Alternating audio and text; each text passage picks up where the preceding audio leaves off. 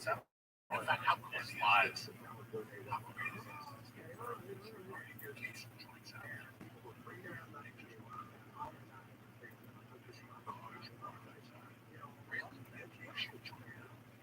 it's going to update regularly.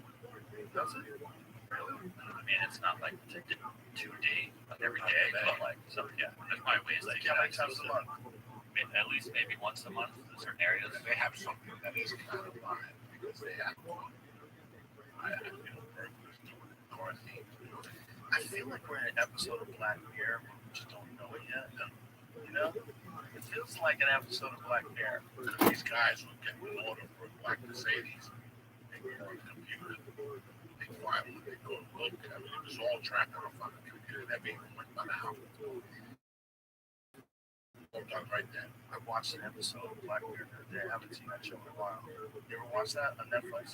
It's all about like dystopian future shit. One was about the social credit system. Did you see that one? Oh my god, it was nuts. It was all about like what could go wrong with us. You know, if we get too wrapped up in grading each other on numbers. That one, remember that? That was a nutty one. It was a real weird one. But it's like I kind of feel like that's a real possibility. That could be a thing. Really, people have a score. Everyone get a number. People be as obsessed by their score, their social score. Like seeing that in that show, I was like, yikes. You could kind of convince people to go along with that. Yeah, that one. The thing that freaked me out about it was a fun show, fun episode, but you could kind of get people to go along with something like that. I don't think it would be that hard.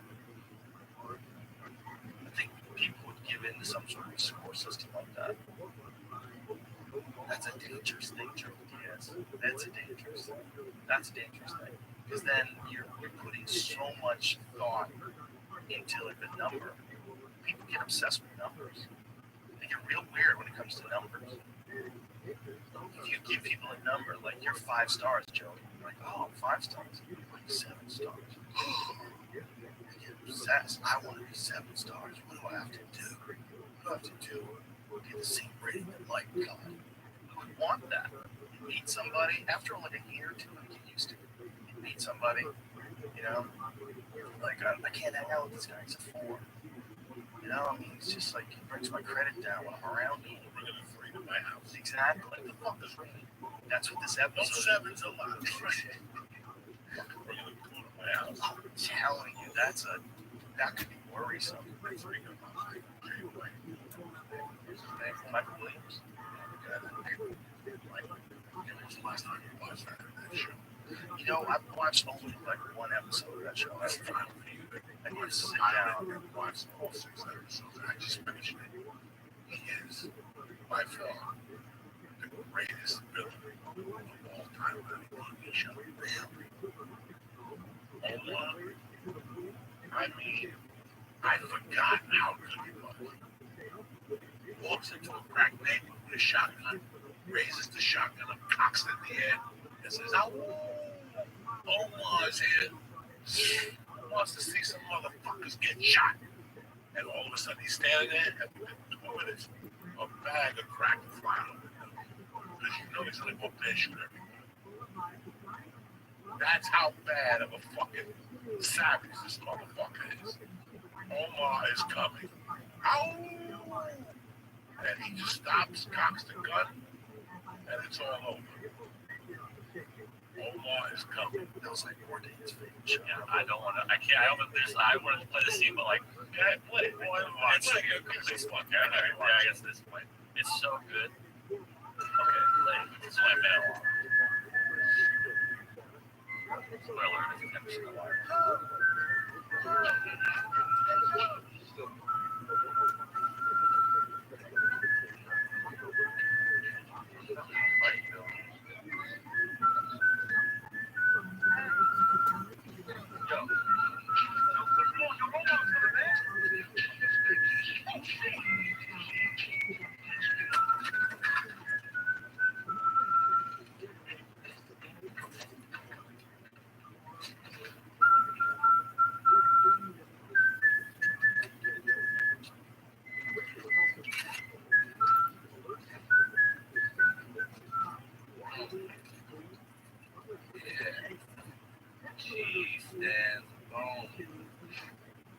Then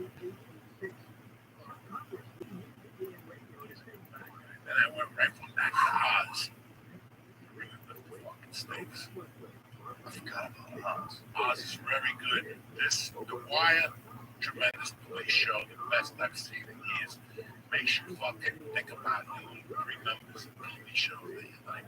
This is good. Kima, undercover cop, the chick, just real life shit. This is tremendous. I'm taking this 4 weeks. I got it. I gotta set aside time for that. I gotta set aside time. Everyone says Yellowstone. Yes. Except this season's a little funky. How many seasons First read that 4 or 5. They say it's like the Sopranos of the country or something. That's what my friends call it. They say I might rewatch that. I like Kevin Costner, so anything Kevin Costner. I watch Draft Day all the time. Him and fucking Boston. We did Dances with Wolves. Dances with Wolves was tremendous. It's amazing. And the bodyguard. Yeah. Whitney Houston. Yeah. Just to see him now, he's like a warm American dish. He's like a meatloaf when you watch him, you know? Like, he just makes you feel good about being an American. He's such a good guy. Yeah. He made a tremendous movie, if you ever remember to see it. It is the worst beating of the movie. It's called Revenge. He plays a tennis coach to Anthony Quinn in Mexico, who's a drug dealer. And he sleeps with his girlfriend. Anthony Quinn finds out. Oh, yeah. The beating is tremendous. He throws a beating on her, cuts her face, and turns her into a hoe in a Mexican prison. He has to fucking save her. It's been on Showtime a ton lately. By the way, I know you like music a little bit. This documentary I saw is going to rock your world because you don't know shit about this motherfucker. I thought I did until I watched this documentary. You get a chance to show her. They're still playing it. Rick James. Oh, shit. Yeah. Like, I had to watch it 2 times and go, what the fuck was that? What's it called? It's got to be like slinging dick. It's called Bitchin' the Sound and Fury. Yeah. What's that? Bitchin'. Oh my God, Joe Rogan. This guy was a fucking savage. Buffalo didn't want to go to Vietnam. He went to fucking Canada to hide. He hung up with the guy from Emerson Lake and Palm. He met up with your buddy Neil Young. They were in a band together. All these motherfuckers were in a band. That dude right there. Then they arrested him, and then he went to Buffalo, got some whatever. He went out to LA, and after that, you gotta watch this. To be honest with you, he's a fucking savage. Musician savage. Like, I didn't even know this shit. People talked on this. It's just tremendous. The shit he did, his attitude, how he fucking, played his music, the shows he would do. He had all these albums. He was in fucking Motown. He was a music executive before, all this shit that you don't know about people. And they said when he rocked, he fucking rocked. It's a great documentary.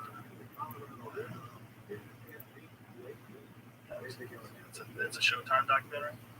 With Big Daddy Kane, everybody's on there. He talks about crack pipe and the chick.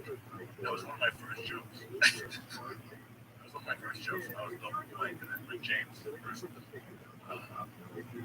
superhero. Something stupid about this crack pipe. This crack pipe, something fucking stupid. So when he got up to Jersey and visit me, I'll come again. I'll set up a visit just to come visit. we'll go to Alito this time, and we'll go to Australia and get the lobster fucking ravioli. Like, you go on stage at Stress Factory. Yeah, we'll go to Stress Factory. In fact, that's what we're on Saturday night to eat. Are you? With the steakhouse. Yeah, what is it? Steak 85 or something? Yeah, the head chef is at Gracie. Is at Hollis Gracie. Oh, is it really? Fuck yeah, he told me with that. Yeah, I met him. Yeah. He said it was funny. We went over there to play pool and went to this steakhouse just because we found it online. So we're eating there, and he goes, "You here to see Brewer?" The chef came over and said, I said, "I thought he moved to Florida." He goes, "He did, but he's doing stand-up across the street." What? No way. So the Stress Factory was right across the street from that steakhouse. I had no idea. I just knew where the steakhouse was. Never been that steakhouse? I'd never been to that steakhouse before. That was the first time ever. But the the thing was that Brewer was right across the street. So I went to see him, and I caught him like right in between shows. It was a perfect timing. I got to see him and hang out with him in the Greenville. So he's over there. Just talk shit with him, have a good time. It's a great steakhouse. Like I said, I got 20 other restaurants. Check out. There's great food in New Jersey, that's for damn sure. There's a lot of people. A lot of people, a lot of pizza. Like, it's just, everybody has good pizza. You can't, like, if you tell me, you gotta drive to the, oh, I know. Because to stay in business, you gotta have good pizza. You gotta have good pizzas, and you gotta have good bagels. You gotta have, like, good breakfast sandwiches. Everybody's, I go to two places. You see, my area is on Staten Island now. So first they start like Brooklyn, then they go to Staten Island. When they start Staten Island, they go to Brooklyn, then they go to my area. They bring their sandwiches, they have food like donuts, you know, all those restaurants in the nine on Staten Island. You know, so, dog, it's just tremendous. It really is. Domino's is there's a Staten Island pizza that's very good. I'm a Carlos guy, they got my house, so I go there. But I got pasta. So, you know, I go in there, I got a bowl of pasta, and a salad. I don't even get the pizza. Because I have the pizza, it's just right there. They got the pizza with the ziti on it, they got all that stuff. It's amazing how good they figured out pizza in New Jersey. And in New York, And in New York, and in Boston, and you know, it's East Coast, and that pizza's a different kind of pizza. they grew up on 2 slices a day. I used to eat 14 slices a day.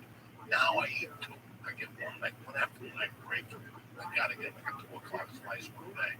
Yeah. And I'll go like on a Friday, get a couple slices. I can't do that 2 a day. I'll go off like a fucking, you know. I told you when I used to play the White Plains, we used to go to Nicky's Pizzeria, executive. It was right next to Executive Billiards. You leave Executive Billiards, walk down the street a little bit to Nicky's, they have white pizza. It's like a casserole. You have a white pizza? Tremendous. Oh my god, with white cheese on it and olive oil. With chunks of garlic. Chunks of garlic and pieces of ham. And sliced ham. It's insane. I tell you what, they have a lot of New Jersey, that it ain't California. Shrimp. Everybody makes a shrimp. I don't fuck when it comes out, that Osteria, they bring it out. The dish weighs 50 bucks. You put it in your refrigerator with the bag and the aluminum foil. The next morning you open your refrigerator like fuck, it smells like an animal. And that's tremendous. I went how much. They have a short rib at that place, El Nino. They have a short rib. The salad. I'm happy I fucking stuck with my points. And I was waiting back there because I don't touch desserts. Like, it's not worth no leave. Nah, It's not worth it. The way you feel afterwards. no. I love just eating good fucking food, man. Well, his pasta was insane. That illegal place. It didn't even taste like pasta. Like, didn't feel like pasta in your stomach. It was like Italian pasta, like pasta you get in Italy. Or when you're eating it, like your body doesn't freak out. It doesn't like go, oh. It was light. It felt good. His sauce, two wild meatballs. Yeah. That's what you do. Just with the red sauce, you do two wild meatballs. The wild meatballs are so fucking good. Do you remember how he explained about the wheat? Was he explaining about the different wheat that he Because he goes to Sicily and he gets the wheat. He brings it back to the wheat. I think he told you, you have Mexican Bay. Yeah. I give you the speech, you know, fucking meal. So I guess that pasta, if you eat it, you don't register if you're diabetic. Is that real though? Yeah, he had a bunch of people going to that meal tree. But still, that isn't like the whole diabetic thing. It's a carbs thing, isn't it? Right. It's sugar. The pasta in Sicily, it doesn't. Yeah, that's what he was saying. I haven't read it. Gotta not give out that kind of bad advice. You know, we can't be giving out medical misinformation on diabetes and pasta. You know, I was hoping to open up a weed store back then. But it's too rough. That's all our licenses. That's all I mean. That's what you're opening. Yeah. No, you need someone smart to set you up as an ambassador. That's what we're doing with ice cream shop. Right? Yeah, bro, yourself. These are all the strands, the fucking sushi, tremendous, cocoa. Thank you, sir. And I'll tell you what's really good. rainbow brush is 37%. I only grow one fucking roll of paper. I still did actually want the whole pack. People and everything. Yeah. So, yeah, so lucky to have you. It's great. Love me. It's great hanging out with you. So when am I coming back here? Let's do it again whenever you want to. No. The club. We'll talk. We'll talk when we're off there. Thanks, man. Thank you for having me. I just want to come down here and set the record straight. It was a lot of fun. We'll do this regularly. Okay. Bye.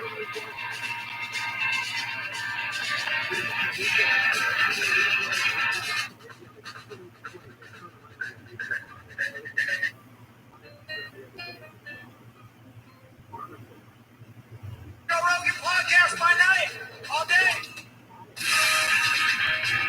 So your new Oculus is awesome. It's very impressive. Yeah, It's very cool. coming out in October. We're going to be talking about it at our Connect conference that's coming up. Oh my God, Yeah, pretty excited about it. I hate you so It's much. it's so interesting that when you put it on. So I'll just describe it to people. When I put it on, there was an avatar in front of me, and it was an alien woman. And the alien woman, when I moved my mouth, she moved her mouth. When I moved my eyes left and right, she was tracking my eyes. When I made like an angry face, like it makes an angry face. When you go like, oh, it's incredible. And like you can see the evolution, the progress of this stuff, where it's getting to the point where it's mimicking human patterns in a kind of a creepy way. But it's very cool. Yeah, so for me, this stuff is all about like helping people connect, right? I mean, the way that I got into this is, I don't know. I just started thinking about like what would be the ultimate expression of basically people using technology to feel present with each other, right? It's not phones, it's not computers. Like, how do you get this sensation of actually being present, like you're right there with another person? And that's to me what virtual and eventually augmented reality are all about. And there's just this whole technology roadmap that we basically just need to go run down over the next decade to unlock that. So for the next device that's coming out in October,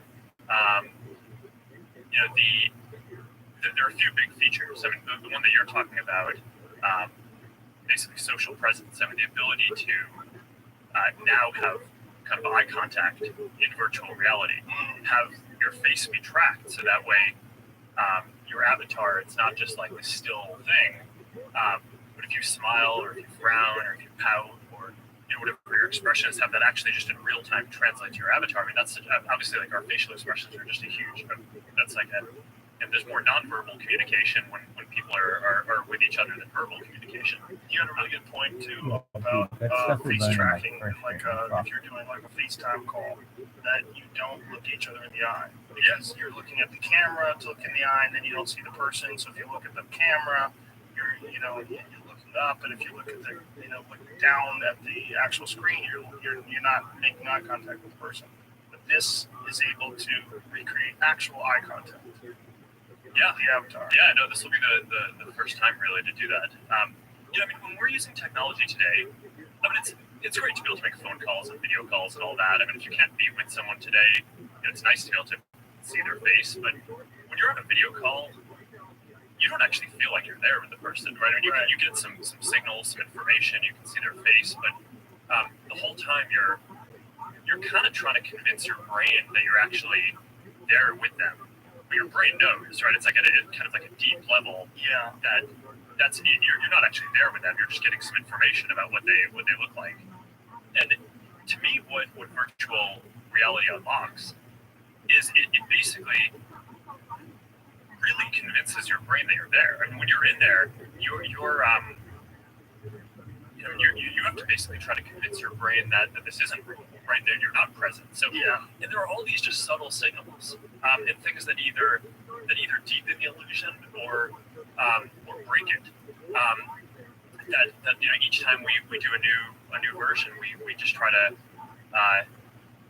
break down a few more of the barriers. So one of the big ones that early on, well, the first one obviously was just like having a headset and be able to look around. And for that, one of the key things that your eye basically refreshes, I'll call it every 5 milliseconds or something. So if you turn your head and the image isn't kind of refreshed to where you're looking within 5 milliseconds, then there's this huge mismatch between your visual system and your vestibular system and your kind of balance in your ear. And people used to kind of feel uncomfortable from that, right? Because it's like a physical discomfort because like what you were looking at didn't match kind of as you were rotating your head. So that was kind of the first thing.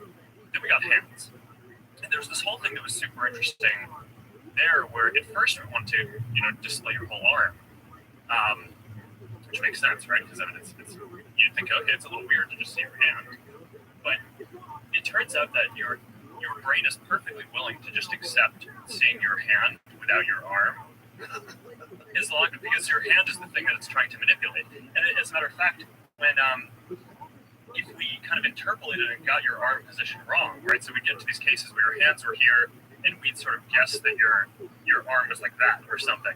And if your arm was actually like that, but we displayed it so that it was in like that, you're like, my elbow's broken. But it felt like really wrong. So it's actually much better to show a limited number of signals, but get them right, and then you can just add on over time. So for previous versions before this, we didn't. The kind of eye contact was all just AI simulated, but we didn't actually know when you were making eye contact because we weren't tracking the eyes. And now for this version, and hopefully a lot of the different ones that we build going forward, you'll be able to have realistic facial expressions and more translated directly to your avatar. But there's this whole roadmap of basically how do you deliver this like real sense of presence, like you're there with another person, no matter where you actually are. It was very impressive because even when I moved my jaw side to side, I went like, it did that. It made the O face. Like, it's really interesting. And you were saying also that like the way this is tracking is you're doing this without putting something on your body, without putting trackers on your body. But do you ultimately think that that's like, are we going to go Ready Player One? We have like a haptic feedback suit, and you have to zip this thing up to get into a game, and in that way, you're going to be fully immersive? Or do you think that I can get to the point where it can mimic the movements of your body accurately without you having to wear something? So I think that there will be opportunities to wear things to augment the experience further, right? So we already have these experiments with haptic gloves where you can, like, if you touch a digital object, right, if you drop a ball from one hand to the other, you can feel the ball in your hand physically, and that's pretty cool. But I want to design this in a way where you don't need that, right? So today there's two primary modes of doing the tracking. There's this kind of notion of inside-out tracking. You're wearing the headset, and it tracks your motion, it tracks your hands. Eventually it'll track your legs with an AI model, and you can do that all with your headset. The big advantage of that is you don't need to have a whole lot of different devices, right? Eventually you'll be able to do it without even having controllers. You'll just have the headset will get smaller, it'll be more portable, you'll be able to bring it around. You don't want to have a setup that has like 10 pieces, right? I mean maybe there are going to be times when you want to kind of have that sort of super deep experience, or maybe you have it at your home, but I think ultimately people are going to just want to have versions of this that they can bring around, and whether it's on an airplane or you're doing work at the office or you're going to a coffee shop or whatever. And for that, you really just want to make it work from the device. So just from a pair of glasses or something along those lines. This episode is brought to you by AG1. I love AG1, and you've probably heard so many of my guests rave about it too. It's easy to drink, tastes great. I have sustained energy, improved focus, and know that I'm covering my nutritional basis no matter where I am in the world. I've been taking AG1 since 2018, and you are going to love how it makes you feel. But if you're still on the fence, the folks at AG are giving you 90 days to give it a shot. If it's not for you, just say the word and you get your money back. No questions asked. You've literally got nothing to lose. Each scoop of AG1 is packed with 75 high-quality vitamins, minerals, superfoods, probiotics, and adaptogens that support cognition, immune health, gut health, and digestion. Order now and you get a free 1-year supply of immune-supporting AG vitamin D3 and K2 and 5 free AG1 travel packs with your first purchase at athleticgreens.com/Rogan. Supporting your health should be simple, and it doesn't get easier than AG1. Go to athleticgreens.com/Rogan to check it out. We are brought to you by Roka. If you've been listening for a while, you may have heard me talk about Roka sunglasses. They are my absolute favorite. But today, I want you to know about the prescription eyewear. If you are active and have bad eyes, do not skip this shit. Roka is a brand based in Austin, Texas, and they have been making performance eyewear for Olympic gold medalists and world champion athletes since 2016. For the last few years, Roka has been building out a badass prescription offering. And last year, because of the crazy stuff that was going on in the world, they invested millions of dollars to build their own optical lab right here in Austin at their headquarters. Roka now cuts all lenses and assembles all of their eyeglasses here in town, which is awesome. Everything is built to order.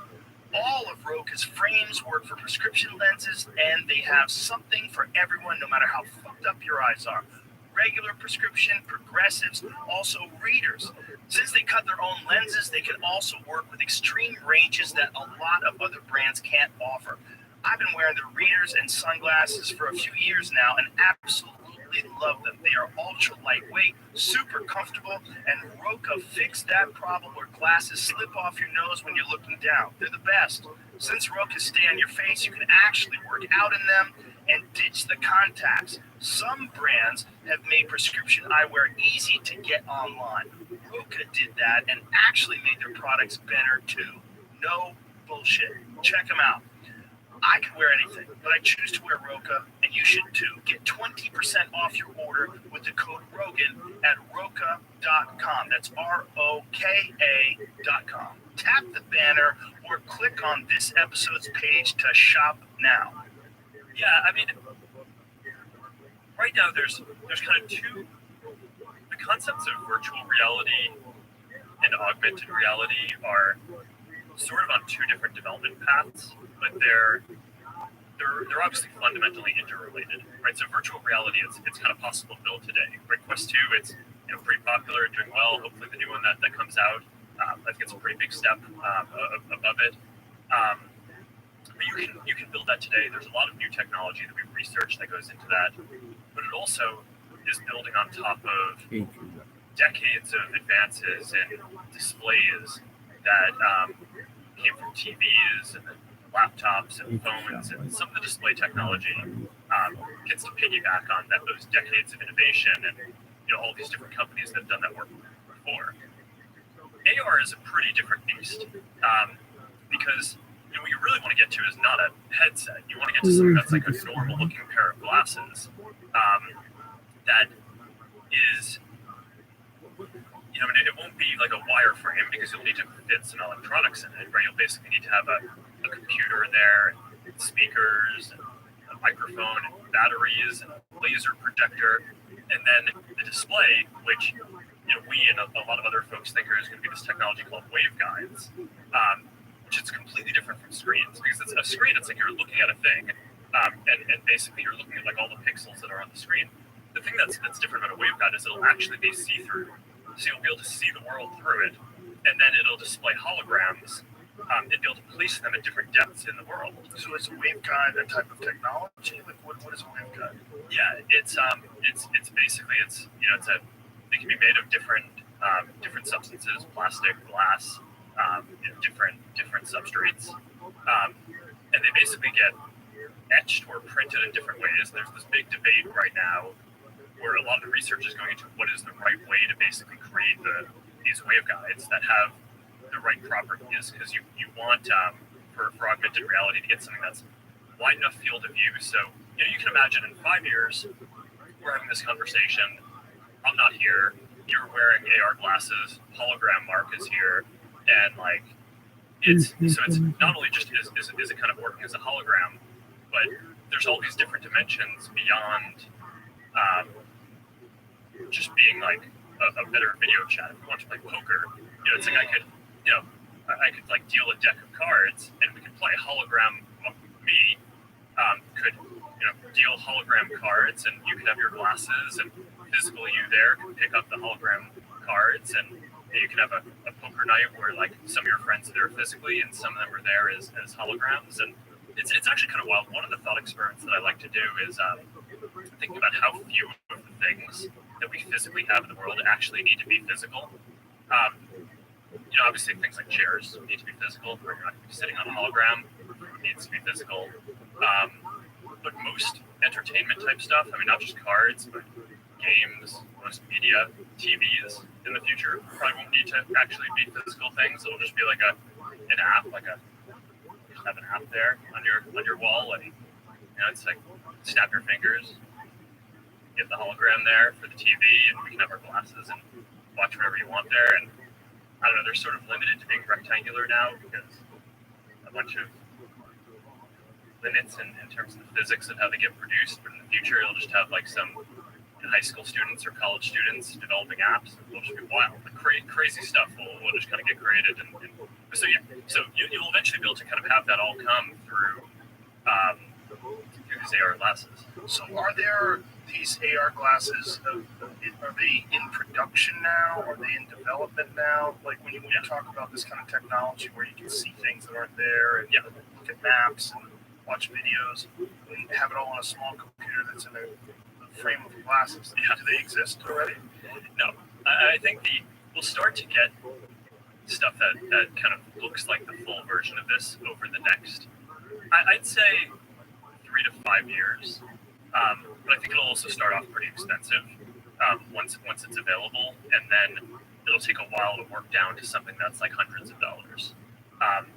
But there are versions of this that you can start to see if you relax some of the constraints, right? So the kind of ultimate AR experience is that, like, okay, you just have normal looking glasses that can kind of have all of these have holograms, make it so you can interact with people wherever you want. But if you relax the form factor constraint, right? So you have a headset instead of normal looking glasses. That's the other thing that's coming in the new device that we're shipping in October is mixed reality in VR, right? So we got to play around with this a little bit in the sword fighting experience that we did, but it's basically the thing about mixed reality is you see the physical world around you.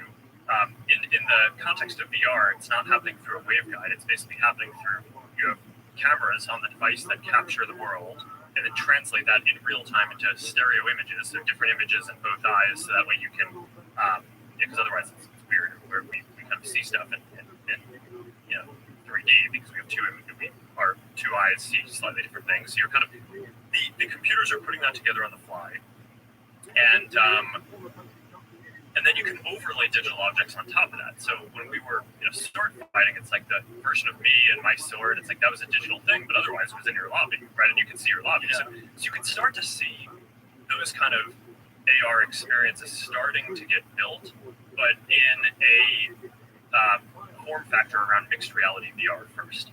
So that's one direction that I think that the industry is exploring. The other is basically looking at, okay, so we got to constrain this form factor because we want to have something that looks like normal glasses.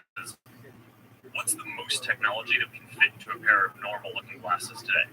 Right, so you kind of go from both sides, right? It's like, what's the experience that we want to have, even if we can't get the form factor right? And what's the best we can do with the form factor? And then each year those two basically can emerge. But on the smart glasses side, we work with Rabbi to basically build these smart glasses, and they're the best-selling smart glasses that have ever built. And they're, we're continuing to work on new versions of it, but they're, basically you can get a pair of Ray-Ban Wayfarers now that have a microphone and they have a speaker and they can take photos and take videos and you can post them to Instagram. Yeah, they do it on voice command. Yep. Yeah. Oh, so you can say take a photo. Yep. Take a photo, take a video. And what kind of image quality are you getting off of these things?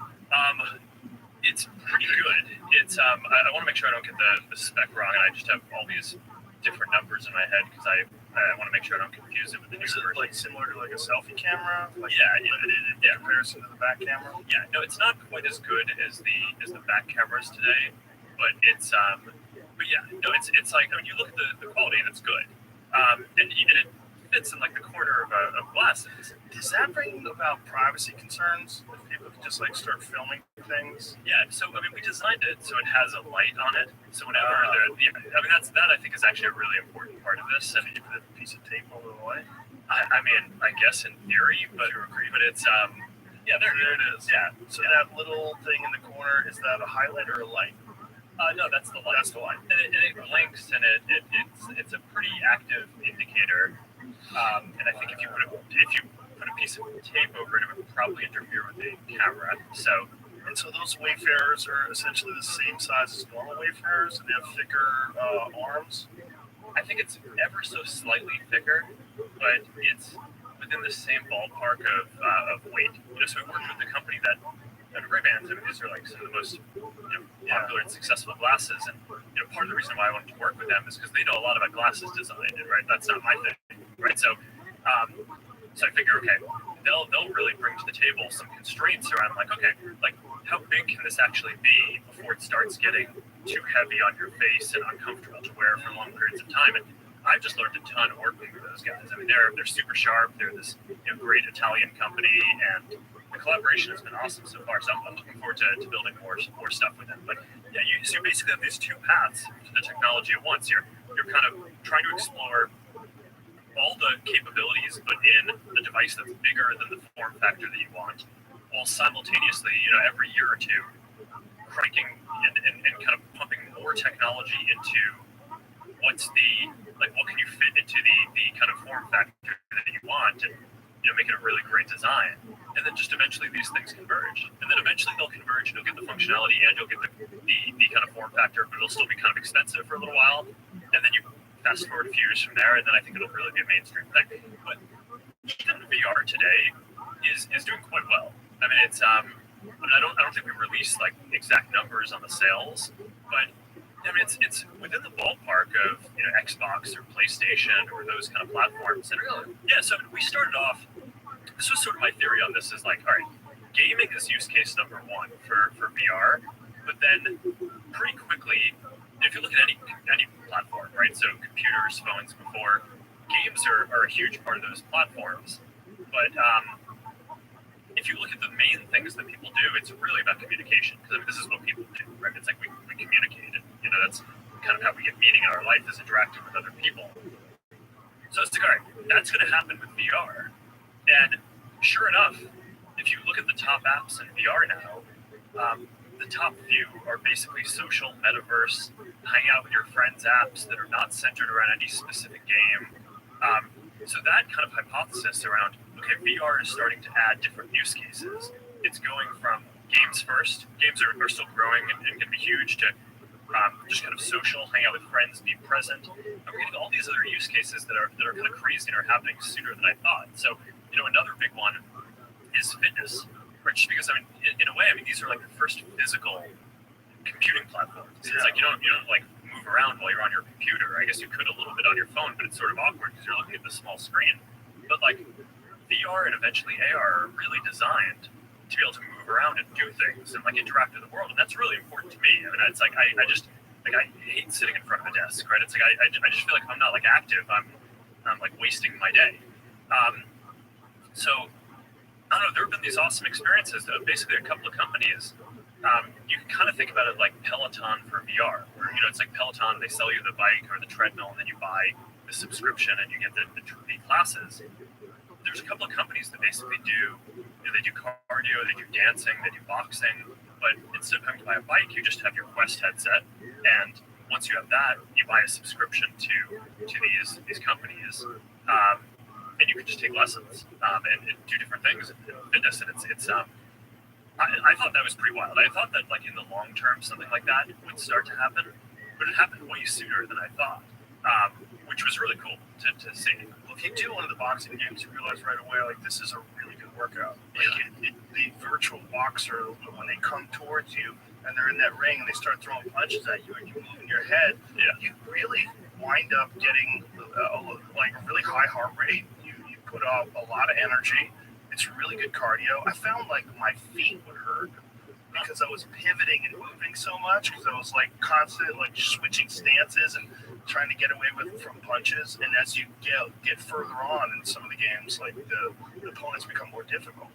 Yeah, it's really exciting. It's fun, and you get out of there and you're really exhausted. It's a really good workout.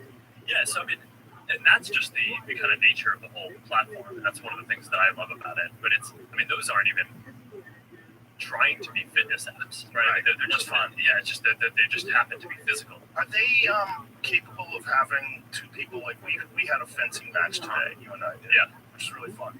Are they capable of doing that with boxing now, where two people have a book? Because the thing about the fencing match that we had that I thought was really interesting is like you were facing one direction, like 30 feet away, and I was facing another direction. Like we weren't even facing each other. It didn't even matter. Yeah. So you could be in Bangladesh and I could be in Rome, and we could be playing a game together. Yeah, so, I mean, the fencing demo, our internal team built because we haven't released the new device yet, so in order to kind of make stuff work for it, we kind of built it ourselves. But the boxing ones are made all by other game developers and different developers. So, And they can do that? yeah, there's nothing stopping them from having a multiplayer mode. I'm not sure if any of them do yet. I all the ones that I've played, I mean, I do Thrill the Fight, and I really like Creed, but I do those as single player. I don't know if they have multiplayer modes, but there's nothing holding them back from doing that. So I'd imagine that they will add that over time. It seems like a smart move. I mean, we're talking about martial arts, like in terms of like Muay Thai and other. I think Jiu-Jitsu would be a real problem, but because you'd have to physically have something to resist against. But if you could figure out how to do a Muay Thai mode, where the only problem would be things change when you make contact with stuff. Yeah, things change in terms of like positioning and movement, what you're able to get away with and not get away with. Whereas with boxing's pretty good for that. Like it's probably like the best combat sport for VR because you don't even have to hit anything for it to feel like you kind of are. And when you get hit with a jab, your screen lights up. Like you feel like you got hit. Yeah, I mean, for kicking, with punching, it's a little easier to throw a punch and then just pull it back. With kicking, if you're not hitting a pad or something, you want to like continue rotating, or else it's tough to really put your weight into it. It's do you envision a world where one day the physical experience of the game is going to be inconsequential because everything's going to be taking place in your mind? Like it'll be so good, whether it's with haptic feedback or some other kind of input, where you'll be able to actually experience very Matrix-like something that's not there. I mean, is that ultimately where all this is going? I don't know. I mean, I just think that so much of our experience is our body and not just our mind. I mean, there's a strain of kind of philosophical thought that's like, okay, what is a human? It's like it's really just your brain, right? And I don't subscribe to that at all because I mean I don't know what how you feel that stuff, but like I just feel like my whole energy level and mood and kind of how I kind of interact with the world is all just based on it's like it's so physical, right? It's not just so I mean I guess maybe over time it would be possible to just simulate that through your brain, but I don't believe that we're just brains and tanks, or just brains in a body. I kind of think our kind of physical being and the actions that we take there are as much, or I don't know, that's like just as much of kind of the experience of being human. I would agree to that, but I would also say that a lot of people just like to sit down and watch movies, and that's a very alien experience in the human body, and it's something we've become very accustomed to. So what I'm thinking is if technology advances and keeps going further in the direction that it's headed now, more immersive, more convincing, that uncanny valley gets bridged and all of a sudden you have a real life experience. Now, whether this is through some sort of Neuralink type deal or some new technology that tricks the mind into actual experiences, I mean, ultimately, isn't that where this is all going to go? You're going to be able to have experiences without having them. And that's not to negate the beauty of real experiences, not to say we won't have real experiences anymore. But if you wanted to have a real experience, we talked about like, economic restrictions that would keep you from being able to fly to another part of the world, we could go there with your Oculus. You could have a very realistic 3D representation of those. Like you took me to Rome today. I got to see Rome. It's very cool. But do you think that ultimately that is going to get to a time where the technology is so advanced that it's indiscernible? That you could have a podcast experience with me. You and I could have this same conversation right now, but neither one of us be in this room. Yeah, I think the nature of technology is that I think it's interesting to sort of hypothesize what the kind of extreme end state is going to be when something becomes kind of all-consuming. But I think the normal way this stuff plays out is that some things are more easily mimicable or replaceable than others. So we were talking before about, okay, boxing, yeah, you can do that pretty well. Maybe one day we'll get Muay Thai and kicking in.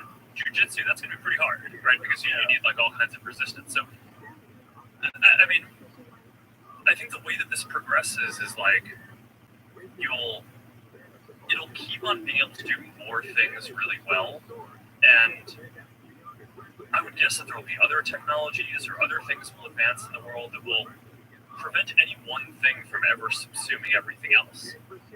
So I don't know. I mean, I also, I mean, maybe just because I'm in the position of like working on building this stuff every day, so maybe just it's like I'm just trying to make it useful for a lot of things, right? So to jump to like it's so useful that it's better than everything is sort of I'm just not. I mean, that's so far ahead of where we actually are because I'm like in the trenches every day trying to get this to work. You're too close to it. Yeah, but from a bird's eye view, like if you look at where this is going, it's going to become more immersive, right? It's going to get better. It's going to be more convincing, and this is the real argument for simulation theory, right? The argument for simulation theory is if there's so many civilizations out there in the universe and they're so advanced, ultimately one has to create a simulation.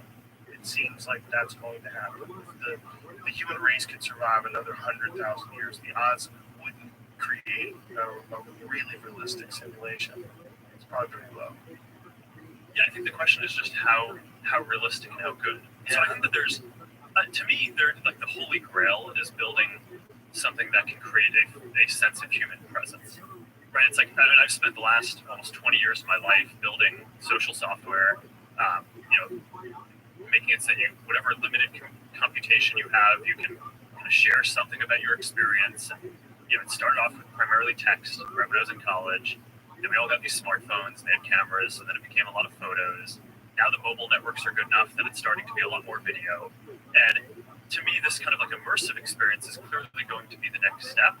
But there's this question about, okay, so being able to feel like you're present with someone will unlock so many different types of value for a lot of people. There's like social and entertainment, there's professional, and in one of, I follow this economist who basically studies that economic opportunity and upward mobility is sort of limited or varies based on like what zip code you grow up in, right? Because there's different opportunities in different places. But imagine if you didn't have to move to some city that didn't have your values in order to be able to get all the economic opportunities. That would be awesome. So in the future where you can just use AR, VR, and teleport in the morning to the office and show up as a hologram, I think that's going to be pretty sweet, right? It'll unlock a lot of economic opportunity for a lot of people. Is it ever going to be 100% as good as being there in person? Probably not, but like, I mean, I don't know, when we were talking about doing this conversation, we talked on the phone, right? It's like I didn't fly down to Austin to talk about whether to have this conversation. Sometimes it's like whatever amount of simulation you have is, you can create a lot of value even if it's not 100% as good as the actual physical thing. So I just view our job as, we'll basically approach that like an asymptote. I don't know if you'll never be able to do all of the things that you can do kind of in person with a person, but you'll just be able to do more and more. If today it's gaming or hanging out, and over the next few years it'll be working, right? So hopefully you'll just be able to teleport in and basically just show up as a hologram and work remotely and live wherever you want, be with your family, wherever they live, but just be able to show up in whatever place. I think that's gonna be pretty awesome, and I think we'll be able to do that pretty well. It's gonna be a real issue for commercial real estate. There's not gonna be a lot of offices. If that actually becomes like as good as having a cell phone in your pocket, being able to make a phone call, you can just sort of teleport to work. Yeah, it's gonna be a problem. No one's gonna want to work. Well, that's a different question. I mean, whether or not they're gonna physically want to be there, rather, maybe they'll want to work. they're not going to want to go to the office. Yeah, I mean, maybe. Although I think being present with people, feeling a sense of presence is pretty important. Yeah. Regardless of where you do it. I mean, I've found, over the last couple of years, the way that the work has been done has changed a huge amount. And, there are all these things that are sort of complex about the office, but like, I see people in person almost every day. And sometimes I probably do more meetings in my house now than I would have before. But yeah, I don't know. I do think that there's seeing people in person having that sense of presence makes a big difference. I think so too, but there's definitely a big pushback now about people going to the office rather than working from home. Like, people would rather just do their work from home, and they're like, with the internet connections as they are today, and the ability to video conference, like, why do I have to be physically in the building in order to get my work done? Yeah, no, and I agree with that too.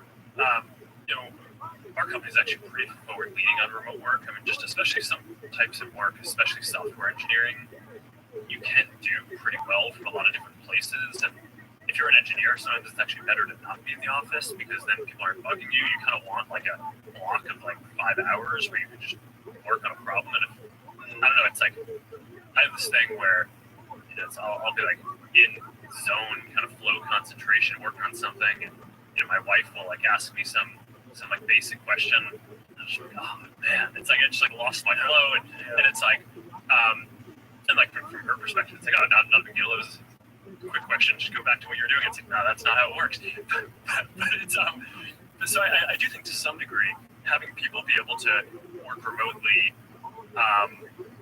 is actually pretty useful for a lot of things. But I think we'll need to find this mix. I physically run away from my wife when I have a joke idea. If she's talking and I have an idea, I will just run away. I just go, I got an idea. I just have to, like, she gets it, so it's okay. But yeah, if I'm in the middle of writing and she comes in and interrupts, it's over. Yeah, it just gets shattered. So in some ways, well, you would have to have like a real quiet and secure place. But I think for a lot of people, the wasted time commuting and all that, if you could eliminate that through AR or VR, some sort of hologram system, just the stress of life would be so much better. Yeah, I mean, that's been, for me, over the last couple of years with COVID and just kind of rethinking the way that stuff has worked. I think reducing the commute has been one of the big efficiencies. But also being able to live in different places has been nice. I mean, I spent a lot of time down in Kauai earlier on, and I got like really into surfing, hydrofoiling, and like I just like wake up in the morning and go do that, and then just be really refreshed and go do my full day of meetings, which is obviously not something I can do in Palo Alto. Yeah. So I don't know. I'm pretty positive on all this. I think if you can give people the ability to get their kind of fluid state, like flow state work remotely, but then also just be able to kind of in a second teleport to a place and show up as a hologram and be present, I think that's pretty valuable. Now, there are other things that I found is for larger meetings, one of the most useful things is not actually the meeting itself. It's just getting a chance to catch up with people before and after the meeting, right? When you're in the hallway or something. So there's a downside to being so efficient about being able to teleport in and out too, because you can kind of miss some of those casual downtime moments. But overall, I mean, I think it's gonna create this kind of crazy amount of efficiency there. Yeah, I think people are still gonna crave real world experiences no matter what. Obviously, I do stand-up comedy, so obviously that experience, you must be there. Yeah, that's part of the fun, is being in the room with people. But I can envision technology improving to the point where you can create a virtual comedy club, and you would see all the different people that have the headsets on in the room, and you probably get pretty close. Like, there was a lot of people that did Zoom stand-up during the pandemic, and it was awful. There was no audience. They were just basically like doing their act with no crowd. Don't. Yeah, you need the feedback. It's terrible. It's super awkward just doing public speaking and not having any feedback. Well, if someone's just doing public feedback, there's like some really great podcasts where people just like Bill Burr just talks to himself. It's just him ranting about life and stuff, and it's great. He doesn't necessarily need someone to bounce off of. But comedy is a different thing. Like, comedy by itself with no audience is not good. Yeah. So there is already at least one experience like this that I'm aware of. So we have this Horizon social platform, and people can build worlds in it. It's pretty simple today, but it's designed to be this really easy world building platform, and people can go in and build stuff. And people built this thing called the Soapstone Comedy Club. And this is actually one of the stories that I've heard of people using VR that I think is really touching. So there's this woman who basically lost her son and was really sad and was grieving for a while, and comedy was just a really important outlet for her, but she had a lot of social anxiety around going and physically being in front of people and performing and doing it in a club.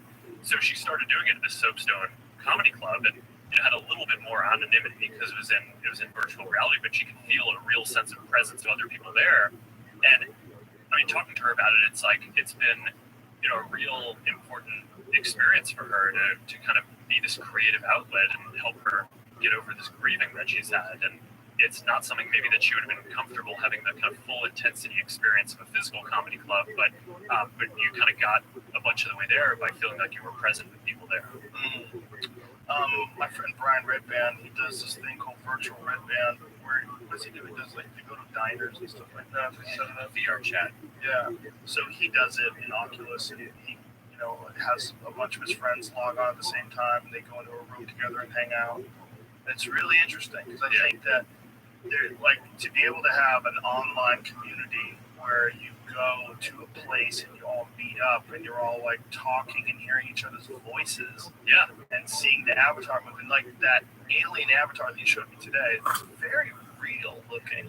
I mean, it does. I clearly see that it's this animated thing, but I would liken it to like an Avatar, like from the movie Avatar, like the Na'vi.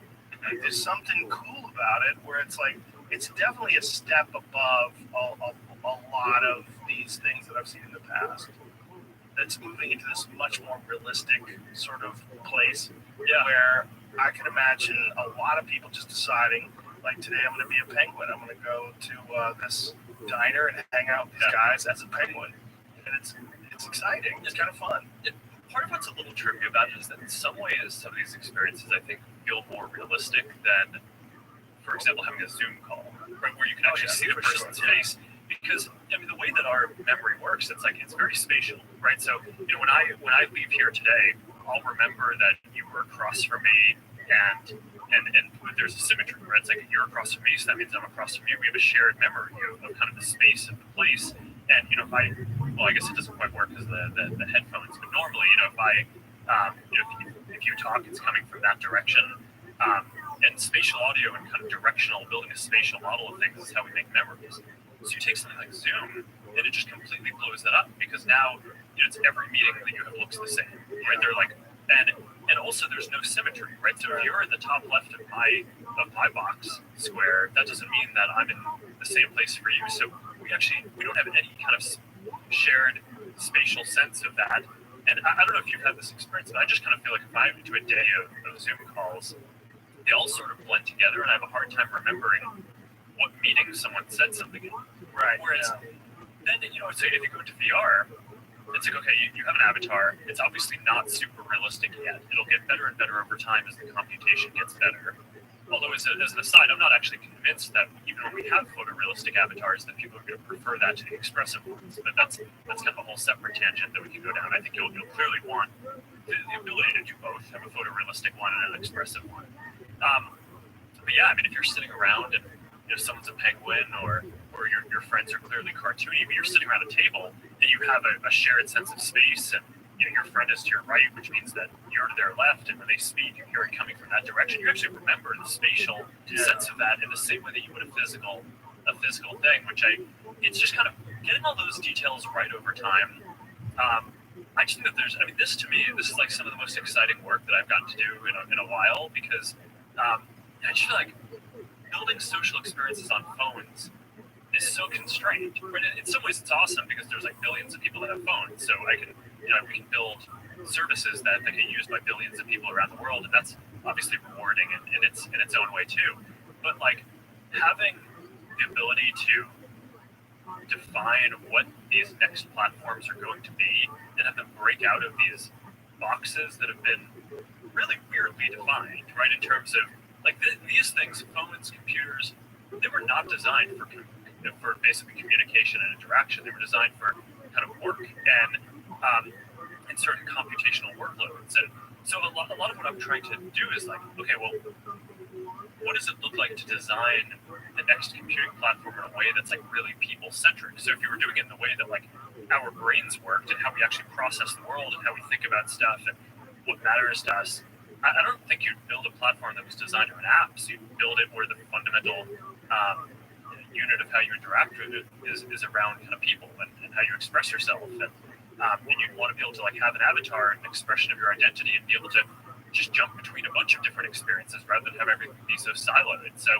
I don't know, I think that this is interesting. It's pretty wild to try to build this all from the ground up because it's just this incredible breadth and amount of technology. And I often get criticized because we're investing just this huge amount of this. We're going to spend this year alone more than $10 billion on all of these different research streams. But the breadth of this is just like extremely wide. Right? It's not like $10 billion is going towards any one specific thing. It's like there's all the avatar work and all of how you express yourself and how you build the worlds. And then there's all the VR stuff. And within VR, we're working on this year's device and next year's device and the one after that. And then in AR, we talked about, I think we have the Ray-Ban glasses and we have sort of the next version of that. But then we also have kind of the research going towards the full AR. And we haven't even gotten to neural interfaces yet, but we should definitely spend some time on that. But it's like you kind of go across all these different things. It's just this incredibly wide amount of technology that needs to get built in order to basically build and deliver a realistic sense of presence, like you're physically there with another person, which I just think is the most magical thing in the world. Well, it's very exciting. The idea that you could have an office in the jungle, like you know, just all of a sudden we're going to call this meeting together. We're going to be on the moon. Yeah. You know, we're going to be next to a volcano. Yeah. There's going to be a bubbling volcano right next to the desk. It's cool. Look, I love the fact that there's people like you out there doing it. That it's expanding the possibilities for this stuff. But so neural interfaces. Yeah. What are your thoughts on that? Like, where's that going? And where are we at right now? Yeah. So I think, so go back to your comments about the matrix before. I think when people think about neural interfaces or any interface, I think it's important to separate out there's sort of there's feedback that you're giving to the computer, and then there's information that the computer gives to you. And you can separate those two things out. So I actually think the super hard part here is going to be having a computer give you information straight into your brain. And that's not a thing that we're working on.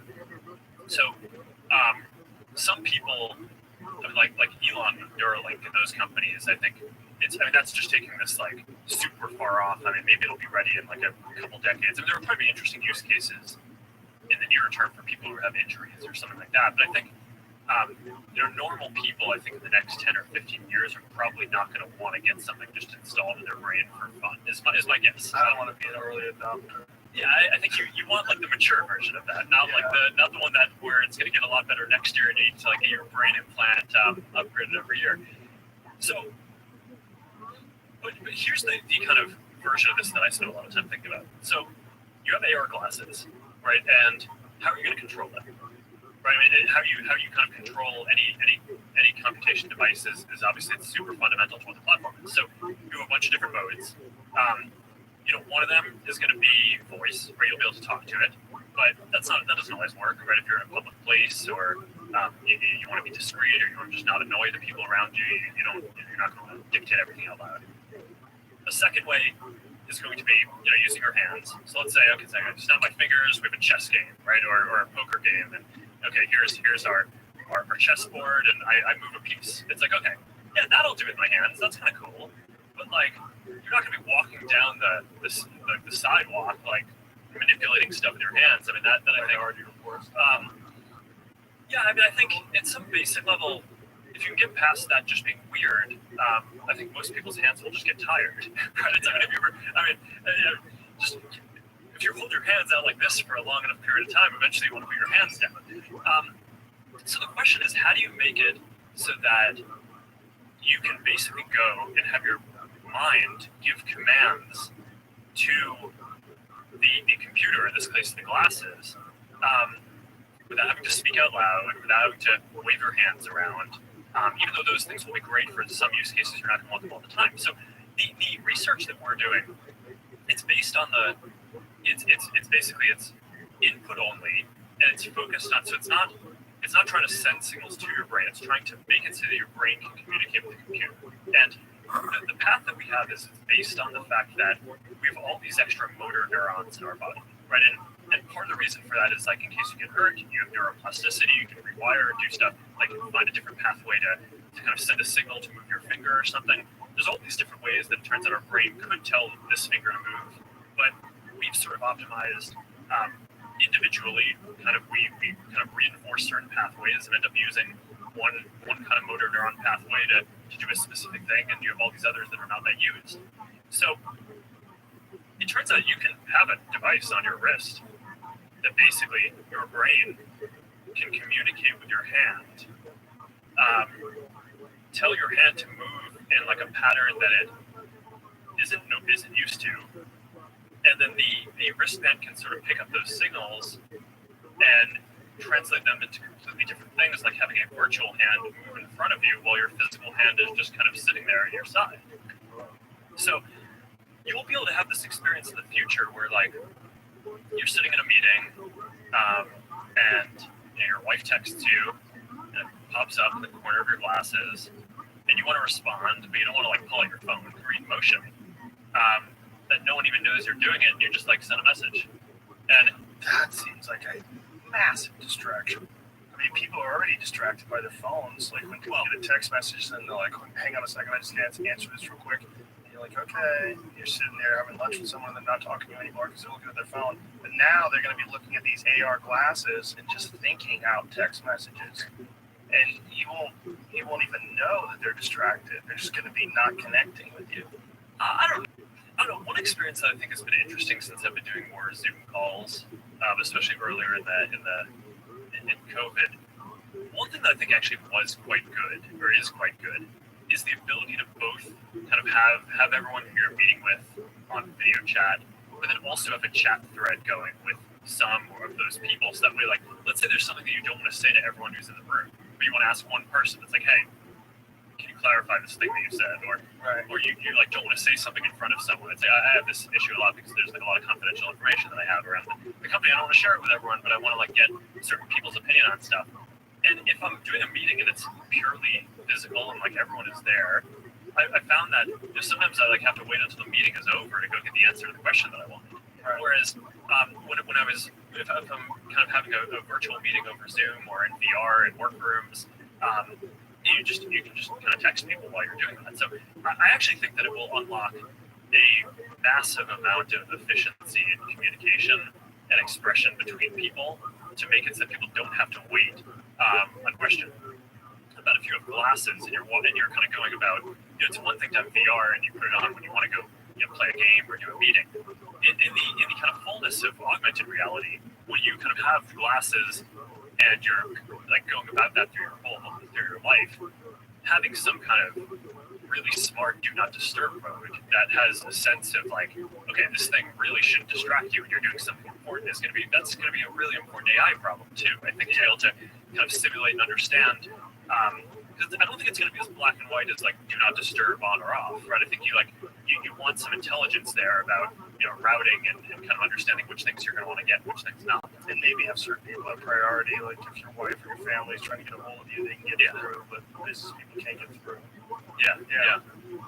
I worry about additional distractions. I mean, I do not keep my children from social media because I feel like the world that they live in has social media in it, and I don't want them to be just completely disconnected from that.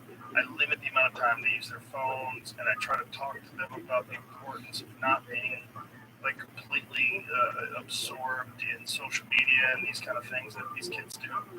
But I think it's part of life, and I think it's new and it's weird and it's confusing and it can be very addictive. But I also think it's part of life. But going out to doing that, It's like, well, we got to stop that. yeah, it's like you just gotta put it aside. Just put it aside. But if you have glasses on, that's going to be very difficult. It's going to be very difficult to get people to, especially if glasses have social media applications and also offer some sort of a benefit like a net benefit to like the way you view life, like maybe give you information on the amount of calories that are if you pick up a food. It's like sort of a weird place where you have to figure out whether or not this is a positive thing. It's something that it's going to end up being this balance, and hopefully our computers and platforms will help us find the reasonable balance on that. I mean, one of the things that you've said a few times is, okay, like, I'm not sure if I'd want to do this digitally. I think about, like, it's like I want to have this experience in the real world. I mean, here's one kind of philosophical way that I think about this is, I actually think when you say the real world, I call that the physical world. And I think there's the physical world and the digital world.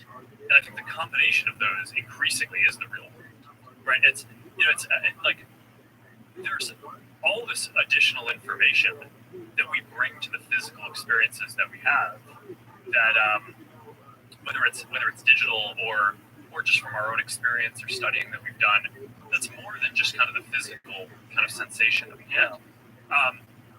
But the ratio of that may be shifting over time, right? So in a world in the future where, a lot of the things that might be physical today, I mean, maybe this kind of art and sculptures and stuff that you have here, maybe in the future they're not physical, maybe they're just holograms, because you can change them really easily.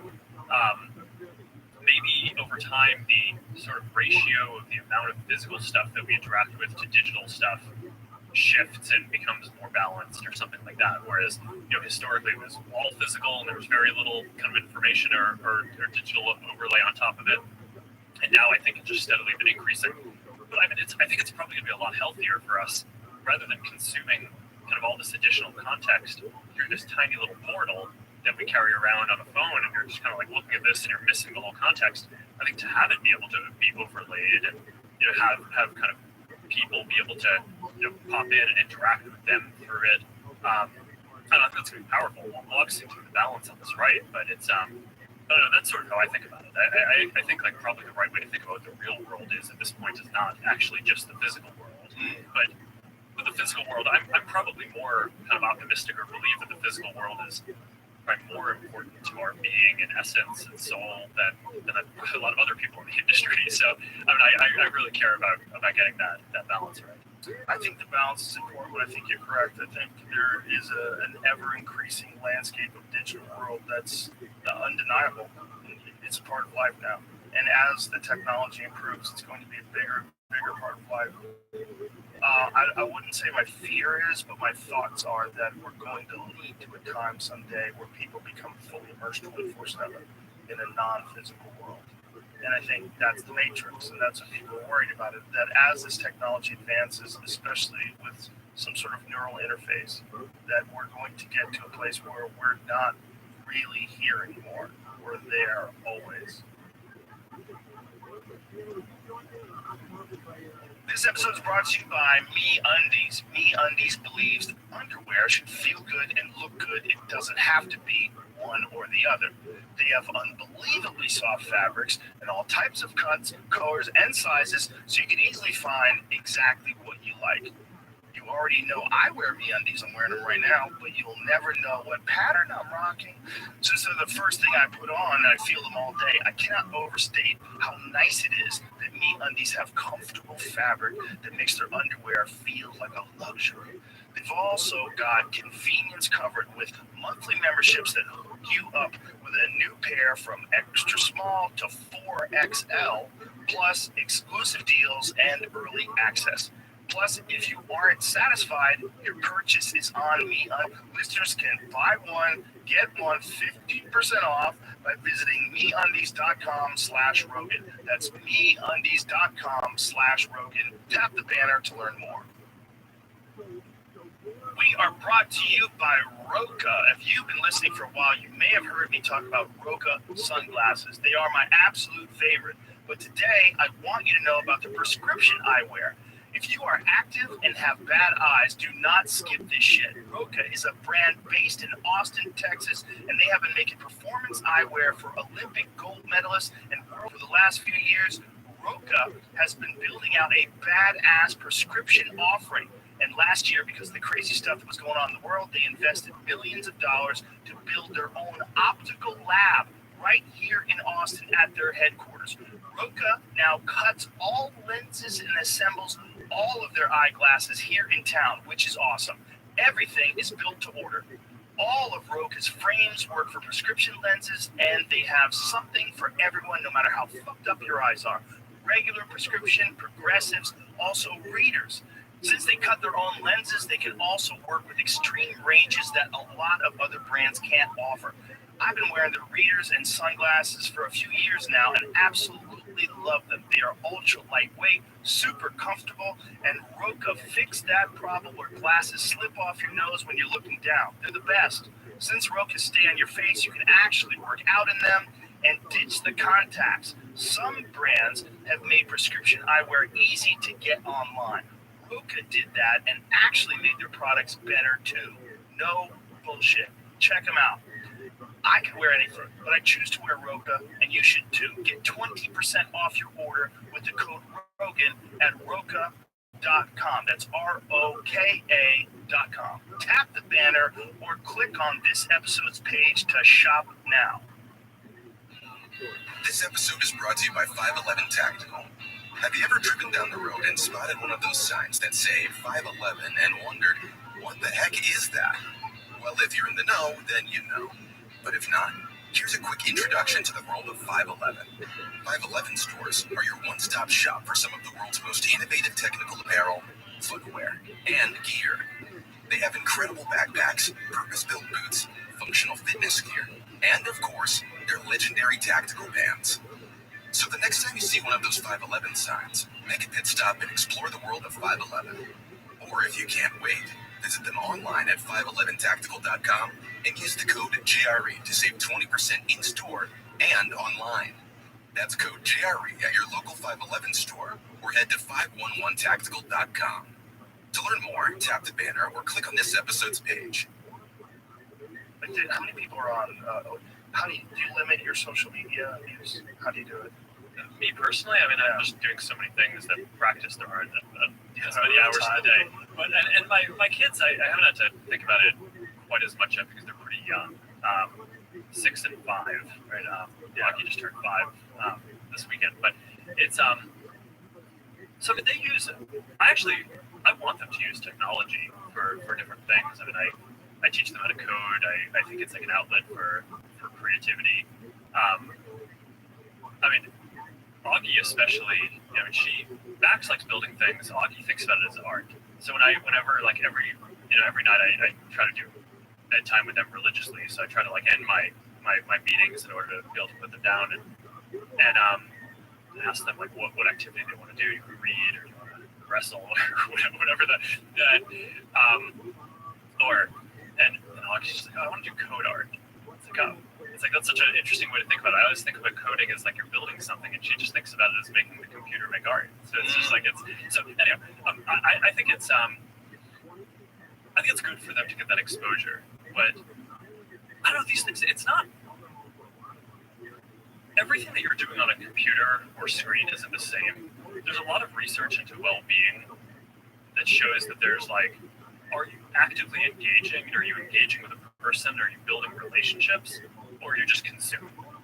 And if you're building a relationship, then that is associated typically with a lot of long-term benefits and well-being, right? Because I mean, the relationships that we have in our lives, I view that as like the meaning, right? That's like that to me is like the point, and that I think over time is what generally creates happiness for people and prosperity. But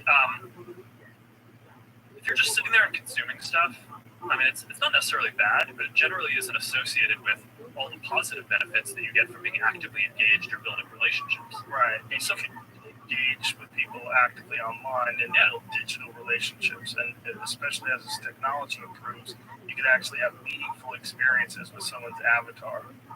Yeah. So I mean, it's very weird. So I just want to make it so that the experiences that we're having aren't just these passive things. So from my perspective, there's this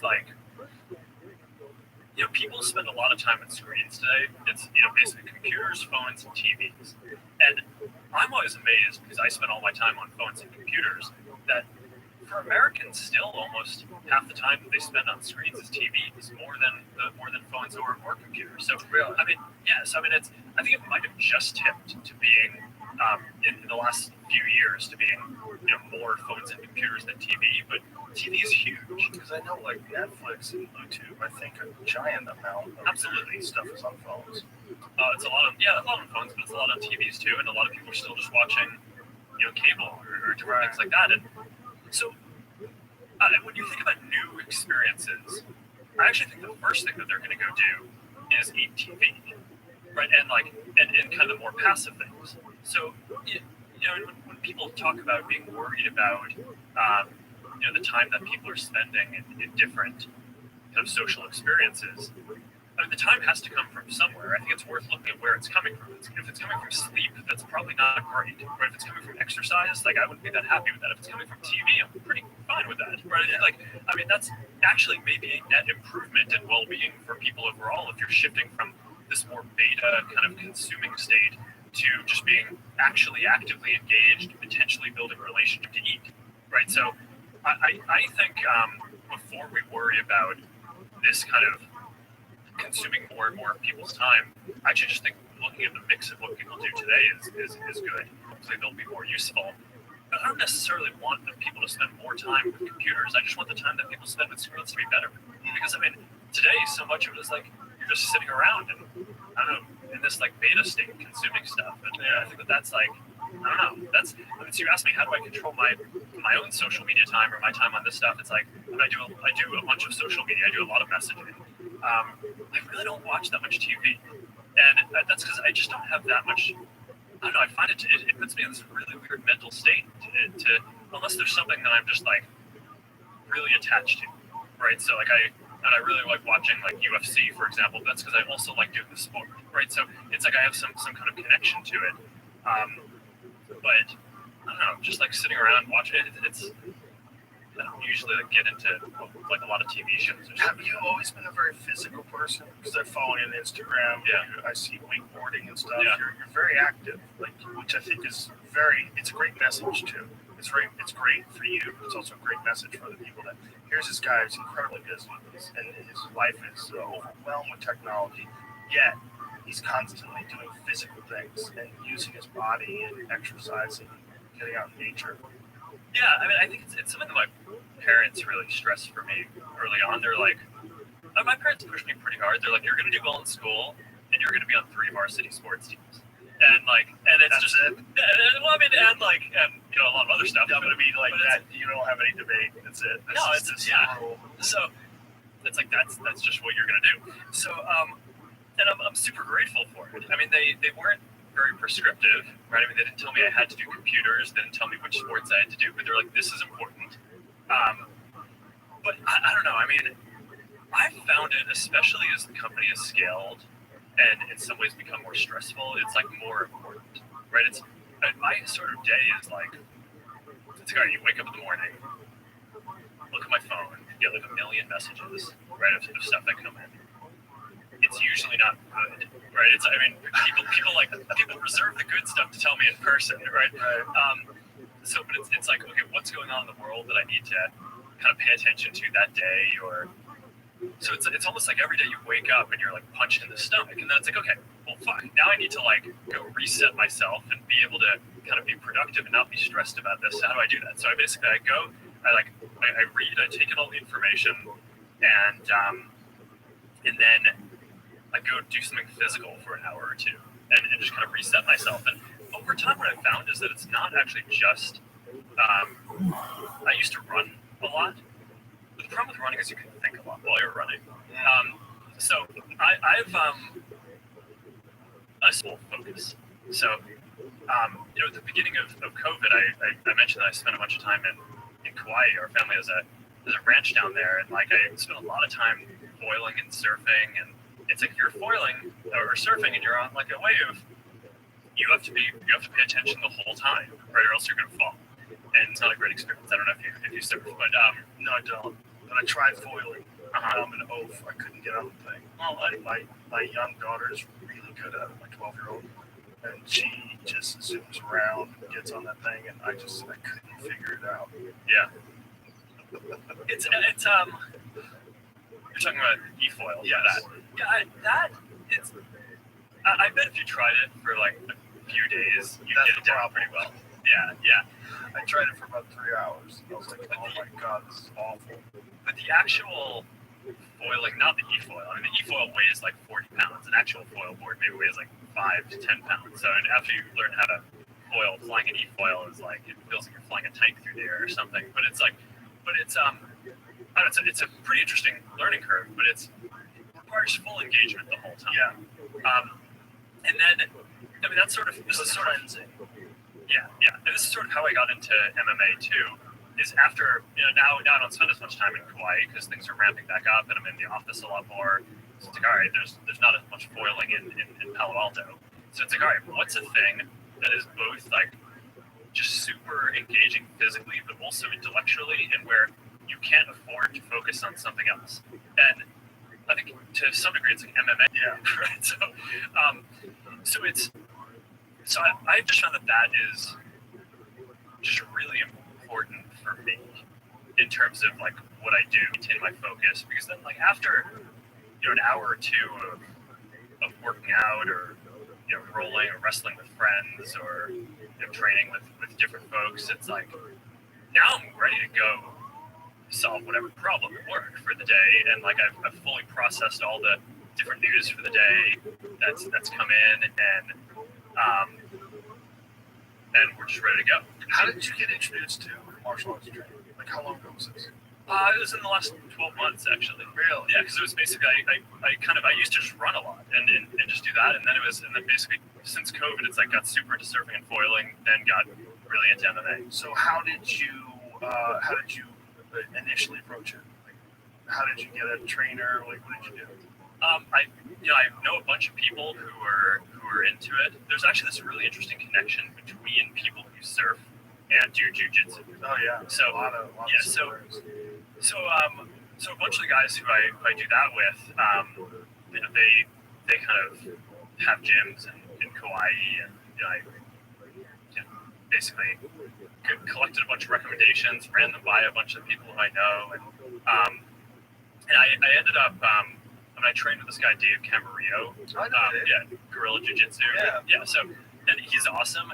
He's great. Yeah, super nice guy, and I feel like I'm learning a ton. And the crazy thing is, like, I don't know. I mean, it really is the best sport. I don't. The question isn't how did I get into it. It's how did I not know about it until just now. From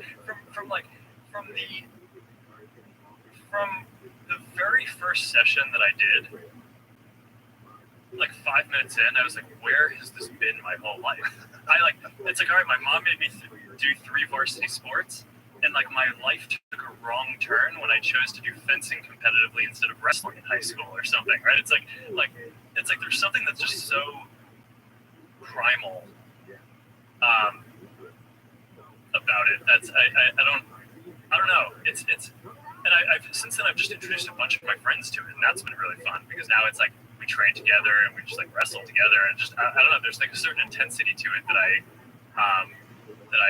like, and it's sort of I don't know. Maybe it's like there's this cultural thing where maybe a lot of people haven't considered it, Right. but I've had 100% hit rate of introducing friends to it and converting them to people who now train. Every single person who I've kind of shown it to is like, this is amazing. This is like obviously how I should be training and working. Yeah, that's very impressive. That's 100%. You must have some solid friends, because a lot of people get turned off by the amount of effort that's involved, but they get excited by the problem solving, which is the more fascinating part, like learning the techniques, focusing on memorizing the techniques and developing skills, and then drilling. Like that's probably one of the most important things about jiu-jitsu that people don't do enough of is drilling. Like I made some of my biggest leaps in martial arts from like blue belt to purple belt just through constant drilling. I was drilling all the time with my friend Eddie Bravo, so we were always working on techniques, and so I was able to like progress much quicker. And then I noticed when I stopped doing that later, my progress kind of stagnated. It's like there's a real clear correlation between the amount of energy you put into drilling and observing the technique, and then just going through the motions, like someone offering like 20%, 30% resistance. Yeah. It's just not as fun. Like Yeah. sparring is the most fun. Like you immediately want to just slap hands and start rolling. It's fun. Yeah, I don't know. I mean, I really trust Dave, and I think it's also Dave's great. yeah, and also just depending on what's going on in my life and work that day. Like some days I like have the energy to go spar, and some days it's good to just go drill. And it's like all right, there's a lot going on. There's it's better to just go do something like 20 times in a row. Both things are important. If you can force yourself to drill more than you spar, you'll get better. Yeah, it's really important. It's like the most important thing, and it's the thing that people do the least of. Because like to really like carve those pathways in your mind, like when someone is in this position, you do that, and then you immediately get your knee in position and you shift your hips. It's just it's driven into your programming, so that in the flow of an actual rolling session, it just happens. Yeah, see, Tom Hardy just won a bunch of I did. matches. Tom Hardy is like an ass kicker. Him and Mario Lopez are out there competing in jiu-jitsu tournaments. Like, this is wild. And they're both like beginners. They're both like blue belts. Yeah, that's incredible. Maybe I'll get there for my 40th birthday. You should do it. Bourdain did it. He did it when he was like 60. I just think I do a lot of stuff like this with friends, but I also just find like wrestling around with friends is fun. It's awesome. Yeah, wrestling's fun. Jiu-jitsu is even more fun. It's like wrestling with like finishes. Yeah. I'm excited that you're into it. It's really cool. And I think, it really enhances your enjoyment of watching it on television because you know what's happening.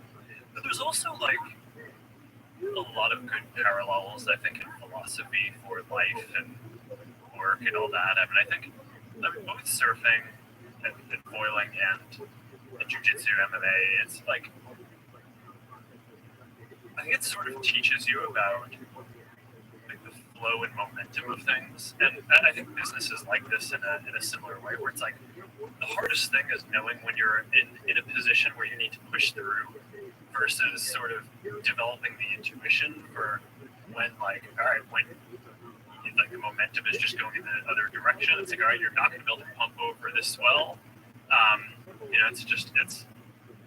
If you keep your weight in this direction, you're going to get swept, right? I do think it's a super concrete thing. I think one of the things that's sort of frustrating or running a company is like the feedback loops are so long, right?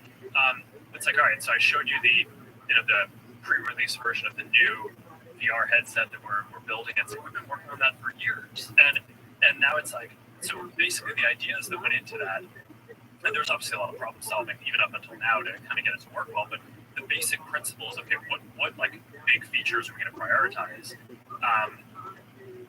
Made those decisions years ago, and we're not going to know if that's right until maybe a year from now, until we see how that goes. So there's something that I think is sort of, it's difficult in running an enterprise of that scale to like try to learn from things in such a long, such a kind of a long interval.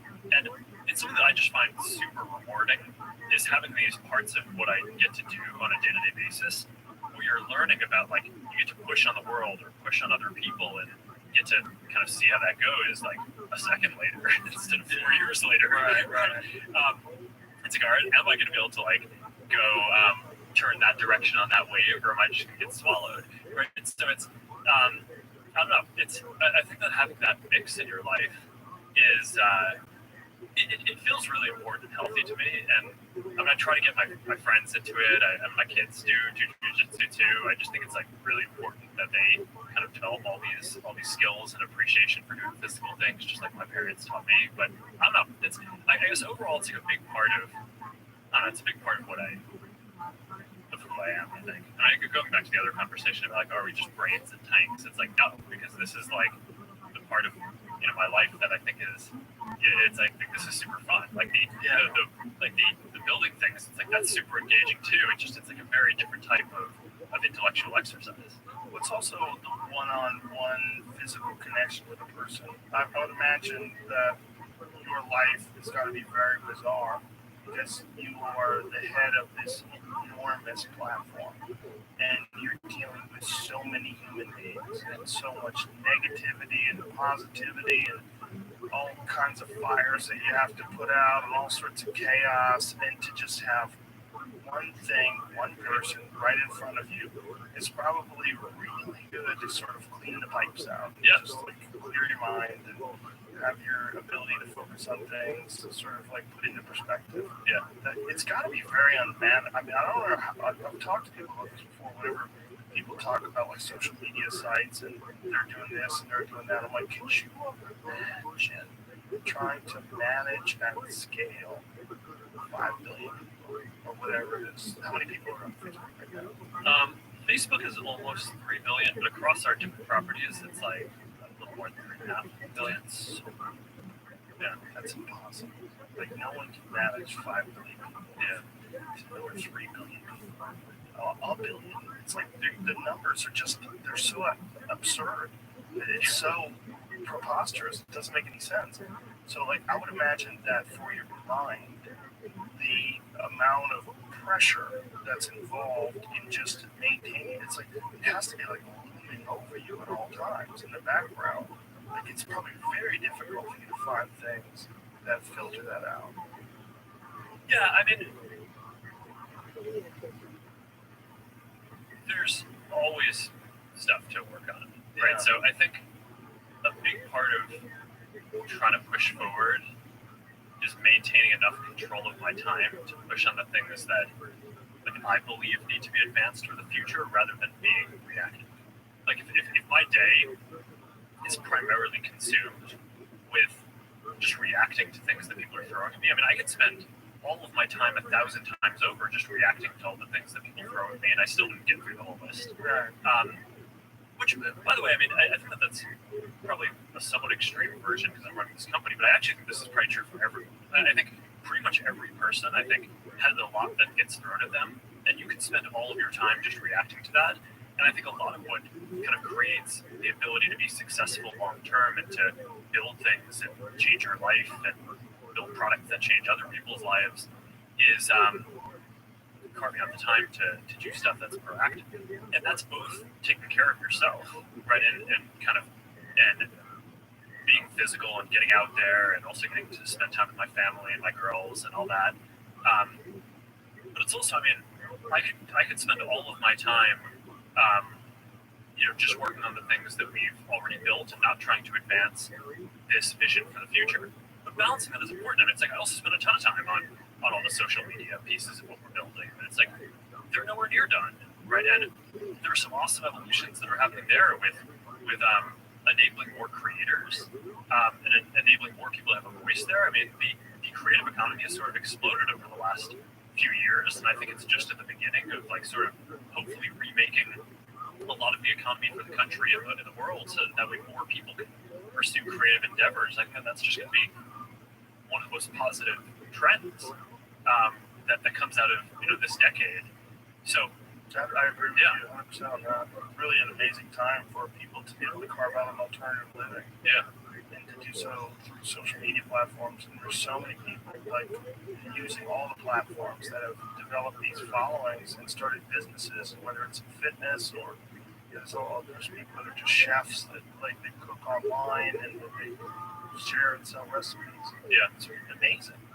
Yeah, I mean, and one of the things that I really admire about what you do is it seems like you have a real commitment to giving a voice to a lot of different types of people. Right? It feels like a big part of your theme is you have a lot of people on the show who just nowhere, like no chance that they get the exposure that they get from talking to you elsewhere. And part of the question that I wonder about is in Instagram and in Facebook, you have your follow graph, or you have your the people you choose to follow, and you have your friends. But can we build AI systems that can also just help recommend better content that you didn't know to follow yet? Because it's kind of it's up your alley. It's like aligned with the type of things that you care about, your values, your interests.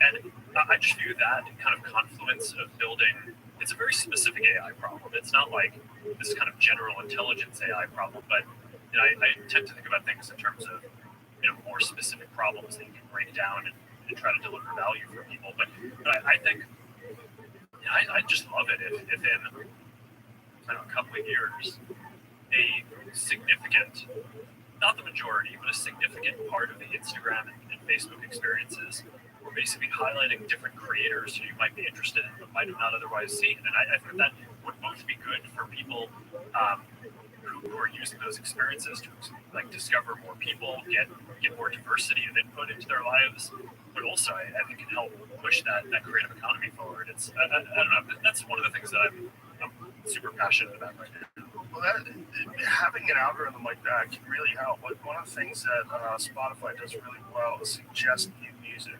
Yeah. So if you like a certain, I love how they do that. Where if you like a certain kind of music and you develop these playlists, they'll start recommending you music. I found out about so many different bands that I would never know about before. I think it's really the thing that gets people with algorithms is that algorithms today have this negative connotation to them, and people there's a lot of argument that algorithms cause dissent and cause arguments and cause strife, and that people are focusing only on the things that upset them. But the real problem with that is that they're not taught how to think and focus on things. Because what the algorithms pick up on is essentially what are you spending the most time on? Well, if you're spending the most time on carpentry and parasailing and deep sea fishing, that's what the algorithm's going to recommend you. Like my friend Ari, he went through this experiment where he only Googled puppies and he only YouTube puppies, and that's all they recommended him. Like YouTube videos was all just puppies. And it's like, see, like all this stuff that people are saying, like, oh, the algorithms are tearing us apart. Like, we're tearing us apart.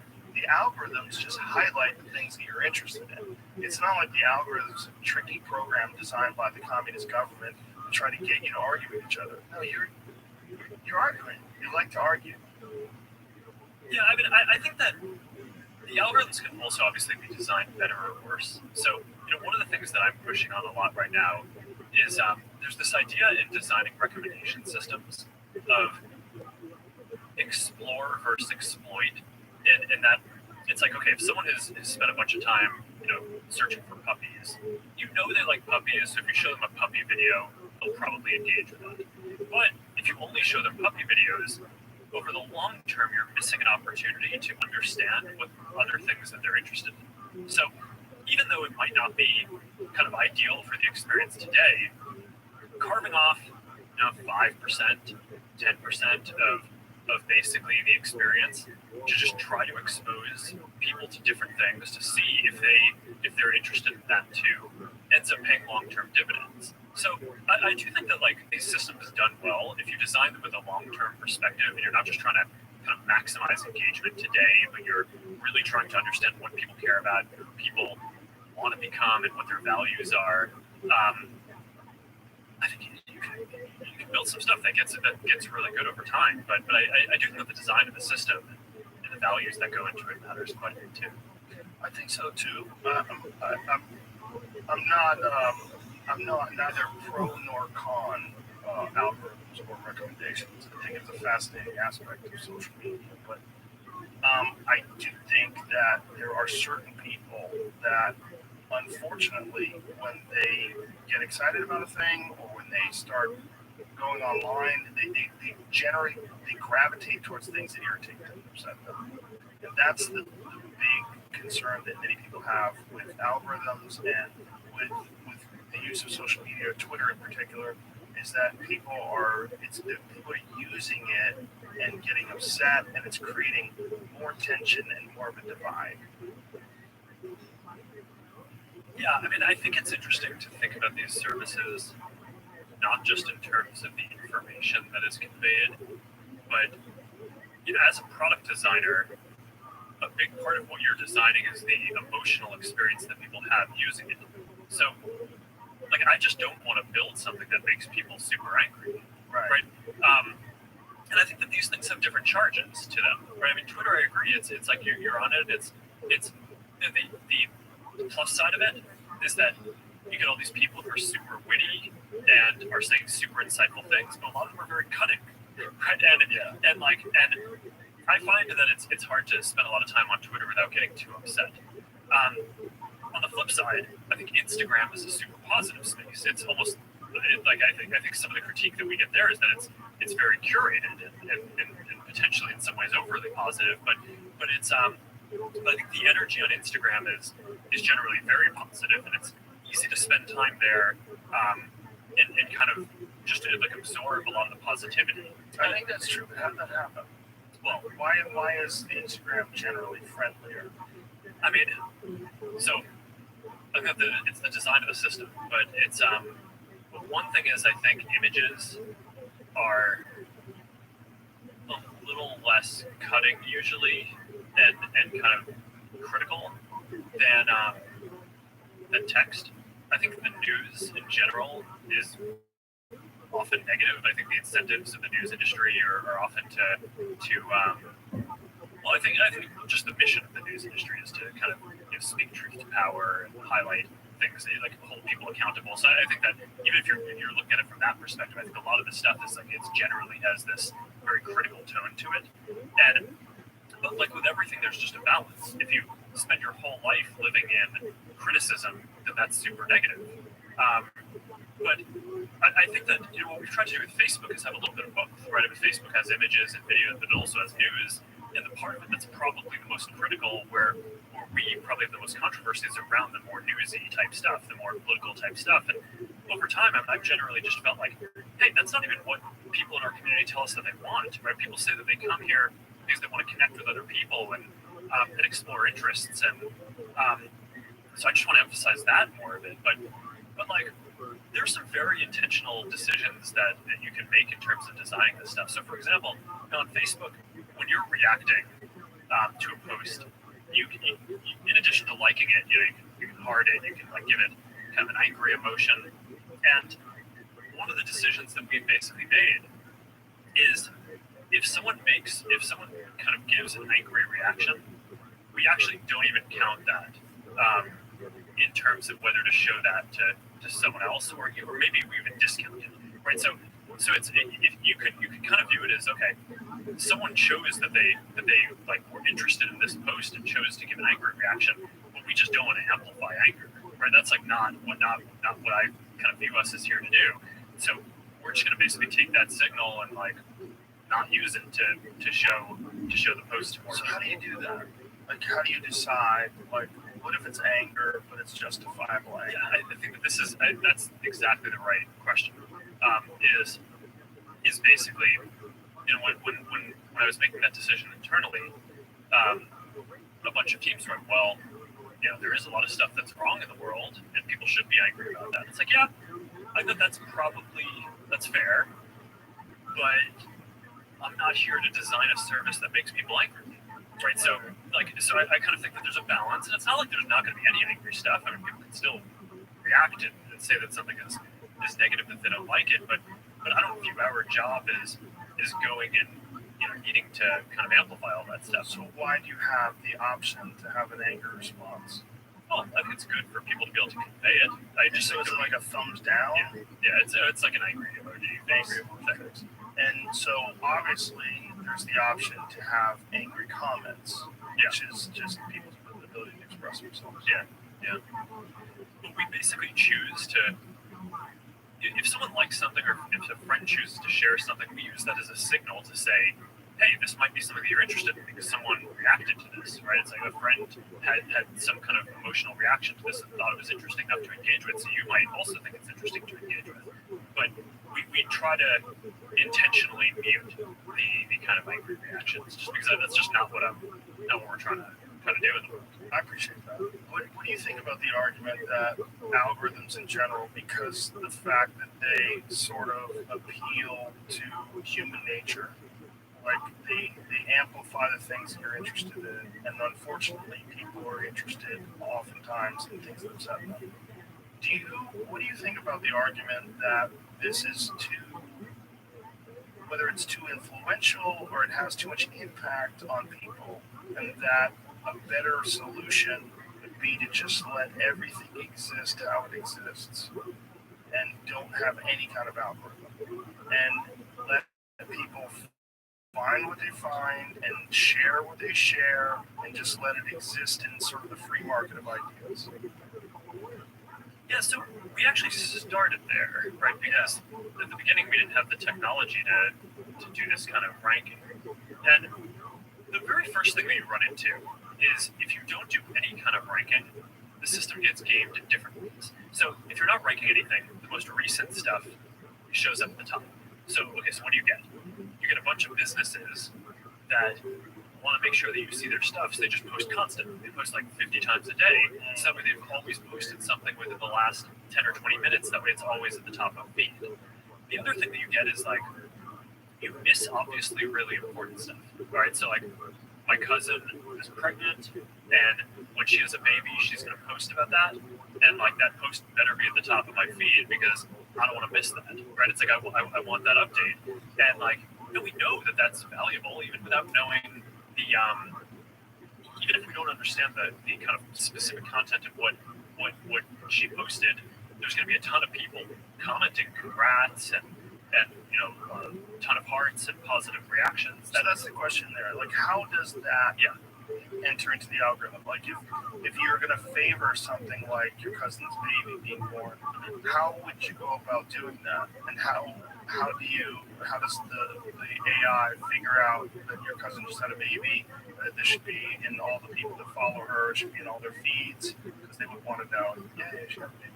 Yeah, I mean, I think a lot of it is just there's a lot of signals that go into it, but at a simple level, you can kind of just look at who are the people who you care about and what do they find interesting. So what are they commenting on? What are they clicking on? What are they liking or hearting? Those are some of the big signals, right? And then there's some kind of content-based stuff, like we have a sense that you're interested in this type of thing, or that you really hate politics or whatever, sort of show you a little bit less of that. But in general, the thing that will differentiate that cousin's baby was just born post is that even if our system has no idea what the post means, that post will almost certainly just have a ton of likes and comments on it that have a positive reaction. So that will just tell us, okay, if your friend's made, 500 posts today, that's the one that has the most kind of positivity around it. We should probably show that more prominently. So I think at a basic level, a system that didn't do that stuff would clearly be an inferior system, right? You don't want businesses spamming, and you don't want to miss obviously important stuff. Is there a way to stop businesses from spamming that you could just limit the amount of times they can post in a day? I mean, there are a bunch of things like this that we've tried over time. I mean, but then you start getting into some things that are basically pretty algorithmic or rules based, which is like, you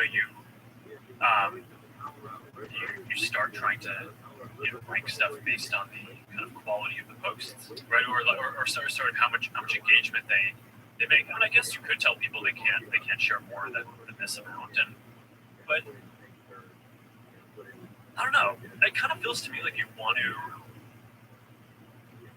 create a system. And there are certain creators who do pump out a large amount of content, and I'm not sure that you want to stop that. Right. I think you just want a system that can basically titrate it and show people the amount of it that they're interested in. It's such an immense responsibility, and the fact that it's a private company in some ways troubles some people because you have this ability to control the flow of information, and that's really never existed before, where there's been, like, obviously social media is very new, that's never existed before, and then having a company that's run by human beings that have the ability to decide what gets broadcast, what gets its signal amplified, what gets suppressed, all that stuff is it concerns a lot of people because it's basically just individual human beings with their own biases and their own perspectives and their own view of the world, and they have the ability to either slow down or ramp up or suppress or amplify so many different ideas, and in turn that can literally shape the way the cultural narrative goes on any given subject. What is it like having that kind of responsibility? Because it seems to me that would be an immense burden. There would be like a lot of thought would be involved in like what are the negative consequences of the choices that we make? What are the positive consequences of the choices we make? Because as you said, you're controlling the signal of 3+ billion people. That is so astounding to even say. Well, I think the important thing is that I don't exactly look at it the way that you said. I view our job as empowering people to be able to express what they want and get the content that they want. And whenever we try to exert some kind of opinion that's different from what people want, our products do worse. And we exist in a very competitive space. I mean, we have TikTok that's growing incredibly quickly. There's a whole lot of other companies. We talked about Twitter before. You talked about Snap. YouTube is huge, and people spend a ton of time on it. There's just like new social products all the time. So if we don't empower people and help people get what and advance their own goals, then we lose over time. So I kind of think that obviously serving a lot of people is a big responsibility, and we take that super seriously. But we also appreciate and respect that this is like a very competitive marketplace, and our role in it is not to kind of imprint our opinion, but to empower people. And that's sort of the ethos of where we started the company. Is I mean, the initial mission statement is give people the power to share and make the world more open and connected. And we've evolved it over time to now make it around building community and bringing people and bringing the world closer together. But it's fundamentally that notion of giving people the power and empowering people is like really deep in the ethos of the company. And I think whenever we mess that up, which we do frequently, we pay the price for it. And people don't like those things that we do, and we have to run them back. That goes back to managing at scale, right? Yeah. Just dealing with so many different people. But what I'm saying essentially is like I do agree that you are giving people the ability and the power to express themselves, and if you don't do it correctly, they're going to go to the competitors. But it's still an immense responsibility if there are choices being made as to like what gets amplified, what gets suppressed, what gets removed from the platform. I'm sure there has to be some pretty intense conversations about how this is managed and handled, and the burden of that must be tremendous. Yeah, I mean, there are a lot of different parts of what you just said. And I think in terms of kind of helping people discover the things that they want, I think that's a pretty different wing of what we do than the policy setting of what is not allowed, which I think is in a lot of ways, I think, a more controversial piece, because in the what's not allowed, you have to get into the nuances of specific types of content, whereas in terms of the recommendation systems, you kind of want to build those to be agnostic of the type of content, right? It's like, I don't like if I see that a team is trying to promote some type of content over another, they're almost certainly doing something wrong that is going to make us worse than a competitor in terms of effectiveness of our product, because you should just build this technology in a way that is agnostic and lets people express the interests and things that they want and gives them that. And then every once in a while, I think there are some editorial decisions that often they're important enough that I have to make them, right? Like that thing that we talked about before, which is like, I just don't want there to be as much anger, so we're going to like not take into account the angry reaction. It's probably the case that there would be more engagement on the platform if we didn't, right? It's like people are expressing something and we're choosing to not listen to that thing. So at some level, it probably makes the product somewhat less engaging, but that's an example of an editorial decision that it's like, at some level, we're here not just to focus on what content people see, but the kind of emotional sense. But I try to make those very few, just because the technology can enable a vast breadth of interests that different people have. And I think part of how you build something that can serve billions of people is by not telling people what to think, right? And basically having humility and basically, just valuing humanity and valuing that people can believe different things and that those beliefs are probably grounded in real lived experiences that they had and aren't the result of them being tricked or something like that. It's like they believe what they believe for a reason, and it's kind of good to generally let people express that. I don't know. That's a pretty deeply held belief that I have. One of the things that's got to be bizarre about having a platform like Facebook is that you know that there are foreign actors that are utilizing the platform to either spread propaganda or to start arguments, or we read once that I think it was 19 of the top 20 Christian sites on Facebook were run by a troll farm. I didn't see that one. It's pretty crazy.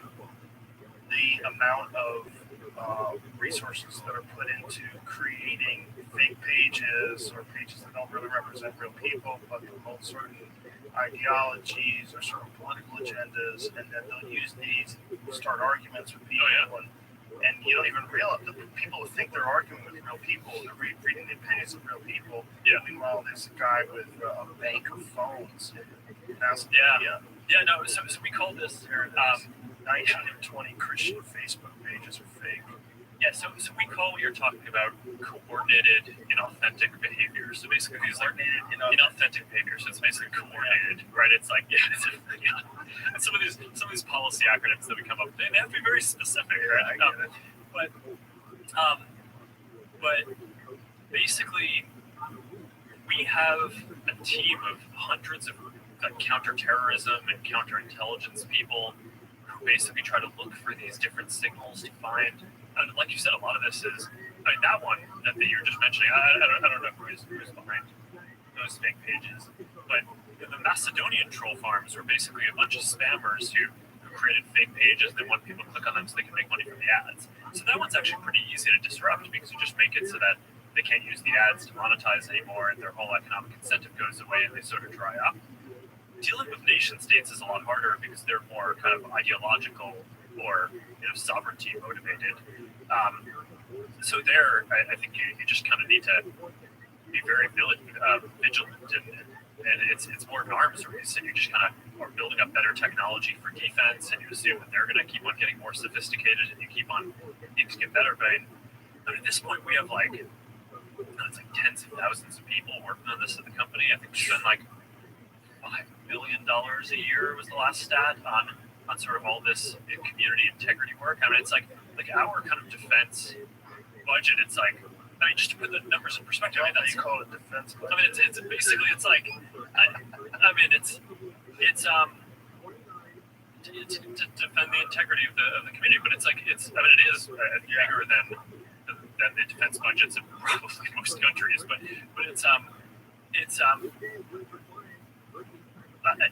this is obviously a super critical part of what we need to do. But then, there's also this important set of philosophical discussions, which is like, all right, so I think almost everyone will agree that that's bad, right? Like, you don't want, countries basically creating networks of bots trying to convince people of stuff. You don't want terrorism, or you don't want child pornography. You don't want people inciting literal violence. But then the question is, okay, so you build these capabilities to try to find this stuff, and it's a combination of basically humans, really expert humans, and really powerful AI systems working together. But sometimes they get it wrong, and then we end up taking down accounts that we weren't supposed to take down, and that sucks, right? Because then we're kind of getting in the way of people expressing legitimate things, and there's no system is ever going to be perfect. So the question is, do you want more false positives or false negatives? Do you want there to be more kind of fake Christian pages, or do you want to accidentally take down? I don't know, what was the example recently of the comedian who had a profile photo that had a kind of a gun in it, and the that we accidentally took down this guy's page that we were talking about this before. Kill Tony? Yeah, the Kill Tony podcast. Yeah, so it's like, all right, so some AI system is just like, all right, that's clearly violence, right? It's like the profile picture literally has a kind of rifle sight and a gun that shows the guy dying. So it's like, that sucks.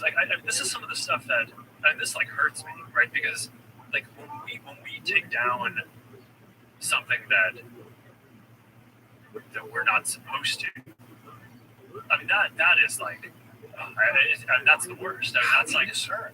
Like how, like say, like these Christian Facebook pages. I don't know how they found out that 19 to 20 were fake.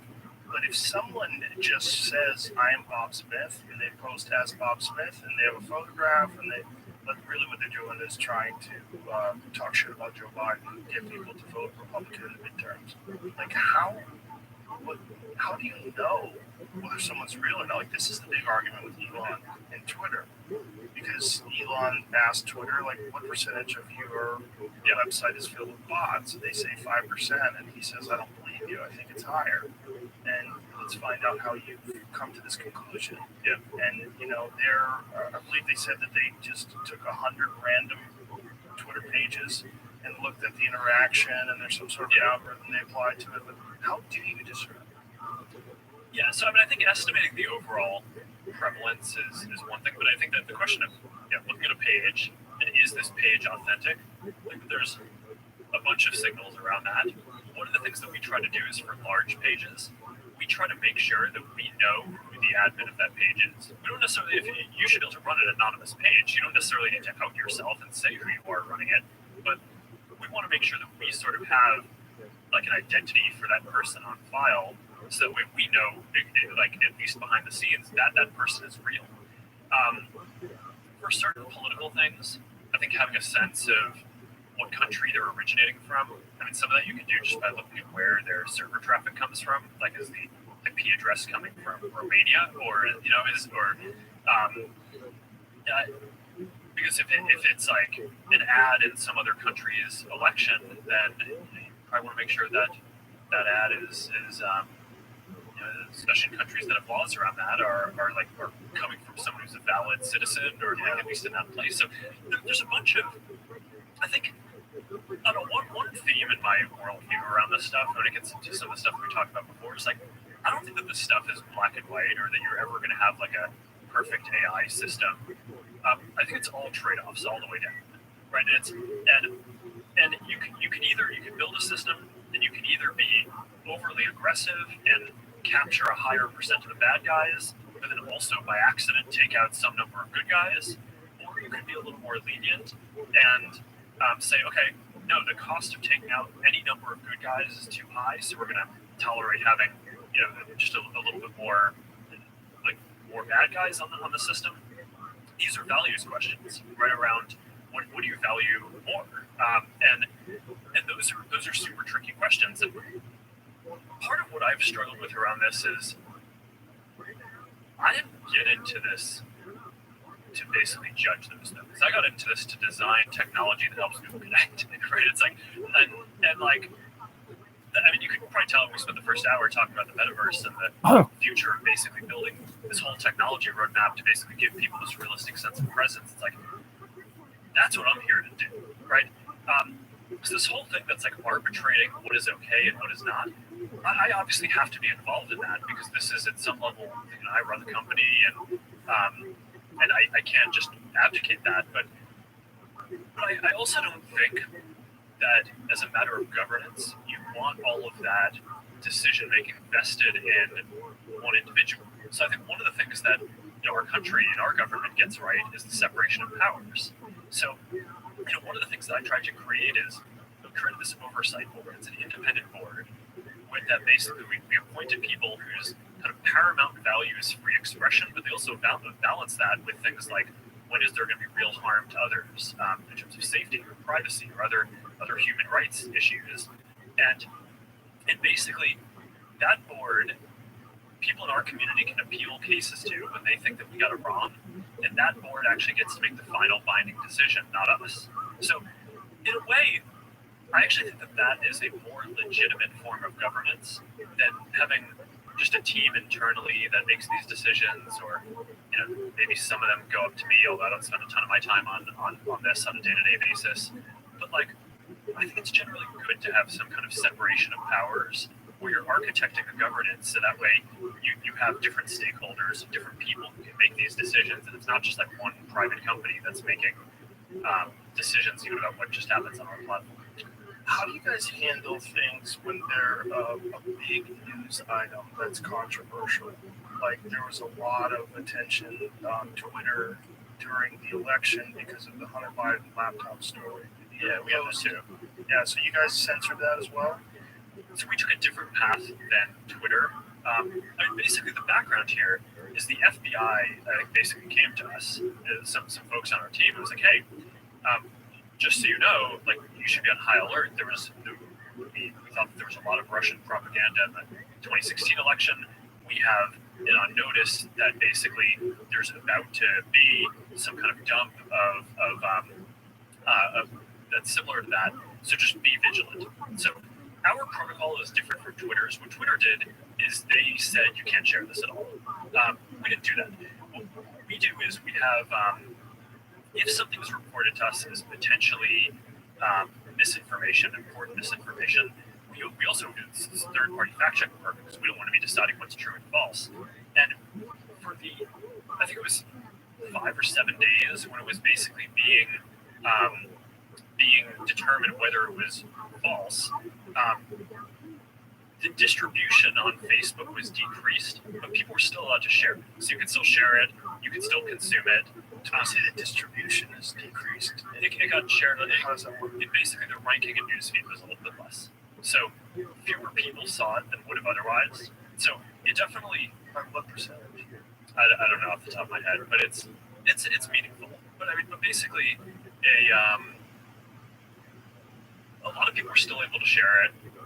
We got a lot of complaints that was the case. Obviously, this is a hyper-political issue, so depending on what side of the political spectrum, you either think we didn't censor enough or censored it way too much. But we weren't sort of as black and white about it as Twitter. We just kind of thought, hey, look, if the FBI, which I still view as a legitimate institution in this country, it's like very professional law enforcement, they come to us and tell us that we need to be on guard about something, then I want to take that seriously. Did they specifically say you need to be on guard about that story? No, I don't remember if it was that specifically, but it basically fit the pattern. When something like that turns out to be real, is there regret for not having it evenly distributed and for throttling the distribution of that story? What do you mean evenly distributed? I mean evenly in that it's not suppressed. It's not. Yeah. I mean, it sucks. Yeah. Yeah, I mean, because it turned out after the fact, the fact checkers looked into it, no one was able to say it was false, right? So basically, it had this period where it was getting less distribution. So yeah, I mean, I think like I think it sucks though. I think in the same way that probably having to go through like a criminal trial but being proven innocent in the end sucks. Like it still sucks to have like that you had to go through a criminal trial, but in the end you're free. So I don't know if the answer would have been don't do anything or don't have any process. I think the process was pretty reasonable. We still let people share it, but obviously you don't want situations like that. It's certainly much more reasonable than Twitter's stance, and it's probably also the case of armchair quarterbacking, right? Or at least Monday morning quarterbacking, I should say. Because in the moment, you had reason to believe, based on the FBI talking to you, that it wasn't real, and that there was going to be some propaganda. So what do you do? Yeah. And then if you just let it get out there, and what if it changes the election and it turns out to be bullshit? That's a real problem. And I would imagine that those kind of decisions are the most difficult. The decisions of like what is allowed and what is not allowed. Yeah. I mean, what would you do in that situation? I don't know what I would do. I would have to like really thoroughly. Well, first of all, you're dealing with the New York Post, which is one of the oldest newspapers in the country. So I would say I would want to talk to someone from the New York Post, and I would say, how did you come up with this data? Like, where are you getting the information from? How do you know whether or not this is correct? And then you have to make a decision because they might have got duped. It's hard because everybody wants to look at it after the fact. Now that we know that the laptop was real and it was a legitimate story and there is potential corruption involved with him, we think, oh, that should not have been restricted. That should not have been banned from sharing on Twitter. Right. I think everybody agrees with that. Even Twitter agreed with that. But the thing is, then they didn't think that. In the beginning, they thought it was fake. So what do? Like, if something comes along and the Republicans cook up some scheme to make it look like Joe Biden's a terrible person, and they only do it so that they can win the election, but it's really just propaganda. What are you supposed to do with that? You're supposed to not allow that to be distributed. So if they think that's the case, it makes sense to me that they would try to stop it. But I just don't think that they looked at it hard enough.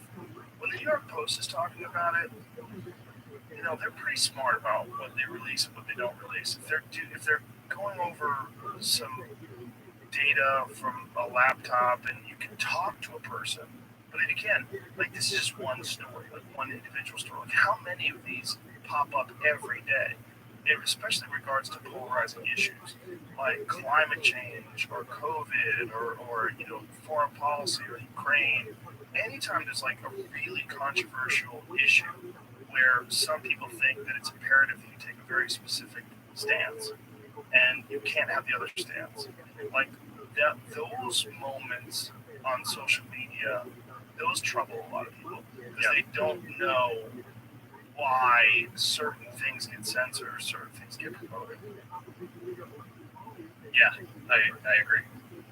And it's to be in your spot. That was one of the things that I really wanted to talk to you about is this, because to be in your spot must be insanely difficult to have. No matter what decision you make, you can have a giant chunk of people that are upset at you.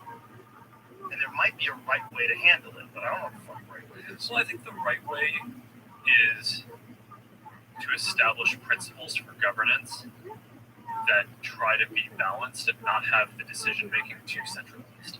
Because I think that it's hard for people to accept that some team at Meta or that I personally am making all these decisions. And I think people should be skeptical about so much concentration around that. So that's why a lot of the innovation that I've tried to push for in governance is around things like establishing this oversight board. So that way you have people who are luminaries around expression from all over the world, but also in the U.S. Folks like Michael McConnell, who's a Stanford professor, who's who is which Republican president appointed him, but he was, I think, going to be considered for the Supreme Court at some point. He's a very, very prominent and kind of celebrated free expression advocate, and he helped me set the thing up. And I think setting up forms of governance around that are independent of us, that basically get the final say on a bunch of these decisions,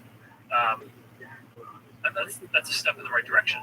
In the Hunter Biden case that you talked about before, I don't want our company to decide what's misinformation and what's not. So we work with third parties and basically let different organizations do that. Now, then you have the question of, are those organizations biased or not? And that's a very difficult question. But at least we're not the ones who are basically sitting here deciding. We're not the ministry of truth for the world that's deciding whether everything is true or not. So I'd say this is not a solved problem. Controversies aren't going away. I think that it is interesting that the U.S. Is actually more polarized than most other countries. So I think sitting in the U.S., it's easy to extrapolate and say, hey, it probably feels this way around the whole world. And from the social science research that I've seen, that's not actually the case. There's a bunch of countries where social media is just as prominent, but polarization is either flat or has declined slightly. So there's something kind of different happening in the U.S.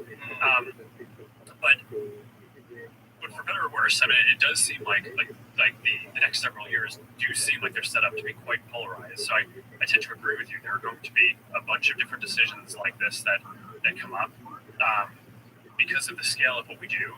Almost every major world event has some angle that's like the Facebook or Instagram or WhatsApp angle about how the services are used in it. So, yeah, I think just establishing as much as possible independent governance, so that way, I'll obviously have to be involved. Our teams, Nick Clegg, who I appointed to be the president for all the policy issues for the company. He was formerly the deputy prime minister in the UK, successful politician there, and kind of very well versed in kind of government and all those political issues. We'll have to do some part part of this, but I think also kind of getting to more and more independent governance is going to be an important part of how we deal with this. Why do you think the United States is more polarized? What do you think is happening over here that's causing that? I think that's. I'll speculate, but I think that there are people who've studied and thought about this a lot more.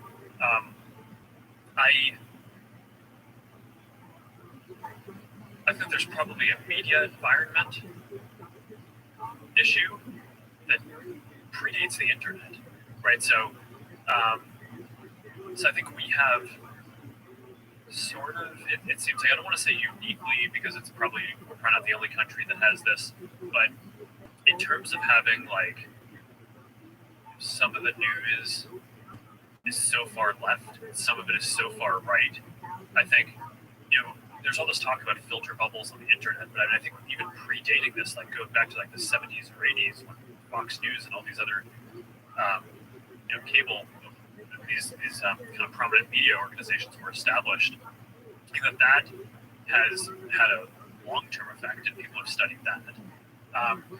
But there might also be something about just the way that our governance is set up, where we have two parties, where we have these primaries that basically make it so that it's almost like you're not promoting people who are trying to be kind of the centrist. You're basically promoting people who are the extreme of their party. So I think that there are really sensible reforms like open primaries, right? That I think would probably have a pretty big impact on the political culture in the country. And some of these other countries that are a little bit more parliamentary, by definition, just allow there to be more candidates on more parts of the spectrum. But I want to be careful about not talking too far out of school, because I'm not a political scientist, but I've obviously spent a little bit of time thinking about this, because I think a lot of people want to point to social media as the primary cause of this, and I just think when you look at the fact that polarization has been rising in the U.S. since before the internet, that just makes it seem like it's very unlikely that social media is kind of the prime mover here. And then if you look at the fact that there are all these other countries around the world where social media is used just as much, yet the polarization is flat or just not growing that quickly, or in some places even going down, kind of suggests that that really is not the primary thing that's going on. So I don't know. I mean, it's a really tough set of questions. I think you're dead on with the primary idea. Is this idea that it's only party loyalists that get to vote on each side. You're promoting this ideological adherence instead of reasonable ideas that people can enjoy or not enjoy, or resonate with or not. I think I don't think social media is to blame, but I think social media, for a lot of people, it accentuates the divide because it gives them more time to immerse themselves with it. And I think it's an unfortunate aspect of some people that they spend a lot of time distracted on things that don't immediately affect them. Yeah, those things become their main focus in life. Yeah, and I think that's a distraction. It's like almost like a form of procrastination that people get involved with, and it just seems like a natural thing that people. And I think it's a time management issue, and I think it's a discipline issue. And I think some people have never really been taught time management or discipline, especially in regards to the type of information that you take in. They just like see something that upsets them. What is that? What's going on? Why are they doing that? And then they just get upset, and then that's their whole day. And I see things as in terms of like I'm very careful with time management. It's like anything that's going to take up too much time, that's not net benefit, it's not I'm not enjoying, or it's going to wind up being a negative thing. I'm not interested. But I've developed this over time to recognize like that's a trap. Get out of there. Like you can't put out all the fires. Yeah, you will be a fireman all day long. There's no way. If you just want to be upset at things and just engage with things that will upset you, there is no shortage of news stories. There's no shortage of political issues. There's no shortage of everything. And you have to figure out time management and discipline. And some people never do. And I think that's more of the problem than social media and algorithms and all these different things that people are blaming for our woes. More of the problem is a lack of education, like explaining to people that you If you're awake for 1 hour, during that hour, it is your choice what to think and focus on. In 24 hours, it's the same thing, you're just spreading it out. You decide what to do. Now, if you want to spend all of your time going back and forth on Roe v. Wade on Twitter, good luck. Go do that. But you're not going to change the landscape. That's what voting's for. You're not going to change people's opinions. Like if you want to make interesting videos and post them on Facebook, okay. If you want to like talk about things and have a perspective that you think is like really well formed and it's compelling, go ahead and make that. But if you get sucked into that world of just looking for things to complain about, that's really you. You don't have to forcing you to do that. Yeah, I mean, I think your point around what do people have control over is really important, because I think the people who are happy and productive, I think, tend to focus on things that they have some agency over. Yes. And it's not that the other issues aren't important, right? And national civic issues, I mean, they matter, but there probably is a healthy balance where, yeah, I mean, this just goes back to the time management conversation we were having before, which I mean, you can spend all your day and more 1,000 times over just reacting to things that are going on in the world. Yeah. I do think there's really a thing around kind of narrowing the aperture in your life to like what's around you, the people you care about. I don't know. I think that does drive a lot of happiness for people, and so I think it's one of the interesting questions is how do we balance now having access to like just historically unprecedented amount of information about issues that are going on in other places, which on the one hand drives, in theory, it should drive more transparency and accountability and energy towards those things. But I mean, maybe that just needs to that energy needs to come over balanced over a longer period of time or something. Like I tend to think that all the transparency that we've gotten from social media will lead to good progress on a lot of things, but I do think it can, if you just focus on kind of broader issues and not if you don't focus. I do know there's a certain thing about people's happiness that has to come from what's right around you in your world. Most definitely. And that's not to say that you shouldn't get upset about important issues. And express yourselves. It's just a matter of like how much time you're spending on it. Yeah. Unless you are really disciplined and really careful with your time, you can get sucked into these things, and you can waste your life like just arguing with people online. And I don't think it's healthy for folks. For entertainers and comedians in particular, it's really bad. Like I see so many comedians that get so much anxiety from like reading comments and going back and forth with people who are like talking shit to them on Twitter. Yeah. And I always tell them like, don't do that. Like it's bad for you. And I struggle with this too.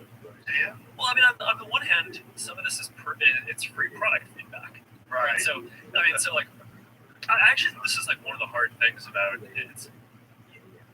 You don't want to be so closed that you're not listening to criticism, because then you're not going to grow. Right. But I think finding people and outlets that will provide criticism, but from a place of actually trying to help you grow rather than tear you down, is very rare. I don't know, I struggle with this. I do sometimes feel like I need to, I do want to try to understand all of the different perspectives that people have, but like the thing that's tough is that a lot of those people aren't necessarily trying to help us build something better, right? So, and there is just a lot of negativity that like gets to you, right? And I think there's a question of balance where at what point are you kind of better off? It's like, you want to push forward on the things you believe in, but you don't want to put on blinders and not consider alternative viewpoints, but then you could spend all your time looking at critique that's not necessarily trying to be constructive, and then that's just going to be super negative for your mental health. So yeah, I mean, I think probably a lot of the happiest and most productive people are at least I don't think you're ever going to carve out I don't think you should want to close off all that stuff completely, but I think at least be able to carve out a good amount of your day to be able to focus on like what you want to push forward and like things in your life that matter is, I think that's just really important to like being a grounded person. I think it's also important to establish an ethic where you communicate with people online the same way you communicate with them if they're in the room with you. And I think that is not something that a lot of people adhere to.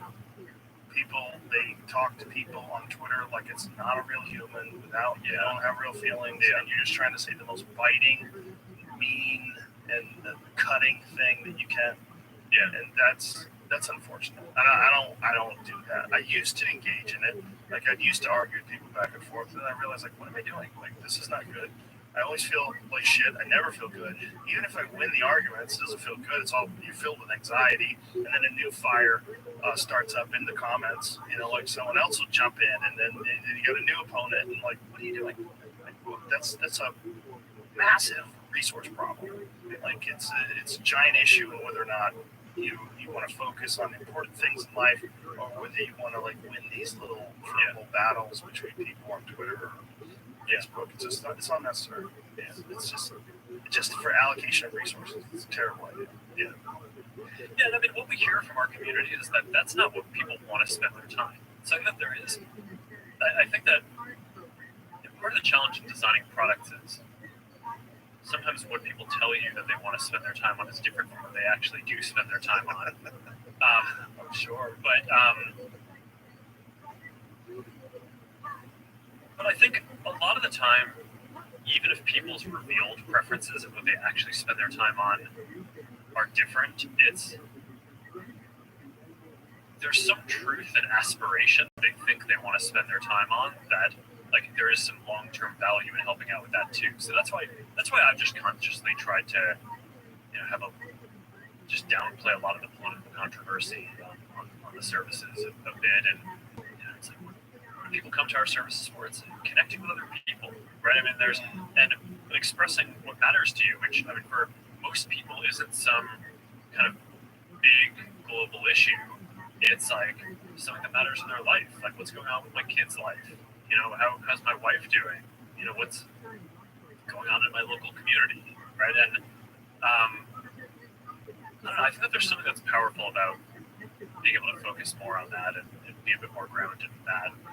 It's not that we do that perfectly, but I do think social media tends to allow that a lot more than previous mass media did, because by definition, mass media just had to focus on issues that concerned a lot of people at once, whereas I think one of the best parts of social media is that it is so inherently local to just what matters to you and your friend group. I mean, what's more kind of local to you than like the specific people that you have relationships with? And that's the appeal. That's why so many people use it.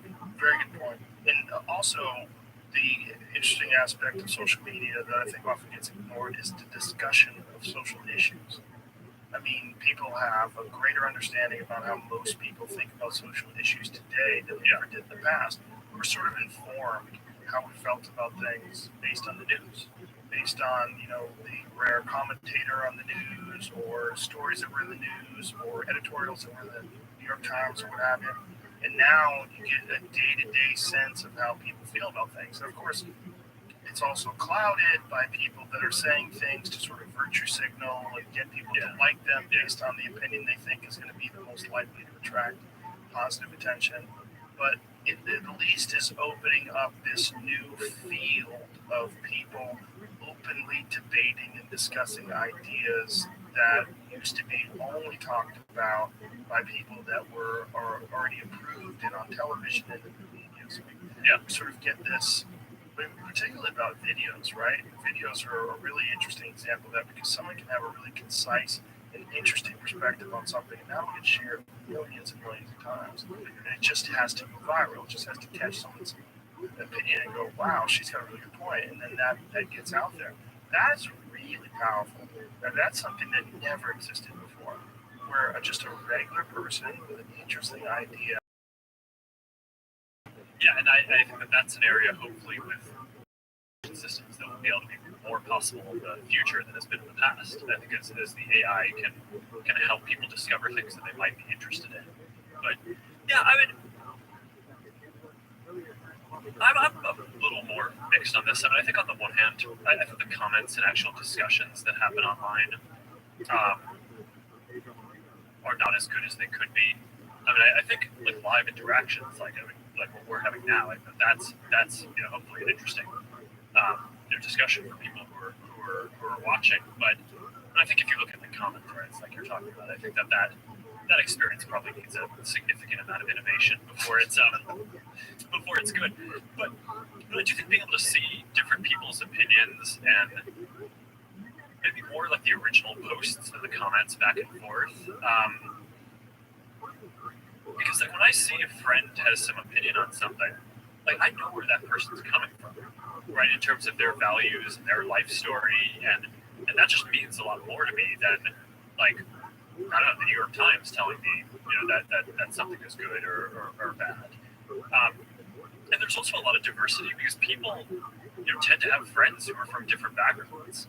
And before the internet, I think the average person basically, they had a few different media sources. They probably had, each one had some kind of specific editorial leaning. And, now the data that I've seen on this actually is that social media generally exposes people to a way more diverse set of views. Now, there is a question about how people react to that. I think sometimes when people see stuff that they don't agree with, there's a productive way to present something that someone might disagree with in an unproductive way. And sometimes if you present something that someone's not going to agree with, they'll actually kind of shell up and disagree with it even more after being exposed to that point of view. So that's another area that we and the rest of the industry might be able to improve on over time. But I think this notion around filter bubbles and like people only see one type of thing, I think it by this point has been pretty thoroughly debunked in terms of just like statistically the diversity of what you're seeing online from different sources is way greater than it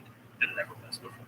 I think people just don't make very compelling arguments. It's one of the reasons why so few people are willing to think and listen to differing opinions on things. It's so often people are either preaching to the choir or shouting down at the person that has the opposing view instead of expressing themselves in a very neutral and objective way that considers all the possibilities. And this is like, this brings me back to fact checks. Fact checkers, because oftentimes fact checkers are incorrect. And they are biased, and it is subjective as to whether or not what is a fact and what is not a fact, especially about some more controversial issues. Like, how do you choose fact checkers? Like, how does a fact checker how do they go through a mountain of data and come to a conclusion, and then that is used for content moderation? Yeah, so there's a whole discipline around, like professional discipline around fact checking, where these organizations are supposed to basically they get accredited, and they're generally I think quite professional about how they do this. And so that's another thing is not only did we not want to be deciding what is true or false, we also didn't want to be in the business of deciding which fact checkers are professional or not. Right. So we basically outsourced that to this accreditation. It's widely respected. So as sort of the best that there is, even though it's not without flaws, like you're saying. But what we tried to do was basically we give the fact checkers the basic guidelines to not focus on things that could be opinion, right? So there are things online that are like obviously, I don't know, just like obviously kind of wrong memes or like crazy conspiracy theories or something like that. And I think that's a pretty categorically different set of things than like, is there some shade of to which some political candidate said something that was slightly false, and like, can we use that as an excuse to like dig them, right? So I think when the program is working the way it's supposed to, the overwhelming majority of people in our community tell us that they don't want to see things that are kind of obviously false flowing through the system, right? It just decreases trust in the system, and if there was a way to get rid of that, then it's like people on both sides of the political spectrum would want that to be the case. I think where it ends up being an issue is when the fact checkers sort of veer towards getting into stuff that's not as obviously black and white and a little more political. I mean, not a lot. I mean, a lot of the stuff that's blatantly wrong isn't necessarily political. It's just like stupid shit, and it's So I think those are the areas that I've seen that become the most controversial. How do you make decisions when, like, I can understand wanting to stop the spread of misinformation, but there's certain things that are so dumb where I feel like they should be allowed to be spread, like flat Earth. Like if someone has a flat Earth theory, God, I want to listen. I want to listen because it's so dumb. I want to know, how does someone start to form these ideas?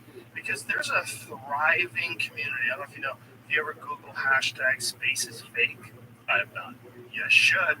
There's a large group of humans out there that believe that we live in some sort of a dome and that there's like essentially the light bulbs hung in the sky. It's so dumb. But I mean, like, what do you do about that? Like, if I was writing this book, I would let that stay. Well, I would leave that in there. That's so dumb. So one important nuance on this, though, is we don't block misinformation. We basically just have a label that goes on it that says that a fact checker says this is false, and show it a little bit less in the ranking of news. But don't you stop a person's ability to share something has that tag? You can share. But what if someone is a person that is known to spread certain misinformation? Don't you make it so you can't tag that person? It depends on what the stuff is. We can go super deep on all the nuances. There's misinformation that could lead to harm, right? So misinformation that veers on things that lead to violence or health safety that we treat in one way, and then there's just misinformation, like stuff that's wrong that people say reduces trust in the system when they see it, but that we have no reason to believe is going to lead to any like physical safety issue for people, and that we just treat differently. And that it's like, yeah, we'll put a label on it. We'll, if we have the choice to either show your cousin's photo or that, we'll kind of show the other content above it. But fundamentally, we're not going to prevent you from sharing it or prevent people from seeing it. You know, when Jack Dorsey and I had a conversation about this, one of the things he said that he was in favor of and was trying to promote the idea of two versions of Twitter. He wanted to have a Twitter, and then he wanted to have a Wild West Twitter. Like he wanted to have something where it's like 4chan or something, just like let people do whatever they want and just open up those barn doors, and as soon as you go in there, it's chaos.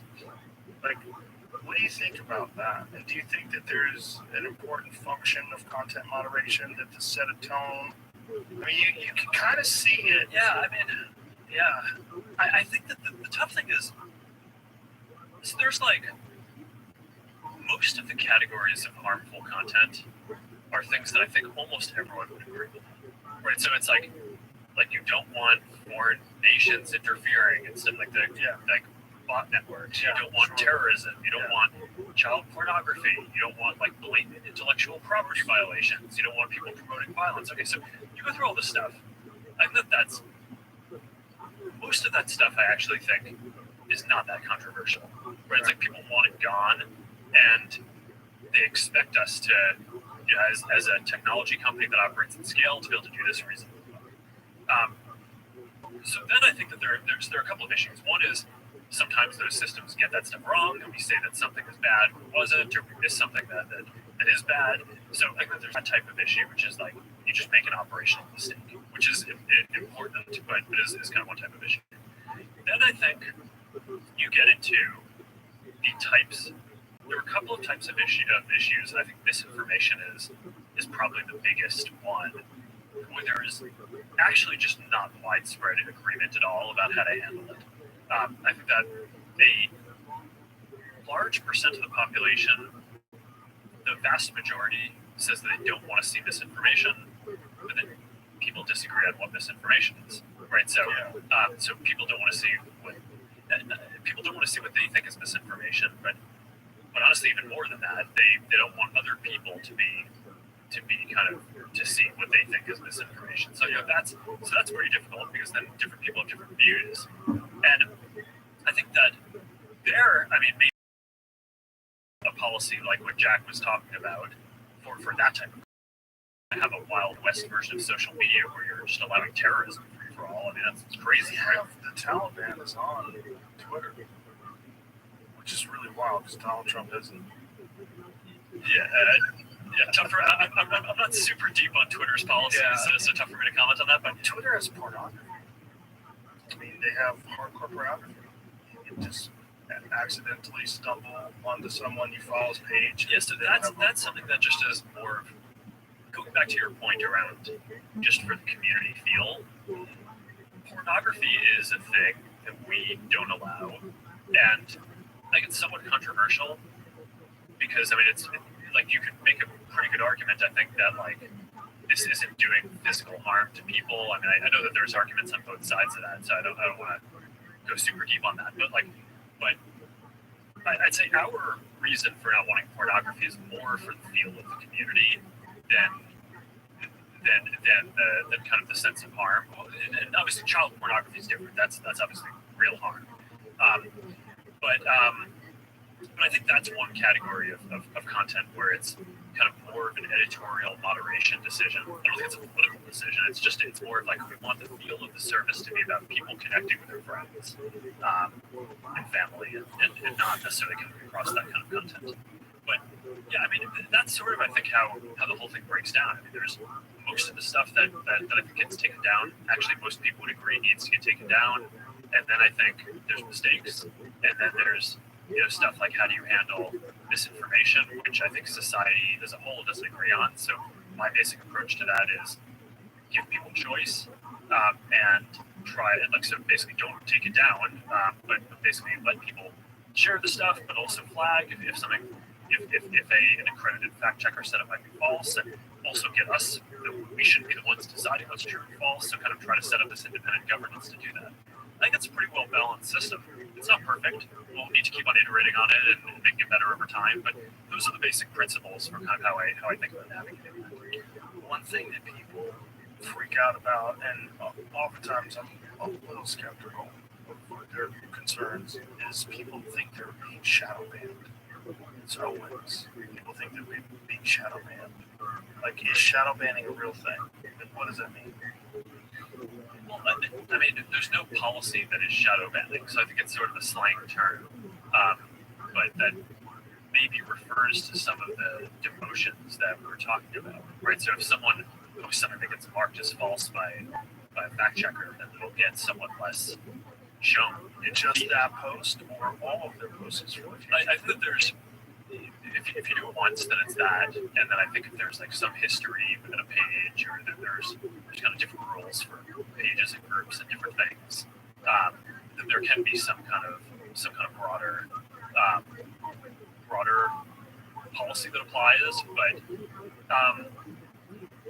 when I look into this stuff, because I mean, a lot of my friends and people I know just send me examples, because unfortunately there are a lot of mistakes. I mean, I think part of the issue is that, okay, there's 3.5 billion people using these services, and if we make, a mistake 0.1% of the time, that's like still millions of mistakes, right? So it's like, so there's all these cases, and that sucks, right? It's like, so there are all these cases where we missed something we should have taken down, or we enforced something we weren't supposed to. But I'd say, as it relates to kind of concerns about shadow banning, a lot of the time when I look into stuff, people attribute some motive, or like, this is like Meta has some stupid policy in place to block this, or they're banning this thing. And a lot of the time, it was either just a mistake, so nothing was supposed to happen, but like there was some bug in the system, or some system didn't work the way it was supposed to, which is a real issue, but it's not an ideological issue.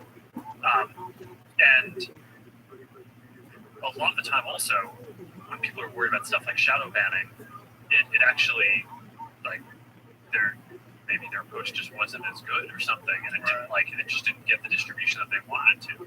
But I don't know. I mean, you highlighted some examples to me a few weeks ago of someone who was saying that they couldn't follow your account or something, and you posted it, and it was, and I mean, So I like looked into it because I'm like, okay, I'm like going to see Joe soon, and like I kind of want to understand what these issues are, and like that's an example where it's like it had nothing to do with your account. It was like it was basically there's some bug, and that person had kind of taken a bunch of actions quickly or something, and like basically just for spam protection stopped them from taking a bunch of actions. But it's like, so I think people sometimes read in like some ideological bent or policy thing into this that I think often isn't there. But unfortunately, there just are, because the scale is so big, there are going to be millions of mistakes. You're going to be able to find almost any pattern that you want in that much data. So I haven't figured out how to crack that nut of kind of communicating. It's also an interesting problem because there's people don't really know what's going on behind the scenes. So this is like sort of in their eyes a lack of transparency. It's like how does this all work? So they assume there's nefarious intentions and that someone's censoring them. Yeah, I mean, how did you have any? I mean, I'm curious how you think about this if you're in my position. I've thought about it. I would imagine it would be incredibly overwhelming, and it'd probably be on Xanax. I don't know. Or you just work out more. I just work out more. Yeah, I wouldn't take Xanax. just like just do like more MMA. But the amount of foreign countries that you're dealing with too. You have Facebook in how many languages? Well, I don't even know. I mean, we just rolled out an AI tool that allows us to translate posts to all these languages where it's like just, it's like hundreds of, I think it's more than 100 languages. I don't know. Well, I'd love to use that on Instagram, like especially because I follow a lot of jiu-jitsu guys and they'll say something in Portuguese. Yeah. The translation. Yeah, that's there. That's just there. Yeah, no, it is there. It's really cool. Yeah. I love that. It's really nice, but the amount of countries that are using this, and I wouldn't even want to just pay attention to the people who are speaking English. If you're trying to moderate all the people that are speaking, a billion different languages, like how? Oh yeah, I can't imagine. Yeah, this is one thing I want to talk to you about is when you first started Facebook. You clearly could have never imagined that it would become what it is now. Like, what was it like going through the stages of growth of this thing? Where, oh, great, it's successful. Yeah. Oh, hey, Facebook is taking up. Yeah. Holy shit, we're overthrowing governments. Like, what is happening? What is this thing now? Yeah. What has that been like for you to assume this position and to have this position evolve and spread, and for you yourself to become this worldwide figurehead and become this insanely successful person who is involved in this social media platform that is so massive. It's just so beyond it now with WhatsApp and you have Instagram, you have Oculus, you have all this going on. I mean, am I freaking you out just thinking about it? No. I spent a long time. Yeah. It's like pretty deep. I spent a lot of time thinking about this. I mean, like, imagine. Just like it's like why us? Like what happened that we were the ones who built this? Like me and this. Where's MySpace? Where'd it go? So yeah, Here's my reflection on this, and I'm curious for your view on it if you think this is just crazy. But like when I was getting started, I remember the night that I launched the original Facebook website at my college, right? It was just a website for my college to basically it was literally a Facebook, right? It's like Harvard didn't have a paper Facebook, and I was like, this is stupid. Let's just make a version where people can input their own stuff because people like expressing stuff about themselves and people are really interested in learning about other people. So let's go do that, and we can help people connect around that. So I launched it. I went to go get pizza with my friends, and that night we were talking about how it was really cool that I got this out at Harvard and people were going to use it at Harvard, but someday someone was going to do this for the world. And it was not even like a possibility for me that was going to be us. It was like completely obvious that it was going to be someone else, right? It was like we're just college kids. Like who are we to do this, right? It's you have like Google and Microsoft and Yahoo at the time, these like great technology companies that have thousands of engineers and like all these servers and all this resources. So it's like it just wasn't even a question. It wasn't even a hope that I had that we would do it. But then okay, So we just kind of kept going, right? So I launched it at Harvard, and then What year was that? 2004, and a bunch of students from other schools started writing in, and as soon as I optimized the code and basically I could make it so that we could run this at more colleges at the same time, I started launching at more colleges, and like launched it at like 2 more colleges at a time, like every week, and it just kind of kept on going, and I think a lot of people just kind of like wrote it off, right? It was this thing that a lot of people at colleges loved, but like, okay, that's kind of a kid thing. It's not going to be a global thing. And I was like, no, someday someone's going to do this. It's going to be a global thing. But like Google and Microsoft and all these companies could never really get motivated to do it because there was probably a bunch of internal bureaucracy or forces that were like naysaying against like why this was a valuable thing. So then the people who were in college started graduating, and they kept on using it. So then it was like, okay, so this clearly isn't just a college thing. We started in 2007. We opened it up beyond college so that anyone can sign up, and people of all different ages started signing up. And then the meme shifted from this is a college thing to this is a fad, right? Because people, you mentioned MySpace, and there's this whole string of social apps like this. There's Friendster and there's MySpace, and the whole thing was there's like one after another. So it's like, no, there's not going to be one for like 20 years, right? That lasts for 20 years or 30 years. It's like, this is a fad. And probably, inside Google or Microsoft, there were probably people who thought that this would be a cool thing to do and go build this, but probably a bunch of bureaucracy and people like naysaying on it. So we just kept on going. And then the next meme was, oh, it's never going to be a good business. Okay, okay, so there's 100 million people using it. They've been going for like 5 or 6 years. It's maybe it's not a fad. Maybe people are going to keep on using it, but I mean, there's only one good internet ads business, and it's Google. So it's like the chance that like someone can invent another one. It's like that seems really low. So it's like no one really motivated. So I guess my reflection on this is that I think with so many things in the world, I think we did it because we just cared more and actually believed in it. So we just kept going. Right? It shouldn't have been us. Like, so people had more resources all along the way and cared more. And I've just found that that's actually sort of something that I've noticed in other areas too. So if you notice, like, if you think about like what like Elon's doing with rockets, or like what we're trying to do with the metaverse, right? It's just like these are sort of these crazy things, and I do think at some level, just the people who believe in them the most and are willing to spend like a decade or 15 years of their life kind of digging in the trenches when investors are telling you that it's not a good idea, or I don't know. I think like kind of care is probably undervalued in terms of determining who ends up doing what in the world. I think most people probably have an assumption of like something that is so obviously true to you that you just assume that other people are going to go do it. But just because it's so obvious to you doesn't actually mean that it's that obvious to other people, right? So, I mean, you probably have this around a lot of the stuff that you do, like the stuff that you talk about, the way you kind of explore all these different topics on your podcast, the way you do comedy. But I don't know. I mean, I'm curious if you've had that experience where it's like where you feel like those things are just like so obvious that obviously other people should get them too, but then just like no one does. Well, I think you had the advantage in the early days of being young and having a perspective that's not overly influenced by commerce and by corporations and by corporate politics. Like if you think about like Google tried to do with Google Plus. I remember I had a good friend that worked at Google, and But it was too late then. yeah, it was too late. Yeah.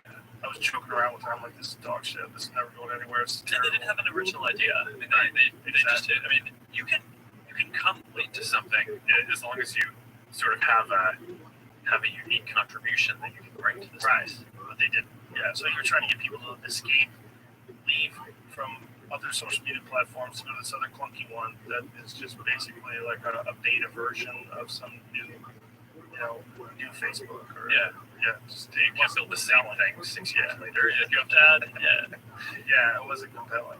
Well, it is interesting though, because it's like when a product like yours achieves escape velocity, it gets to this point where it's just so big, and it's like you have to have Instagram, you have to have Facebook. Everybody uses it. It's just one of those things. And I am always fascinated to like, what is that like for the person who made it? It's got to be so bizarre to see it just continue to spread. I mean, it's not getting smaller; it just keeps getting bigger, which is nuts. Well, how long do you see yourself doing this? How long do you see yourself running it? Do you think there's ever going to come a point in time when the stress is just overwhelming? You're like just pulling it off to somebody else? I'm not sure if that'll be the reason. I mean, I don't know. I think I'm probably going to do this for a while, just because I kind of viewed the phases of the company as the first phase was building Facebook. Right? It's like, okay, can we build a social product that's super successful? And we basically made like the most used service in the world. And then it's like, okay, like once you're lucky, but like, can we do this multiple times, right? So, and then that's when we got Instagram joined us super early. I think there were 16 employees at the time, and I think it had 20 million people using it or something like super early. And WhatsApp. Did you pick up Instagram? What year was that? 2012. It was the same year we went public, but it was really small at the time. Super talented team. Kevin, super talented guy who created Kevin and Mike. We did a lot of awesome work together. And then the WhatsApp folks joined, and I think there were like 60 people working with WhatsApp. These were super early things when they joined us. But we've scaled both of those two, and WhatsApp now is, more than 2 billion people. Instagram is, I don't think it's quite 2 billion yet, but it's basically, it's on its way. So, and then Messenger, we kind of grew from scratch, and that has more than 1 billion people too. So it's like, okay, so now for the second phase of the company, it's like, went from building one great social experience to now building 4. So it's like, all right, that's pretty good. We can do this. We can keep on evolving these things, and as you say, they keep on growing, and the businesses around them are good. We're just empowering a lot of entrepreneurs around the world. So I'm really happy about all that stuff. There's a lot more to do.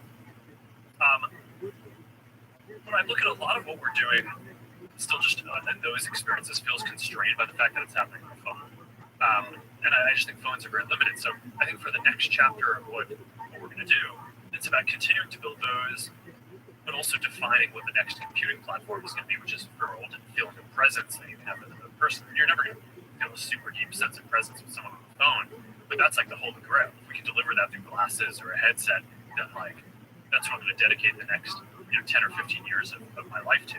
But I don't know, my outlook though on what types of things I want to focus on. I mean, I'm curious how this has changed as you've grown in your career too. But for me, for the first maybe 15 years of building the company, I was really just solely focused on let's connect more people, let's grow this community to be bigger and bigger, let's grow the business to be bigger and bigger. And now, I obviously care about that. I mean, I want to continue seeing these things thrive. But I think about my life more now in terms of projects that I want to take on a decade-long basis. And there's some things at work, right? So building out the metaverse and VR and AR and building out the whole developer community and creator community around that. I view that as 10, maybe if it takes longer, 15-year project, but that's something that I just want to kind of dedicate myself to. Done a lot of stuff on the philanthropy side where I just it's been really cool getting a chance to work with my wife Priscilla on this. It just opened up a whole new side of our relationship where it's we were partners, and now we also get to work together. And she's brilliant, and she is a doctor and just understands so many more things about biological science than I do, and I can bring this whole engineering perspective, and we learn so much from doing that together. But basically, our philanthropy, I mean, the long-term goal is to basically create tools for the scientific community to enable them to either be able to cure, prevent, or manage all diseases within this center. And I think that's possible. I mean, it's but not within the decade, but within a century. So, for that, we're taking on a bunch of kind of 10-year projects to just sort of be able to observe different things about human biology working that haven't been seen before. So, like, one example is we're working on this imaging institute, an imaging project where we want to be able to, and you have like microscopes today and they can see stuff, but it's like pretty hard to see things that are going on like inside your body, right? So you're blocked by the other tissue that's in the way. But now, through a combination of different techniques, you can use this like cryo-EM technique where you can like take certain tissue out of a person, and it still will be. I mean, there are techniques where some of the tissue will still be alive for some period of time, even though it's obviously going to die because it's been removed from you. And you can look at that under a really powerful microscope, and then you can use AI techniques over time to be able to kind of extrapolate from what you've seen in very high resolution of the tissue that you've removed from the body to now being able to, okay, even though there's like optical and physical limits on what you can see with a microscope in a body, you can use all this data that's been generated in AI to effectively be able to see different cells interacting. Like, no one has ever seen a synapse, a neuron like fire and what it looks like in the synapse of a brain before, like in a living organism. But I kind of think my engineering perspective on this is like, how are you going to debug a system or help solve it if you can't like step through the code, right? Like one line at a time and like see everything that's happening, right? If you want to really understand what's going on in the brain, you need to see that, right? So I mean, that's the kind of project that we're doing in on the philanthropy side. So that's pretty cool too, right? But it's like a different kind of thing. So over time, I sort of broadened out. It's not just for the first 10 years or so, the company was so all-consuming that I like really couldn't do much else, and I wasn't that well-rounded of a person. I think having a family changes that. I think it sort of forces you to become a little more balanced. But now I'd say there's like projects at work, there's project in philanthropy.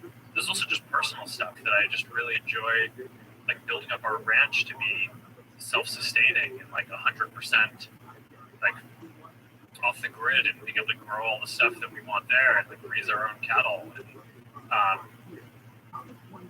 think that's like a cool, fun project too. Right. So I at this point I sort of define meaning in my life more by getting to work with people who I really like on a different set of things and just get to learn from doing a bunch of different things. But I'm curious how that's kind of shifted in your life as you've grown in your career too. Well, I think what you're dealing with is you have so much success that you're comfortable enough for you to not think about just success and only think about growing the business. Instead, you're thinking about projects that are fascinating to you, which is the ultimate form of success, right? Can you actually focus on the things that you're really interested in, whether it's in philanthropy or whether it's in like personal projects and hobbies or just business ideas that you might not even think are like the most financially viable, but just fascinating to you.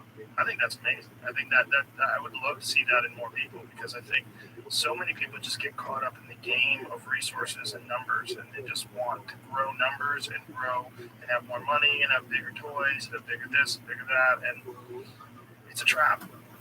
And I think sometimes people are caught in that trap when they're ahead of the game. They're winning the game. They've won the game, but yet they're still like sucked into it, and they never really branch off and find things that are deeply fulfilling to them. It's really unfortunate, because that's the trap of the businessman. The businessman gets consumed by just wealth. They get consumed by success of the company, internal growth. It's a real trap.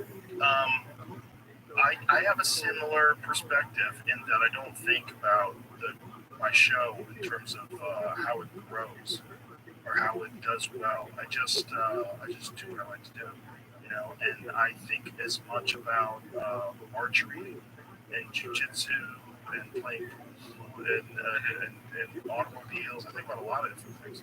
I don't just think about the podcast. And when I do the podcast, the very fortunate thing that I have is that it's who I talk to is entirely based on whether or not someone's willing to talk to them or whether or not I'm interested in talking to them. So that's all it is. There's no external pressure. So it never feels like a job. It always like, oh, Mark Zuckerberg. I'd love to talk to Mark. He seems like an interesting guy. I don't like the way you sip water though. You're sipping water in the Senate. You're sipping water like a robot. I mean, yeah. See, they're real drink. Honestly, that's the Senate testimony is not exactly an environment that is set up to accentuate the humanity of the subject. You know, It's quite the opposite, right?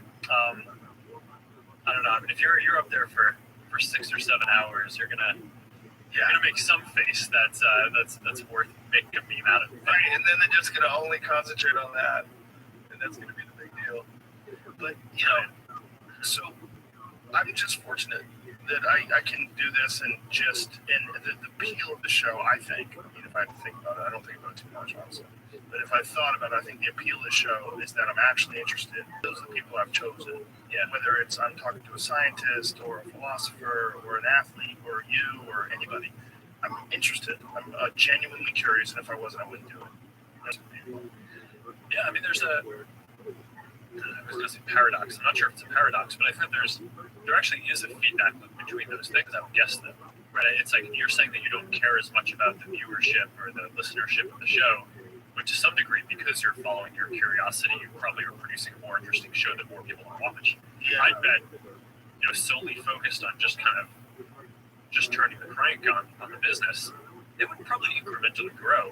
But I think the way that people deliver these discontinuous entrepreneurial results is by investing in things that other people don't believe in yet and having conviction around things like that. And so, I mean, I'm not focused on the metaverse primarily because I think there's some near-term business opportunity. Actually, we're able to use a lot of money for a long time on this massive breadth of things that we're working on that we talked about before. But I think that if we do good work on this, I think we should be positioning ourselves quite well for the future. And I do care about winning for all of our employees and our shareholders and stuff like that too. I mean, that obviously matters because we have all these awesome people who are actually doing the work. Yeah, I mean, it's a brilliant gamble, but it's also a very well-informed gamble.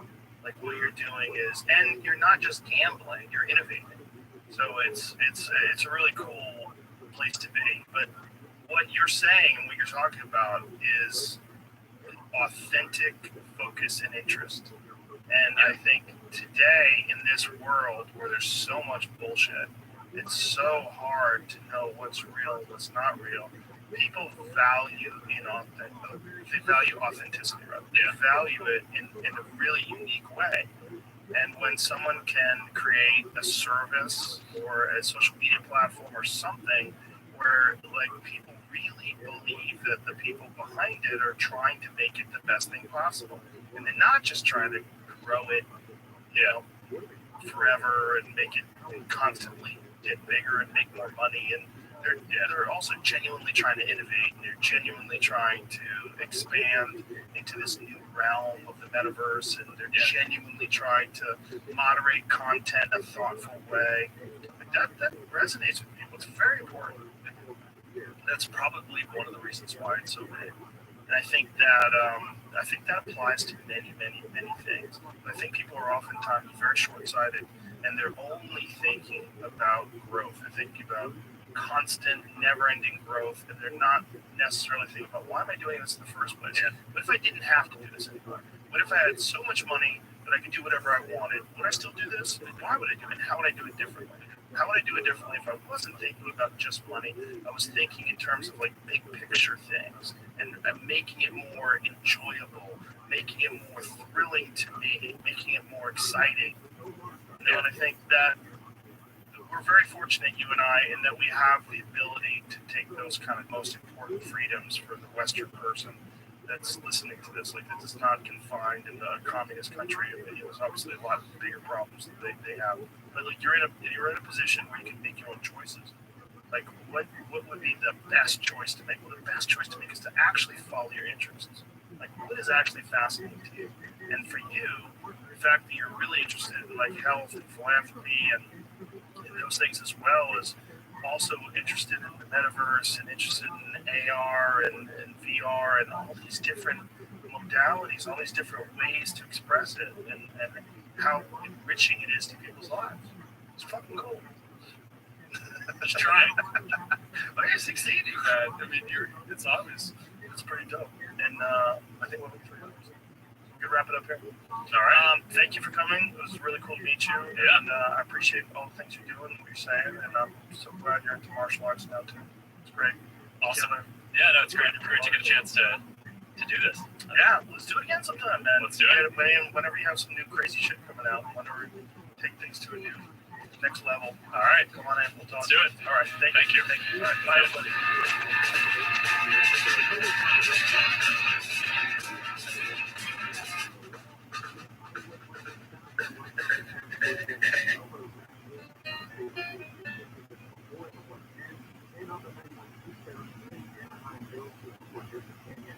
This episode is brought to you by Policy Genius.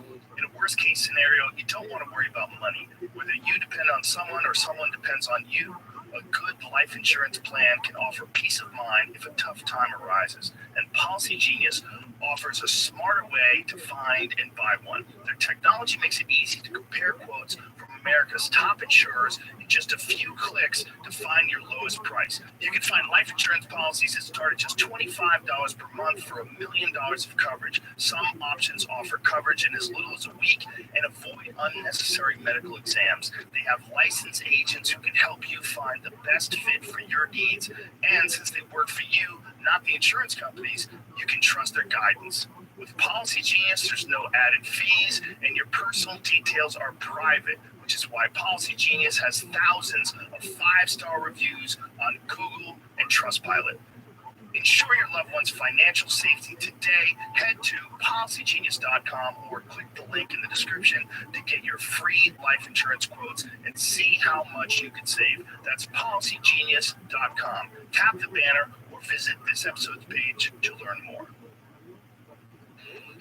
This episode is brought to you by 511 Tactical.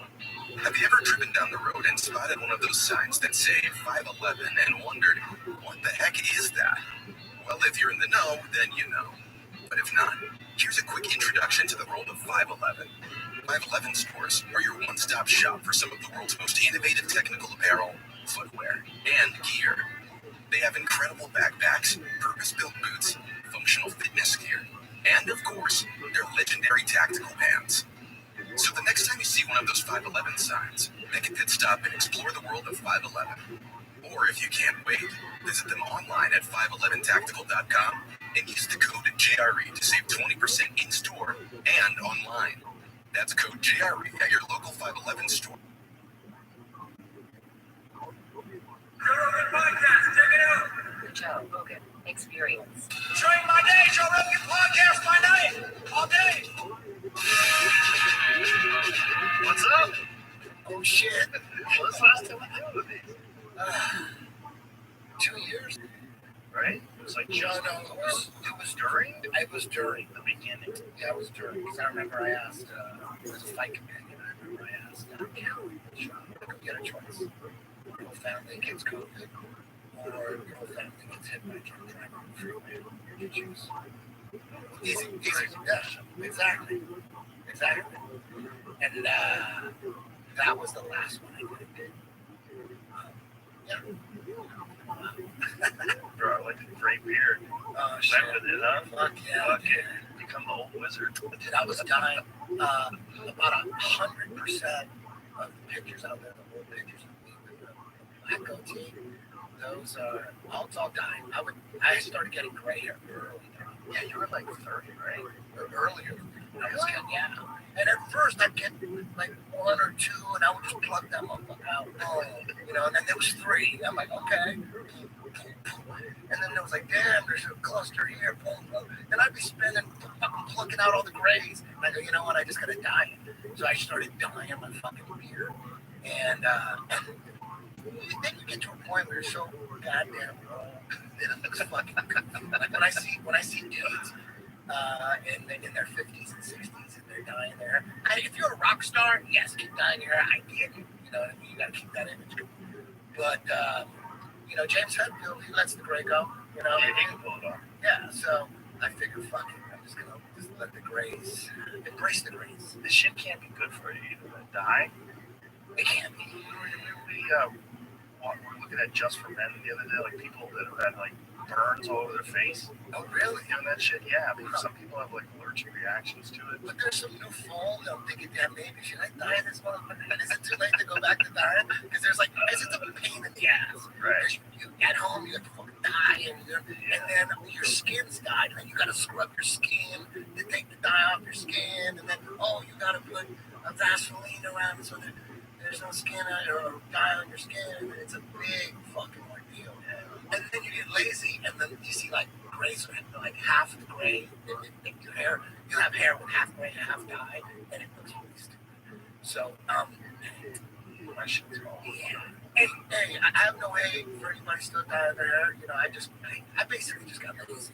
The weird thing that old guys have that like weird reddish brown color when you know it's dyed. It's like shit. You know that weird like they're too old for their hair to be that color anyway, and then they got that weird reddish. You know what I mean? Yeah, it's like a shitty dye. Yeah, do it at home type shit. At a certain age, Let it go. it looks ridiculous. Yeah, come on, let it go. Counterproductive. It's not helping. I mean, you do look at a certain. If you're 80, you can look shit. Period. You might look good for 80. Yeah. You know. Focus on lifting weights. Yeah. Be one of those 65-year-old. There's a lot of those guys now. Yeah. Testosterone replacement. A lot of inspiration. I see a guy that's 65 and his body looks like he's 25. Yeah. Okay, let's try to do that. Yeah, that's possible. Yeah. So, I got the stem cells in my shoulder. How's that doing? Well, the first time I went down to Chips Up, This is Tijuana. We should let everybody know this place is in Tijuana. It's run by Scotty Nelson and Clay. yeah, Ed Clay, he's the man. Scotty Nelson, the man. They're in Tijuana. They got like on the beach. It's a nice part of Tijuana. It isn't like the favela looking part of Tijuana. It's by the. I didn't know Tijuana had a beach. I showed them like, damn, this is nice. And they did. First and foremost, they were a cancer, and then they started doing stem cells. How did they start? Ed Clay is the kind of guy that just wants to do the best. And anything he's doing, he just wants the best. And he was involved in, healing people with different herbs and different kind of plants and stuff. And then that evolved into trying to,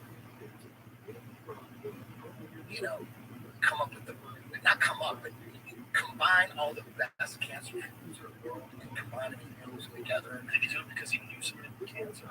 His mom was really, she had rheumatoid arthritis. And he just, I don't know, I forget the whole story. I had him on I did this podcast and we talked about it. Long story short, Ed Clay and Scotty Nelson are two of the most awesome people I've ever met. Fucking great guys. And yeah, once they started, remember when Mel Gibson was on your podcast? He was talking about Panama and Dr. Neil Reardon. Yeah, all that stuff. So Ed Clay is working with one of those guys. They brought the stem cells to Tijuana, and they just started slowly, and they just started working on jiu-jitsu athletes, MMA athletes, and testing out. And this guy, the guy they brought in from Panama, he was like right in it, and I went down there, and Ed said, "Dude, come down," because I had shoulder surgery. They reattached my bicep to my shoulder. They did something to my rotator cuff. My shoulder was fucking jacked. And it took, after like 6 months or something healing, I started rolling again, and I came back too soon. And one of my students, Michael Plaster, videotapes my online series, Mastering the System. He was videotaping me doing this overhook. It's called the Cobra Clinch, and it's like an overhook with I'd have to show you, but it's a great way to hold an overhook, hard to pull out. And I taught it. He's videotaping it, and then afterwards we roll. He gets me in it, and I couldn't get my arm out. He slapped me, he mounted me. In the mount, it works too. I couldn't get my arm out for like 5 minutes. He was just seeing how long he would hold it. And that was my bad shoulder. And sometimes when you're tweaking knee, when you tweak an elbow, you don't feel it till the next day. You're like, oh shit. Usually when you pop a knee, you don't feel it till the next day. Right. Sometimes, unless it's that right after we rolled, dude, I couldn't move my shoulder. Dude, my fucking surgery shoulder is fucked. It felt like I just had surgery. And I feel like I can't move it. Did you get an MRI? No, but I just felt like it was just fucked. And stayed off it for a couple months, and it just wouldn't heal right. And I did not have to go back and get another surgery, obviously. And that's when Ed Clay said to me, before you do that, just come down, let us shoot you up with some stabs and see what happens. Because you have nothing to lose, just come down. And I'm like, okay. So I went down, and I was in this hospital room, and I was screaming. Remember when I did ayahuasca with DMT? When I did DMT, and I was like screaming at the top. I was screaming just like that. It hurt so much I couldn't. It was excruciating. But it worked, man. My shoulder came back. It's like, a few months later, I forget it, the exact timeline, but a few months later, it's 100% now. Then I hurt my other shoulder, tore my labrum. I didn't know I tore the labrum before. I just knew something was off. Like, oh shit. I couldn't pick anything up. Like, at the end of every day in class, after we mop everything up, we put these dirty wet mop heads into a plastic bag, and then I tested them. And I go like, oh fuck. And then my good shoulder, I can do it all day. But that's how I know every night I test it. Bam. Something's wrong. And I didn't do shit. I've been rolling the last 4 or 5 years, man. My rolling has been so sporadic. I had back surgery in 2016. That was massive. And then shoulder surgery, knee surgery. And then now my good shoulder's fucked up. And I'm just giving it time, giving it months and months. Started getting into yoga, doing yoga every morning. I go, maybe yoga's gonna fix it. And it didn't fix it. And then Ed Clay said, calm down. We got it down now. The whole system, they got it wired. Because when they did this shoulder, they had just started it. And it fixed it. They go, come on down before you get surgery. Come on down. So I went on down. So now they got the system down. You go down.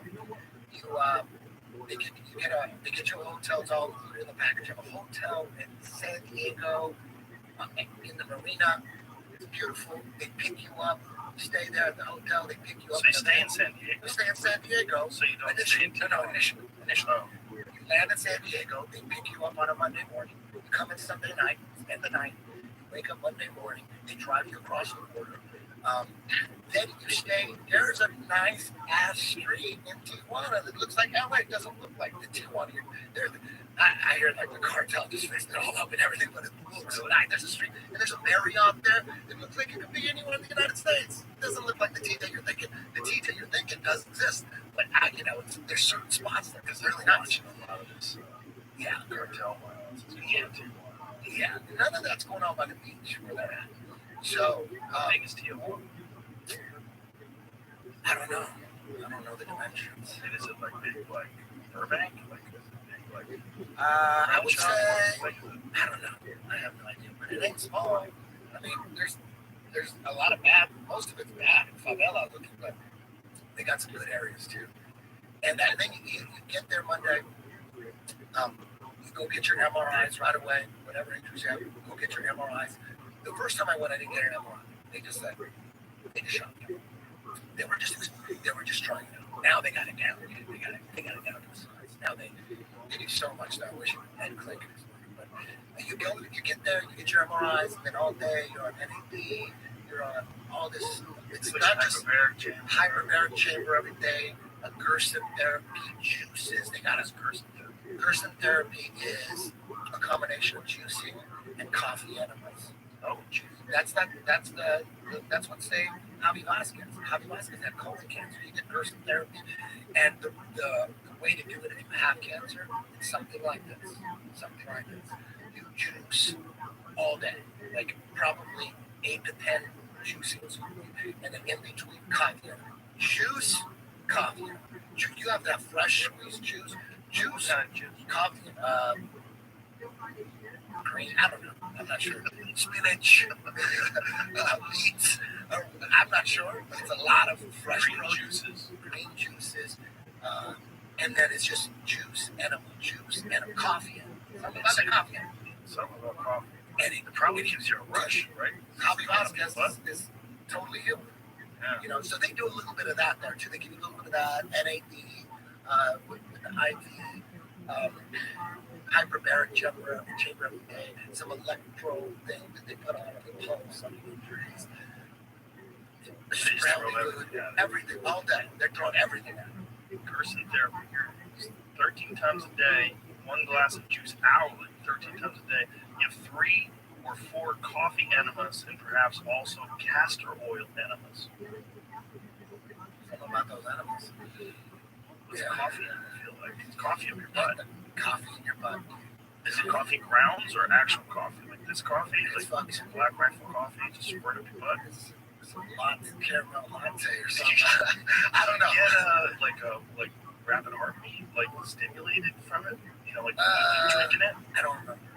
Because people take drugs up their butt, right? That's the reason why they do it, because your body absorbs them in your bloodstream. So I went down and then, got my MRI.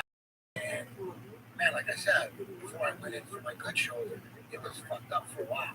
I was yoga and it just would not heal 100%. So we get that MRI, torn labrum. I need surgery. So it's very apparently, but apparently it's when labrums are torn, it's hard for your body to heal it. It's hard for blood to get there. Yeah. I don't know nothing. Okay. But that's what I heard. And generally, based on the MRI I got, you have to get surgery. So they said, let's shoot it up. So instead of one big shot, it was 4 different shots. And now they're using ultrasound. So they're going right to the labrum. So the doctor is shooting it up. He's looking at a screen, and you can see the needle, and it's going right to it. Boom, hit it 4 different ways. And that first month of healing, I can barely move my arm now. My arm was fucked. From the shot? From the shots. I can barely move my arm. It felt just like I had surgery. And, it fixed the shoulder, so I had faith. I'm like, maybe I need a torn labrum shit. Maybe it's not enough. Maybe I need surgery. So then 2 months rolled by. This was, I got it done in March 20 something. And after a month, I get my range of motion. After 2 months, it's feeling a little better. And every day I test it. I grab a bag of dirty mop heads. And I do that. Oh, feel it. And don't feel it here. This was 100%. So that's how I gauged dirty mop heads. And every day. And then 3 months go by. And I'm like, oh shit, yoga. And there's certain different yoga positions. I tested in this one, I was feeling it feels a little better there in this position. And in certain positions you can feel it, you feel a little more, and even downward dog. And then the pain started going away. And I go, okay, I'm trying to do a little jiu-jitsu. So then I started rolling with, little people, and girls, just little people. And then I felt like I took 10 steps backwards. Oh, shit. So in my mind, I'm thinking, okay, I can do shit for like 2.5 months, 3 months, and then it healed. It healed a certain way. It's like at 99%. That's why I felt retort. So I felt like it healed a certain way, and my body said, dude, I didn't know you wanted to heal in jiu-jitsu. I thought you wanted to heal it in a way where you're not doing shit, because I wasn't doing anything. So I figured, okay, maybe it's just temporary, take 10 steps backwards, but let my body reconfigure and heal the jiu-jitsu way. And that's what I thought, so I've been waiting. And then I didn't go back to jiu-jitsu. It started to get better, started to hit that 90%. I can still feel it a little bit. And I'm like, I'm not going to go back to jiu-jitsu. I was like worried to start rolling again. And then this is what happened. And I don't know if it was a coincidence or not, but I decided, you know what? I got to start lifting weights, man. I got to get my shit together, man. I at least lift some weights. So I started doing light bicep curls, lightweight, high reps, just bicep curls. And I did like 8 sets. Just burn, because I haven't lifted weights in a while. And did a little back stuff too, but not too crazy. But for a week, when you have weights for a while, and then that first set, that whole week, you're wrecked in that body part. You know what I'm talking about? Yeah. My biceps, I couldn't even straighten out my arm. Like, oh my God, my biceps fucking so sore from all those sets of lightweight, high reps. after a week it healed. And when it healed, my shoulder healed. So I'm thinking maybe since I brought all this healing power to my biceps because they were tore up, and my body said, let's go heal those bicep labrums right there. And I'm thinking maybe they're like, hey, let's fix this labrum while we're here or something. I don't know. It's probably on the way to being fixed. Yeah. Probably just aggravated all the tissue around it because he hadn't used it in so long. That was probably very stiff. It's 100%. The shoulder's 100%. So it's been like that for about 2 weeks, and I haven't lifted Have full-length rotator cuff tear in my right shoulder. It's completely down from stem cells. The doctor was freaked out. Dr. Roddy became Vegas. He shot it up, and afterwards we did an MRI 6 months later. He said, "You have to understand how extraordinary this is. Because that kind of an injury almost always requires surgery." And he goes, "Now you don't even have an injury. This doesn't even exist. Like when you should look at it on under an MRI, it doesn't exist anymore. It doesn't bother me at all. Stem cells are fucking incredible." I got my back shot up too, but that's a whole different animal. What was that like? Because that's like when they can actually make your discs fat again, right? Are they going into your discs? Yes. I don't know if they're going into it or around it. I'm not sure, but they shot at my back. And I was laying face down. And same day. They shot on my shoulder and they shot on my back. It's hard to say because it's all, like I said, it's a whole different animal. I got steel, titanium and shit, some bolts and shit in my back. So I don't know. They don't do that part of your back, the stem cells? My lower back, L5S1. And I had an MRI on my back too. And there was some bulging disc type stuff, disc degeneration. Everybody gets it. I forget what it's called, but there's like facets or something like that hold your vertebrae together. They were all worn out too, so they shot those to see if they could regenerate the facets. My back was great. So that's totally different than the shoulder labrum. So I don't know. It was feeling good. It's feeling good. But 2 days ago, I was weightlifting really, really hard. And, I just feel so good in my shoulders and back. I started hitting the bench. And I was hitting the bench. And I guess I was arching my back a certain way, like wrong, when you're arching, maybe I arched it a little too much, but man, I pulled a muscle in my lower back. Right now, my lower back is frozen. There's something got pulled back there from doing bench press. So I do a lot of core exercises that like I didn't used to do before, where I have one whole day where I just do core stuff. I just do like back extensions and then sit-ups. You know that machine? It's a machine. What is it called, Jamie? The one that we have out there, the road one. It's like you do back extensions and you also do sit-ups on it.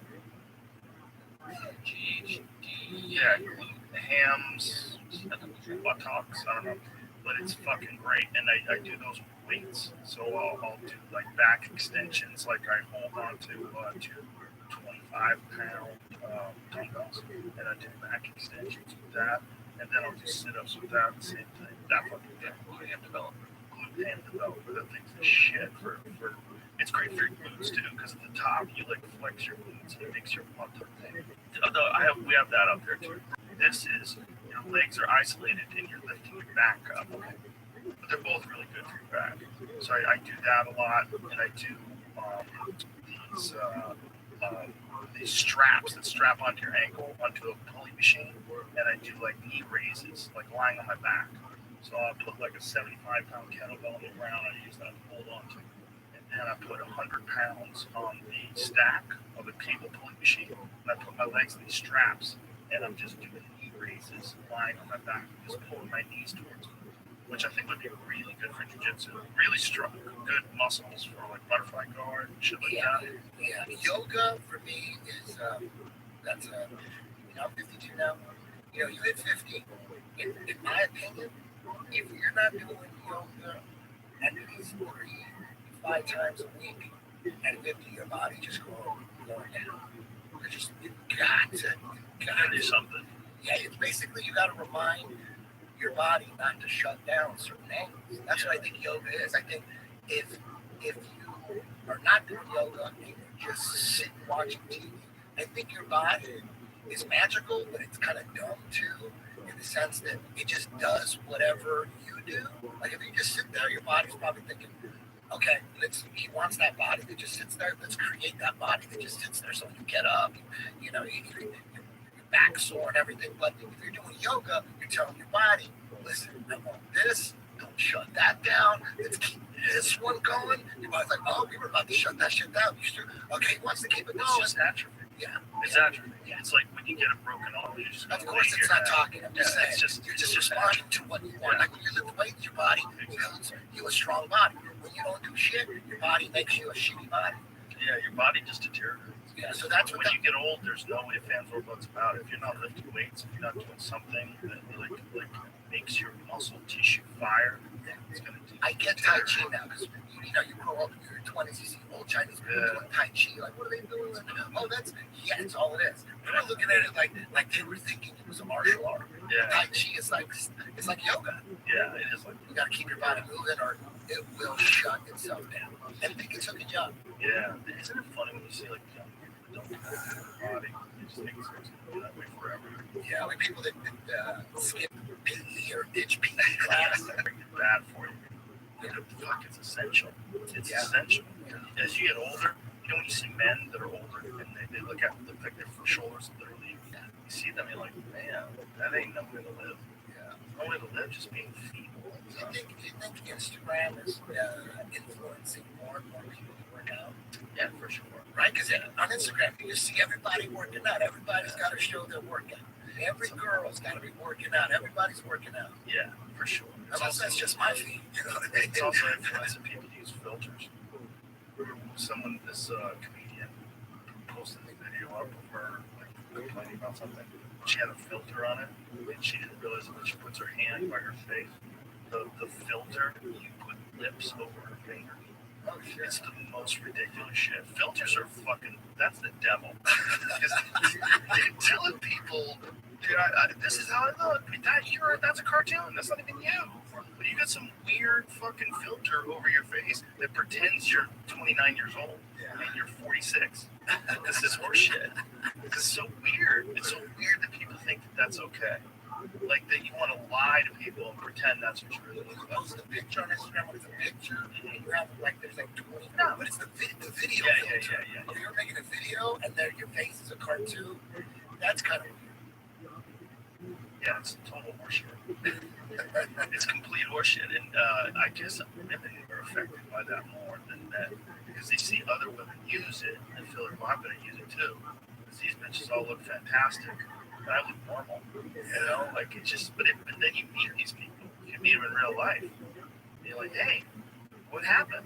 Did you just age 20 years? What the fuck is going on? Where'd your lips go? You know when you click something on Instagram, the AI somehow starts sending you more of that shit. Yes. Like you click on click on a kiss, it's not a kiss picture. Right. When you look at my suggested reels, there's always gonna be like kiss or something. And then if you say something, people will say, oh, I just said something like walkie-talkie, I'm getting all these walkie-talkie. Google ads. Yeah, something like that. That Shit's right? real. So, for sure. Yeah, people always say that. Everyone's got a story.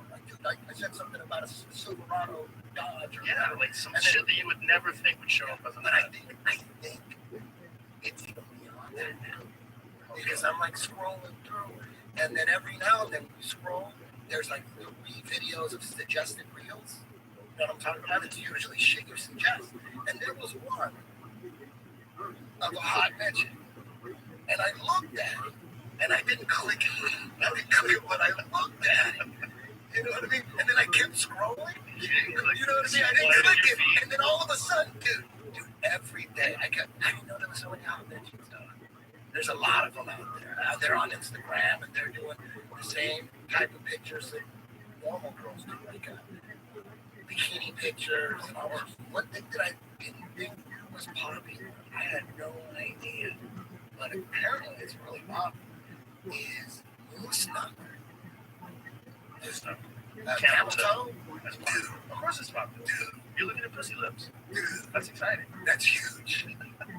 I had no idea. Do they pop up like yoga chicks and with the camera at a certain angle when they're doing yoga positions? Boom, you see the pussy boom, and then out, and then boom. You never see that? It doesn't pop up on your feed? No, my feed is a lot of butts. blood, butts. A lot of Yeah, I get a lot of that I too. got a lot of But butts. dude, now I'm getting Pull up my feed right now. I guarantee it's like mostly butts. Let's see what I got here. Like every time I pull up my Instagram feed, it's like butts and muscle cars.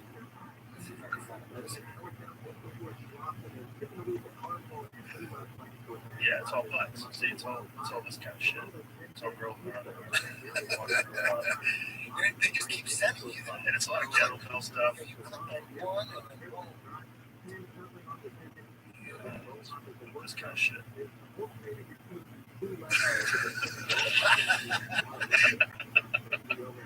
then it's like watches, a lot of muscle cars, a lot of elk, shit like that. So it's it. The algorithm's interesting. This is something I posed to Mark Zuckerberg the other day, and I said, "What if you didn't have an algorithm? You just let everything exist the way it exists. Just you put it out there." Goes out there in a specific timeline, exists how it exists. You know, like you post it, I see it. And he said the problem is that people in the gaming system, like companies, would just post all day long, and that's all you can see. And then you miss things. Like he used an example, like my sister is having a baby. I want to know when the baby comes. I want that to be at the top of my feed. I was like, got it. But I was like, well, I wish I asked him this, but I didn't. I forgot to ask it. But wouldn't it be better net overall to like stop people somehow or another from gaming the system? But let things exist without an algorithm. Because it seems like the algorithm. You did ask him that. You did say that. Did I say that? And he said it was a good question. And he didn't really have an answer. You know what? That's the thing that they all need to come to grips with. This is a fucking giant experiment. It's a giant experiment in human culture. And it's happening with these social media companies. And they didn't know it was going to happen when they built the company. When they built Twitter, remember what Twitter was? It was like you would write at your name is going to the movies. Like at Eddie Bravo is going to the movies. Which was weird. The way people would write on Twitter was not the way they write on Twitter now. It was like, you know, at Eddie Bravo is getting my oil changed. Like it was like dumb shit that people would do. And I was like, who gives a fuck about this? This is so stupid. And then people started using it for comedy dates, and they started using it for one-liner jokes and stuff like that. Oh, that's a good like joke writing exercise. It's only 140 characters, so you have to have like an economy of words and make it nice and crisp. But then it just started getting crazy, and then it became just a big argument over shit. Like, as soon as people realized that arguments and like whatever you're interested in, if you're interested in arguing, if you're interested in things that upset you, that's all you're gonna see all day long. That's where it's fucking people up, because it's getting people just outraged and climate change shit. It's like all over my fucking feed. I clicked on a few climate change things, and because I'm trying to find like what's true and what's not true. And I've had two different experts come on. One guy, Steve Cruden, who is a physicist, he's a brilliant guy. He wrote this book called Unsettled, and he says the way they're looking at these graphs, he's like, there is no question that human society, whether it's pollution or all the other things, the carbon that's in the air, we're having an effect. He goes, but the effect is greatly exaggerated by fear mongering. And he said, if you look at like the overall trends of like thousands of years, he goes, it's always done this. He goes, we've had crazy hot times and dry times and crazy storms, all kinds of shit. But if you look at like during our time, that's when people get scared. Oh my God, it's happening so fast and it's eroding. It's never going to go away. And he's like, no, it's always been like this. It's always been up and down and up and down. And they've always been fearful. So if we posted something yesterday, it was one of the craziest ones. They were saying like the zombie icebergs are melting over, rise 10 inches. Yes, zombie ice. If the ocean grows 10 inches, you know how fucked they're big. Yeah. We'd be so fucked. Like 1 inch is not good. 1 inch is like all those houses you see in Malibu that are on sticks. Florida would be underwater. Yeah, Florida. They always say that. I doubt it. Because you had a guy on your podcast. There's a clip out there. You had him on your podcast. He breaks it down. What was this, Steve Clinton? Might have been him. Is that him? Yeah. Yeah, he must be the guy. But he's got this clip. What it says. He said it's Jim. It's so complicated though, and everybody, like, people will argue about it with fucking zero information. they don't have any information, they'll argue pro and con. I think it's an interesting conversation, and I like to have interesting conversations with people. It's wild how that's become. Dan, what is his name? Pena. Yeah, this is interesting. Yeah, I got it here, Bob. Yeah. Okay, you support Trump? Yep.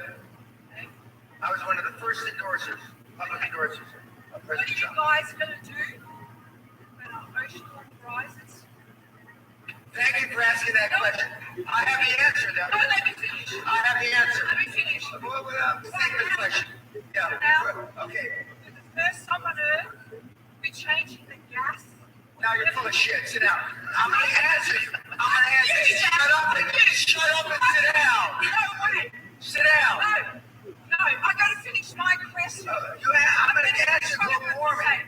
Now, our gas is changing on Earth, and it's changing the CO2. What do you people with the money, what are you doing about this? Because I'm going to tell you right now. No, I've got children. I'm their future. With you people with money, you talk about money all of the time. Okay. Sit down, please. Sit down, please. What In the do you front row. think Excuse me. about In the front row. Please About sit down. Earth? Okay, you've asked your question. Thank you very much. Okay, I'm gonna answer. Excuse me, ma'am. Please sit down. Please. Thank you. That's okay. Please sit down. Let him answer. Okay. In 2011, my wife and I were in Antarctica, renewing our vows. For most of you that don't know, Antarctica's on a mountaintop. Okay. And there is a $500 million facility, scientific facility there, and the scientists came to give us presentations about global warming. And they had cores of ice that they had drilled. They had drilled 4,000 or 5,000 cores, and they only brought 15 or 20. So they're going through the second or third core, and they said 275,000 years ago, this was the temperature, blah, blah, blah, blah, and then 55,000 years ago, the world was 2 degrees warmer Celsius than it is today. This is 2011. And stop. And he said, and I said, well, you mean the whole world? He says, yes. And the poles are only benchmarks. And I said, well, what about the things that the young woman alluded to? Okay. In the cosmos of time, of the 13.8 billion years that we've been on this miserable planet, it's not a fart in the wind. And as I told Joe Rogan on his show, and he said in his infinite wisdom, and Joe, if you hear this, I thank you for the opportunity to be on your show. He said, then in 25,000 years, it's most likely not going to be a problem. Now, my direct answer to your question, if that were really true, would you believe? And let's just for a moment say that it is true. That means that the best scenario vis-a-vis global over the next 40, 50 years. That's the best scenario. The worst scenario is about 100 feet. But let's just take the 10 feet.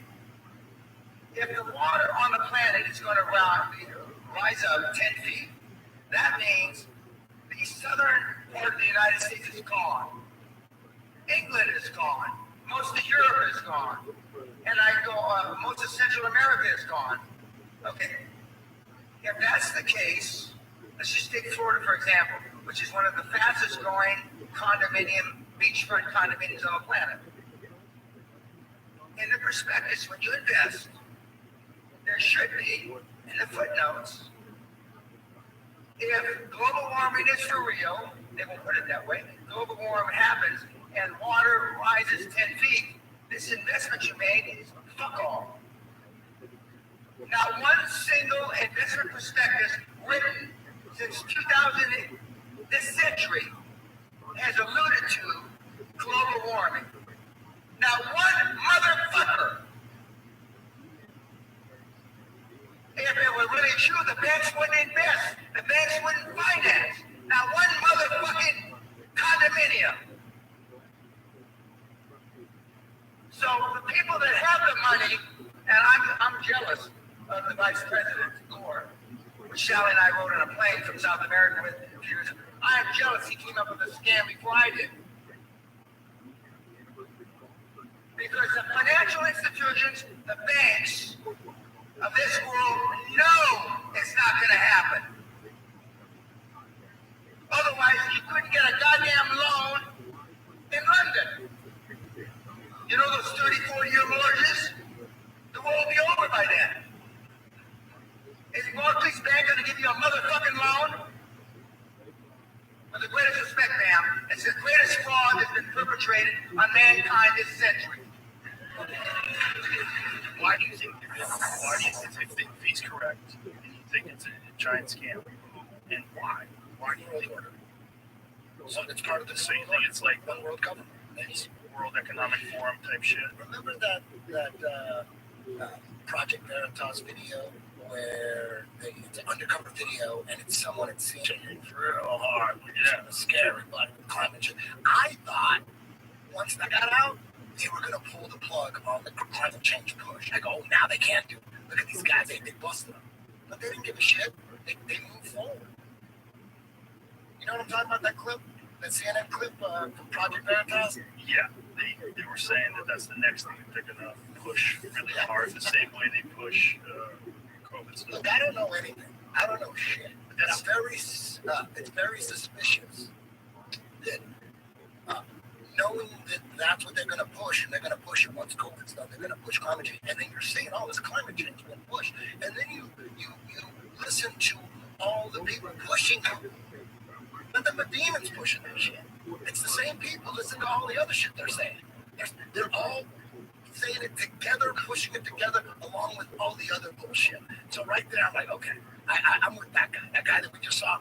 I'm with that dude. What he's saying does make sense. That if they were really concerned that the ocean level is going to rise in 20 years, there's no way they'd be interested in dumping all their money there. If they're going to be alive in 20 years, that's going to be a terrible investment. They've been saying that shit forever. So do you think that they're doing that because they're trying to scare people, and then they can do things like have like centralized digital currency, a social credit system, and say your climate, like your contribution, like this is a thing that they concentrate on a lot right now. Like how much carbon are you emitting? And then if you're emitting too much carbon, you're going to be causing problems with it. I'm looking for, there's a video that goes along with this. There's a woman, she's at, it's really hard. It's the same sort of deal. It's the same deal that she's basically saying that she's reading something from some kind of CFR trilateral commission plan, like Agenda 21, Agenda 2030. You've heard of that, right? They write this shit down. They got it scared. The way you control people, you scare them with shit. Only the government can save them. Anything else that someone has to come in and regulate things, because if they don't regulate things, you're fucked. Pandemics, asteroids, global warming, and then the big one at the end, extraterrestrial threat.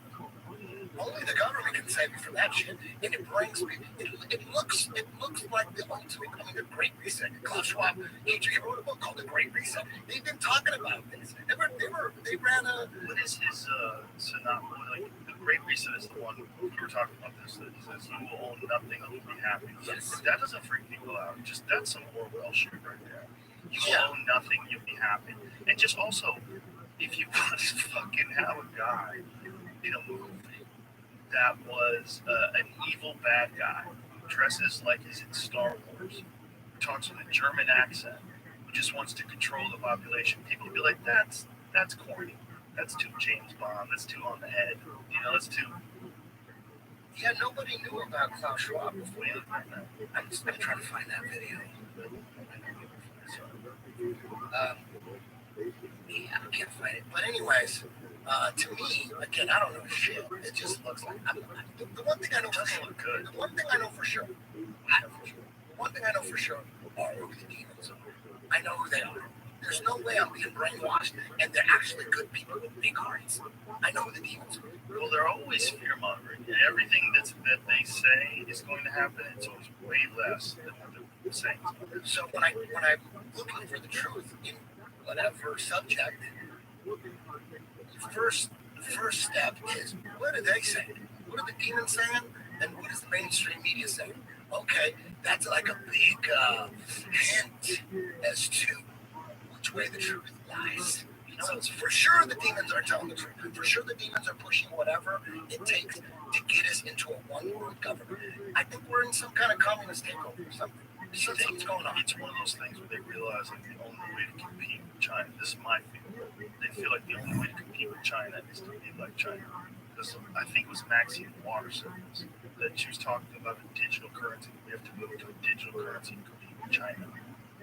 Which is wild because the way China does it, if you say anything bad they don't like, you can't go anywhere. You can't travel. You try to buy a plane ticket, you're not going anywhere. Yeah, they You just try turn to you off. buy certain things. Yeah.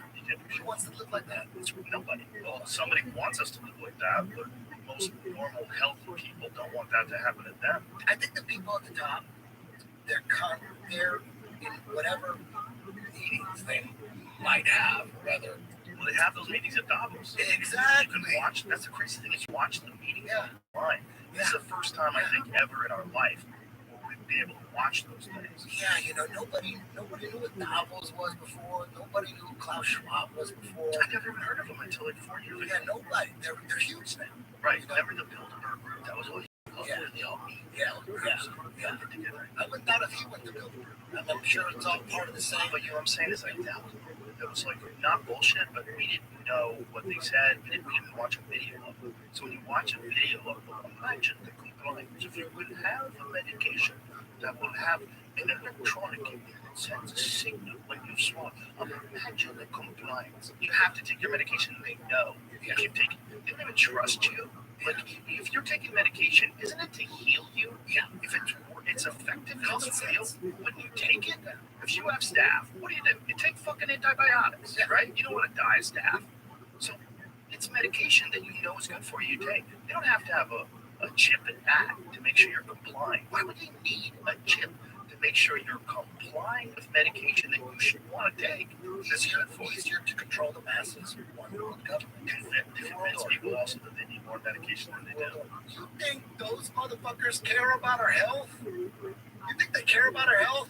If all this shit that we're going through was about our health, right away they would have shut down fast food. They would have just shut down. You know how easy it is to shut down business? They have no problem shutting down like that. They just boom. They say, Gavin Newsom just gets on Twitter and says, you know what? Starting Monday, no fucking restaurants, no movies. If you want to eat outside, I guess it's like that. They just shut everybody. If they have not Taco Bell. Oh no, not Taco Bell. And then you ask them like, no, the poor people. They got to do something. How much money would it cost to just give poor people healthy food? That's a real good question. Imagine if they had places like if we just recognize that there's places that are really economically fucked, and we just made it so they get free. You know who does that? Mr. Beast. You know that guy, the YouTube guy? I don't know. He's fucking great. The guy with the tremendous abs? No.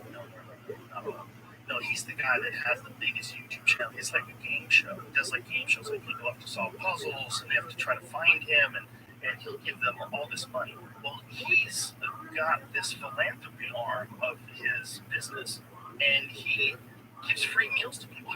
He's given 1,459,098 pounds of food, 215,915 meals delivered. 111,929 individuals fed. And he does this all just out of philanthropy. He's just a good guy. He makes a shit ton of money off these YouTube videos, but he pumps almost all the money back into his business. He has his show translated into multiple languages, into Portuguese and Spanish, and he puts them all up on YouTube. And then he opens up these food pantries. He gives people free food. He has like these Thanksgiving Day things where he gives out free turkeys. So they pull trucks up filled with turkeys, and people just pull up in their car, and he says, thank you, here's your turkey, and he hands people food. It's fucking great, man. How much money would that cost to do that everywhere? You think about how much money we put in Ukraine. You think about how much money we spend doing all sorts of things that we don't agree with. How hard would it be to give people healthy food? It's not about health. No, Like I said, they would shut down Jack in the Box, McDonald's, all that shit. Oh, yeah. Like they would take one, and they would tape. They were taping out Outlaw Coca-Cola. Think about all the dumbass shit they did at the beginning of the lockdown. Like they would tape off certain parts of grocery stores. Like you couldn't buy this shit. Why don't you tape off the cereal aisle? Yeah. Right. And the candy aisle. Right. Why didn't you make that illegal? They could have shut that shit down. They could have said people are Run getting away. too fat, and they're Run eating away. too much cornstarch and corn syrup, and if we just take that out of everyone's diet for your own good, your own safety, the world would be a better place. And if it was really about our health, it was really about the health, our health. It was not about our fucking health. This was not about our health. They don't give a fuck. You think they care? You think those motherfuckers care about our health? Oh, we gotta vaccinate everybody. We gotta help people. You don't give a shit. The problem with it is there's no liability for the companies that sell you the What? medication. That's the And biggest. that's the craziest thing ever. Dude, you can't. There's 1,200 side effects at least, and there's no liability. Zero. But that's the number one Not only have to hide the evidence for 75 years. Yeah, and you can't sue them. Just imagine that. How is that? Imagine them saying that to you. Imagine if you run the company, the government, you're the president, you're thinking this is, this is all legit, this is good. And then they say, we don't want to show you the data for 75 years. But what do you do? We need everybody dead first before that shit comes out. That's exactly what it is. They need everyone dead. They literally banked on everyone who was involved being dead. There's so much obvious shit. But you know what's crazy is that Big Pharma has been immune from vaccine injury lawsuits since 1986. Yeah. Did you know that, Jamie? If you look up National Childhood Vaccine Injury Act of 1986, National Childhood Vaccine Injury, that's the year, that's the act, or bill, or whatever it was, that gave Big Pharma immunity from vaccine injuries. What? And the story, if you look at the story, I didn't just find out about this, there's some documentaries and shit about it, but apparently Big Pharma was getting sued so much. They go, you know what? We're not gonna make vaccines. So we're getting hammered with the lawsuits. And then the government came in and said, no. Yeah, but see, they have a no-fault compensation system. So because of this fact, Congress passed the National Childhood Vaccine Injury Act in 1986, establishing a federal no-fault system to compensate victims of injury Yeah, so caused the by taxpayers manufactured pay for it, not the manufacturer. So Right. they set it up. So the story goes, and I don't know nothing. I hear the story was Big Pharma was like, dude, we make way more money on pills and shit. These vaccines are just fucking people up. It's just not even worth it. We're getting sued up our asses. And then the government is the one that said, listen, we'll take care of it. We'll have a fucking national. Well, they must have made some sort of agreement to donate to campaigns. How crazy is that? It's crazy that the government actually owns part of the Moderna vaccine. You would think. Okay, you get injected with some shit, gives you a fucking heart attack. You would sue the shit out of whoever made that Not shit, only that, right? what if you could find out that they knew that there were more complications than they were letting on? They've done this over and over again with Vioxx. They've done this over and over again with the opiates. The opiate crisis that they caused in this country. They lied and said that shit wasn't addictive. It's some of the most addictive stuff we've ever encountered. Yeah. This is the number one cause of death for people of 18 to 49. Isn't like the biggest lawsuit ever from like Pfizer or something like that? There's $2.6 billion or something. Yeah, there's quite a few big ones where Which is the biggest one? How much money was that? I think the biggest one was the Vioxx one, because the Vioxx one killed 60,000 people. John Abramson, who was a guy who was a doctor, litigated against the pharmaceutical companies, explaining how this all works. And one of the things he was saying is that the people who do the peer-reviewed data, they don't get access to the raw data. They get the access to the data that was reviewed by the pharmaceutical companies and then given it to them. It's crazy. He's like, that's not how you do science. Yeah. And they can run 10 studies, and they can do it as biased as they want. And if 2 of those studies show any kind of benefit, then they go with those studies. And all the other studies that show that it doesn't do anything or it's bad, they can hide those. They don't have to reveal those studies. It lets it do this. In all the other countries except New Zealand, you can't even advertise for pharmaceutical drugs. But in this country, it's 75% of our ads on television. 75% of the ads on TV are pharmaceutical drugs. Yeah. It's no wonder the media covers for them. They have to. They have to. Run and cover. They have to. All that Orsty Wormer shit, they have to. They clearly are in bed with these people because they charge 75% of all their ads to them. Yeah, at what point, I think people ask me, don't ask me, I don't know shit. I am in the trenches every day trying to figure it out. I'm not always right. Sometimes I'm wrong, but I'm trying to figure this shit out. Hey, they're not demons.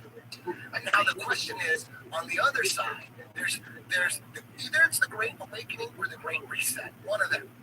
They're racing right now. A lot of people waking up, but damn, that Great Reset's powerful. Fuck. But then people are waking up, and that Great Reset. So I don't know who's going to win. Have gotten really used to over the last 2 years of like blanket compliance.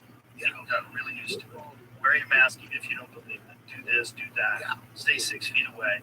All these things that we know didn't really make sense now. Yeah. But everybody just complied. And you get people to comply for something that only kills like a small percentage of the population that get it. And most of those people are fat and old. What if something comes along that's really bad? What if some smallpox shit comes along? Smallpox wiped out 90% of the Native Americans. 90%. When people talk about the genocide in this country, they talk about the genocide of the Native Americans. One thing they don't probably realize is that most of it was disease. They definitely did horrible shit and murdered Native Americans. They did terrible, terrible shit. Yeah, but when it comes to history, disease burned through the entire. If something like that comes now, then we go straight China. That's what I think. I think they go straight totalitarian. They go straight Justin Trudeau. I mean, that's what he would do. I guarantee you, if some smallpox came to Canada, that shit would be wild. They would have all the excuse they would need in the world of having total control over the people. Because people are dying. do you think in the future, if the demons are still in power and we just keep marching along and little by little turn it into China, in the future, the history books you think they're going to legitimize? They're going to make, right? And they're going to use numbers like fraudulent numbers. We're talking about fraudulent numbers. It depends. I don't think they can do that anymore. I think there's so much data, and then there's always going to be people that want to pass the blame off on somebody, and they're going to try to figure out who's the scapegoat going to be, which is probably why Fauci's backing out now. Yeah. And if the Republicans get into control, as I understand it, they want to do something, some kind of an investigation into the NIH and when they funded gain of function research and all this shit. Do you remember when they announced it turns out that the PCR test, which weren't even made for something called COVID, the PCR test, they made the announcement that they got to bring down, they got the settings, set on 40 cycles, and they got to set it to 28 cycles. Explain what that means. It means we should actually get the actual physical definition of it. But the way I understand this is how many times you run it, the minuscule, the tininess of the particles. So 40 cycles is a lot. It magnifies it a lot. It's a high cycle. It's the PCR test, those COVID tests. You get a lot of false negatives. So they made the announcement. Yeah. Do you remember when they said it? I don't remember. January 2021. So almost a year into the lockdown, they said, oh, guess what? If we set it at 40 cycles, it's too high. Bring it down to 28. Turns out 40 cycles puts out 90% false positives. Is that true? 90% false positives? That's what I know. I know there's a lot of false positives. Yeah. I know that Kerry Mullis, the guy who invented PCR tests, he said it was never designed to detect live viruses. It was never designed to detect whether or not someone's actually sick with the virus. Yeah. You find these tiny microscopic particles that it can detect. As you ramp it up high enough, that's when you get it. And he also says that Fauci, he's calling him out. Yeah, no, I saw that too. You see that video? He died before the pandemic. Yeah. He was It would have basically been saying interesting. Fauci doesn't know anything. That's what he was saying. He's saying he's a bureaucrat. Yeah. So he's not a scientist. So when I hear that, when I hear January 2021, this all started in March 2020, you're telling me you've been at 40 cycles this whole time, all those numbers. How does that affect the numbers? If it turns out it's 90% false positive, doesn't that affect the numbers? It does, right? There's no way you keep the numbers the same. There's no way you keep the numbers the same. Right, it affects it in some way. Sure. And then later on in the year, turns out, they make the announcement, turns out PCR tests can't tell the difference between influenza or COVID. We need a new test. but not Is that true? That is true. So they can't at all? No. I thought it was like some versions of the flu also. So they needed a new test. So they announced a new test starting December 2021, not next week. I was reading the thing about the 90%, which I have. What was the thing? Okay, let's go with the 90% thing first. All right. New York Times put out an article. This blog is describing it. Here's what it said. Whoa. The resets of testing data, including cycle thresholds compiled by officials in Massachusetts, New York, and Nevada, up to 90% of people testing positive carry barely any virus. Review by the Times found. On Thursday, the United States recorded 45,604 new coronavirus cases, according to a database maintained by the Times. If the rates of contagiousness in Massachusetts and New York were to apply nationwide, then perhaps 4,500 of those people may actually need to isolate and submit to contact tracing. So that's a big number. That's a big difference between the amount of people that get it. Test this cycle threshold above 35 is too sensitive, agreed Juliet Morrison, a virologist at the University of California, Riverside. I'm shocked that people would think that 40 could represent a positive, she said. A more reasonable cutoff would be 30 to 35, she added. Dr. Mina said he would set the figure at 30 or even less. Those changes would mean the amount of genetic material in a patient sample would have to be in the 100-fold to 1,000-fold of the current standard for the test to return a positive result. 1,000-fold, that's crazy, or even 100-fold. At least one worth acting on. Dr. Mina is a Harvard Medical School epidemiologist. Michael Mina, an assistant professor at the Center for Communicable Diseases, is also told the New York Times in Massachusetts, from 85 to 90% of people who tested positive in July with a cycle threshold of 40 would have been deemed negative if the threshold was 30 cycles, Dr. Mina said. I would say that none of those people should be contact traced, not one. So that's a person, obviously, that's standing up for the science of how this stuff works and how these viruses are detected. That probably infuriates people who really understand how PCR tests work. These real scientists, they probably can't even talk too much about it, right? Well, the guy who invented it said Fauci doesn't know anything about it. Yeah, you put that video on. That's no, Kerry Mullis has always been very, he died in 2019. He's a very outspoken, controversial guy. He came up with something for detecting, what was it? Something about the double helix strand of DNA. He came up with it when he was on acid. Just find that. Like Kerry Mullis, I forget what the invention was exactly. I believe it had something to do with DNA. And he was on acid. There's a documentary coming out on exactly what we're talking about. There's a documentary coming out. They're going to break it down, you know. We'll see. So you think that in the very I sent them a trailer. If you want to see the trailer of the documentary, I sent it to you. If you're going to use something as sophisticated as PCR testing, if those are the top scientists and virologists and epidemiologists, and these guys from Harvard, they wouldn't set it at that cycle. Or who would set it at that cycle? Who would set it at 40? It's that is evidence of a pandemic. It was planned. Do you think that's that? I don't think that's that. I think it's evidence that people always capitalize on any opportunity. And I think that's what it is more than anything. I think what I worry about more than people planning things, because I think it's hard to plan things out, I think playing to people's basic human nature, playing to fear and anxiety, and then capitalizing on something that happens. The thing about the COVID thing, the thing that creeps me out about that is that they're still trying to say that it might have come from an animal, when most of the scientists now believe that it came from that laboratory. The moment of discovery, as Mullis described in his memoir, seems psychedelic. Lurid blue and pink images of electric molecules injected themselves somewhere between the mountain road and my eyes. Later in a BBC interview, Mullis wondered, if not for LSD, would he have been creative enough to invent PCR? Oh, so it's PCR test.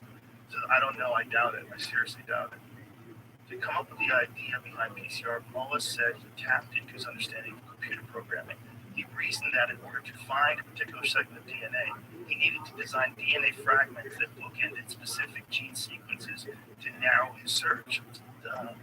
And because DNA replicates under the right conditions, the isolated segment could reproduce the hell out of itself in an iterative fashion. Yeah.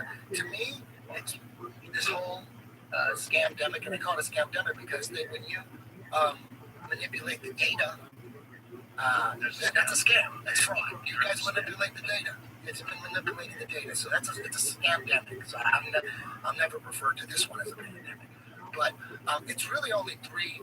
Like, what is it? What's going on? It either came from some kind of animal, bat, monkey, whatever, snake, whatever, some kind of animal, labs, all that shit, or testing is a PCR test with testing with COVID test. I got another possible. Is there a fourth one? There's a fourth one. Okay. The fourth one is they get funded to work on these viruses, and this funding to work on these viruses, it didn't make sense to Obama, so he shut the fucking lab. He shut the program down because he said gain of function research is dangerous. It's like you're creating better, more infectious diseases, but they get a lot of money to do that. So they get a lot of money to test these things. So there's a whole industry behind it. If you have top experts, we're saying it's imperative that we study these things. And then they do it and they farm it out to China because they don't want to do it over here. And they do some of it over here, but you can farm it out to other places and it kind of alleviates you of any responsibility. And these places, imagine if you're sending money to a place that's been cited for safety concerns. That's the Wuhan lab. And then people who work there specifically got sick. And they're the people that gave it to the fucking world. Okay, so that's people from that lab. And that once they along the way we picked up data and we figured it out. But for sure, the PCR tests were said too sensitive. For sure, they take advantage of the fact that this kind of shit is going on, the anxiety and the fear, and they try to get more control over it. Were the PCR tests created before COVID came out? Yes. Okay. All right. So there's four now. There's animal, evil scientists leaked it. Like someone did it on purpose. Yeah, someone did it on evil scientists. It's just the flu. They just swapped it out. Called it Corona for a while. Got the test all. Yeah, but they know what it is. Like it has very specific cleavage sites in the virus that indicate that it was somehow or another manipulated. I don't know what I'm saying here right now. I'm just repeating things that I've read. I know a doctor. He's written a lot of articles on the immune system. He knows. I trust him. He doesn't want to come out and say this, but there's also people that believe that they just swapped out, they just hijacked the flu. Well, first of all, people definitely, like if you look at the flu, there's a map that they had like red for a positive test of the flu during flu season, and then they showed 2020. Year 2020, it's like a non-existent flu season. You know, it was the lowest recorded numbers of flu ever. Now, they would say, well, that's because people stay inside. Well, then how come they're still getting COVID? That doesn't make any sense. Yeah, so this doctor, he's telling me, and I've also, it's come up, there was a case in Canada, it was like a COVID case, and they were trying to get physical proof that they isolated COVID. And based on that court case, they couldn't provide, CDC couldn't provide physical proof. But this doctor's telling me they never isolated it. So if you never isolated it, is it possible? What does that mean when you're saying never isolated? I'm going to send you the article. Because somebody explained this to me the other day. I asked a scientist, someone said to me that they never isolated COVID. So, okay, well, you see, neither one of us are doctors. This is a fucking problematic discussion. It's problematic. Here, this is an article. COVID's real. Maybe you could put this up. I don't think it's the flu. I don't think there are people that think that now. I believe there are people that think that, but I don't think it's the flu. Has a lot of characteristics of the flu. Average age of death, 81. Yeah, same thing as the flu. Flu is dangerous for kids. COVID's not nearly, not even close. It's not even in the neighborhood. Like when kids get COVID, it's not really a big deal for most healthy kids. Did you get that article? Go check this out. Just read this article. What's it in? I don't know, but this doctor sent it to me. You know him. Okay. Has a SARS-CoV-2 virus that it's the highlight. The title is Scamdemic. Okay. This is wrong. The document was talking about a process used to understand the lower limit of detection during the creation of PCR tests. SARS-CoV-2 has been isolated many times. Read the article. Okay, so this is what was claimed. They're saying the CDC document confirms. Okay, so we'll go back to what that says. What is in that? What is that? Full fact sample of the virus from an infected being so it can be studied. As we have written before, there are numerous reports of SARS-CoV-2 virus being isolated by teams around the world. The Centers for Disease Control and Prevention document that post and the daily expose article refer to what was published in July 2021 and includes instructions for use for PCR tests.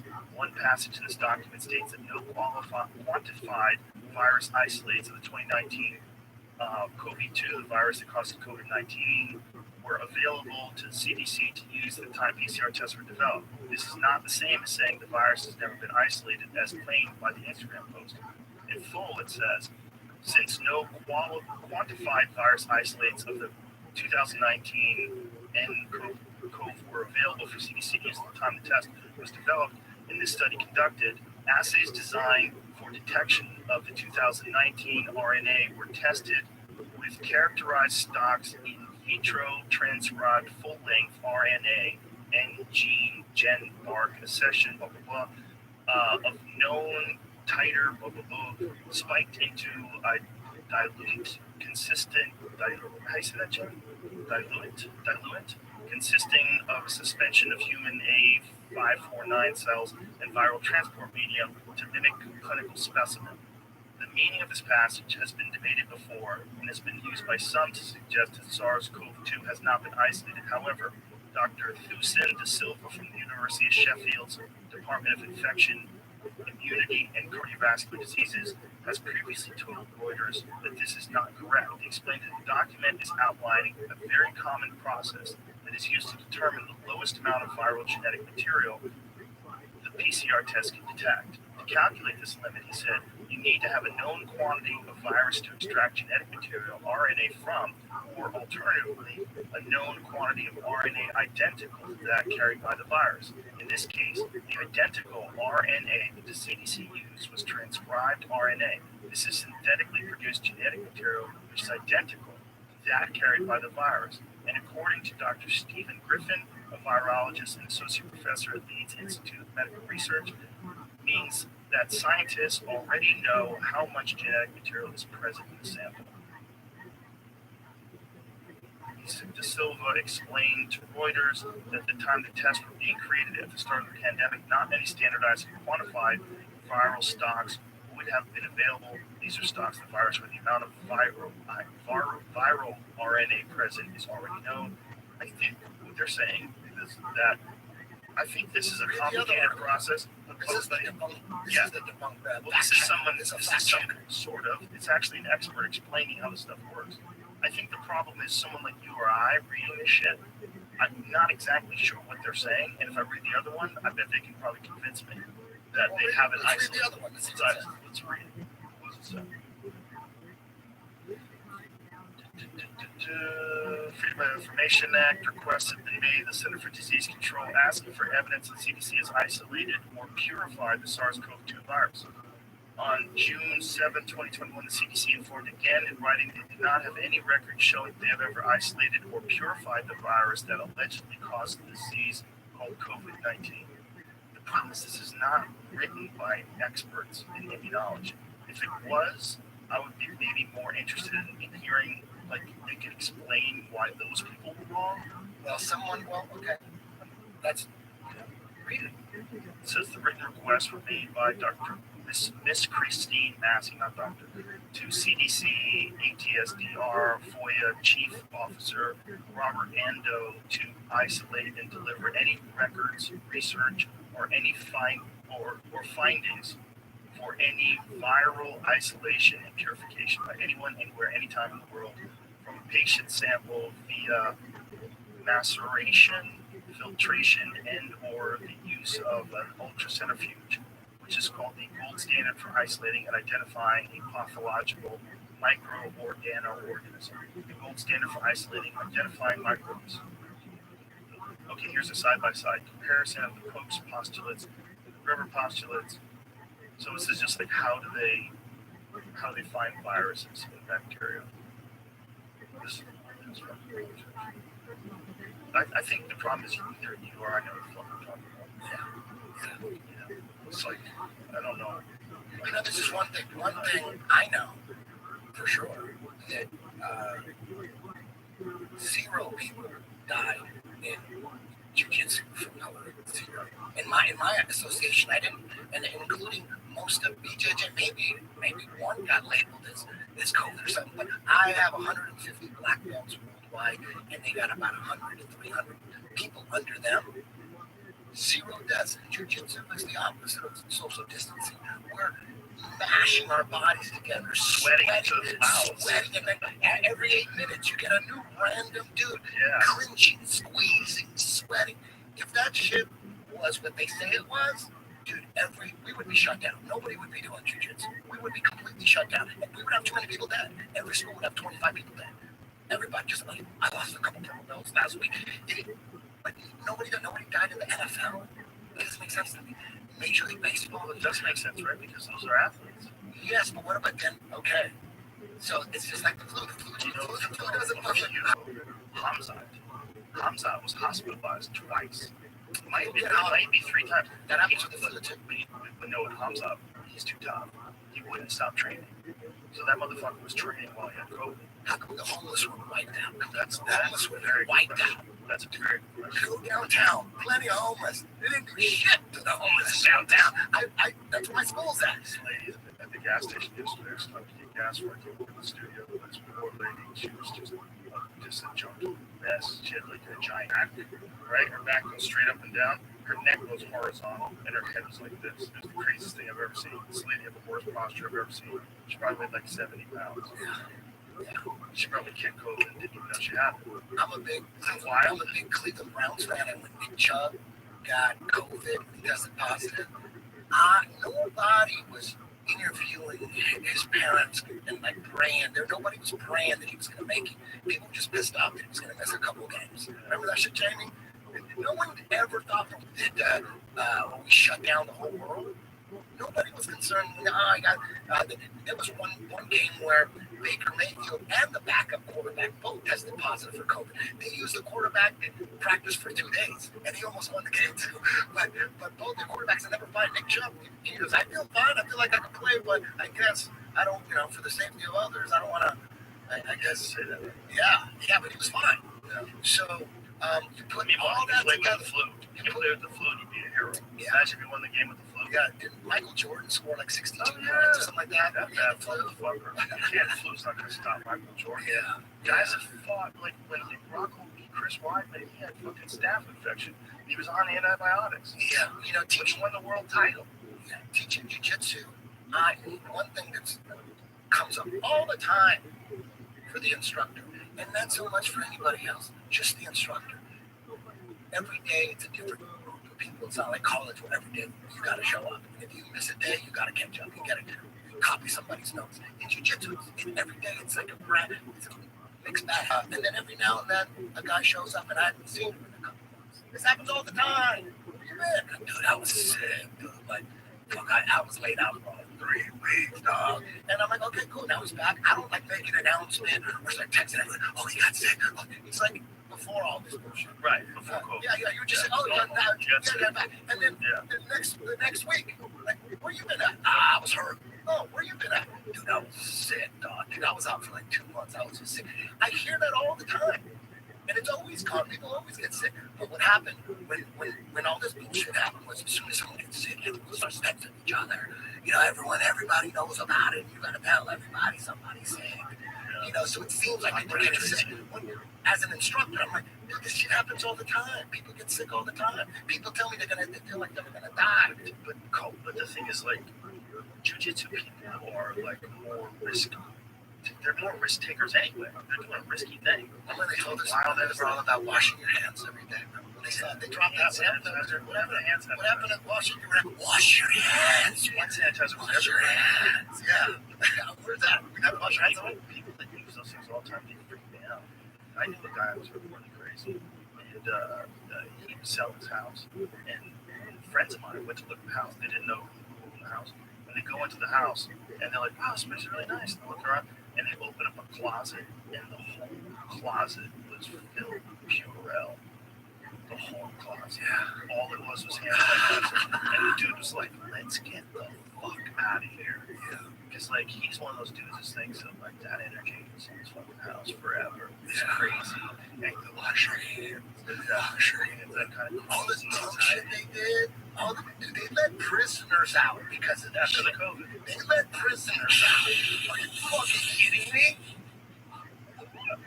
That may have been, that's top 3 dumbest shit. Did they let, like, robbers and thieves, or was it just, like, guys who sold coke? Like, what kind of, was it violent criminals? That's a good question. Most of the people that were let out were either, like, On within their way 30 out. days. Yeah, they were very close to already being let out. Or Okay, that's fine. Let prisoners out because of this shit. They let prisoners out for way worse shit. They let so many violent prisoners out. There was Colion Noir, you know Colion? Has the YouTube channel and Yes. Instagram channel. He had this clip on his page about how this LA gang member was getting out of LA because it's too hot. He's like, dude, it's too crazy. They're letting 70,000 dudes out of jail now. 70,000 like violent criminals are gonna let them out early. And he's like, it's already bad. Yeah, this is gonna get worse. He's like, I'm getting the fuck out. Ozzy Osbourne's moving back to England because he's fed up with mass shootings in America.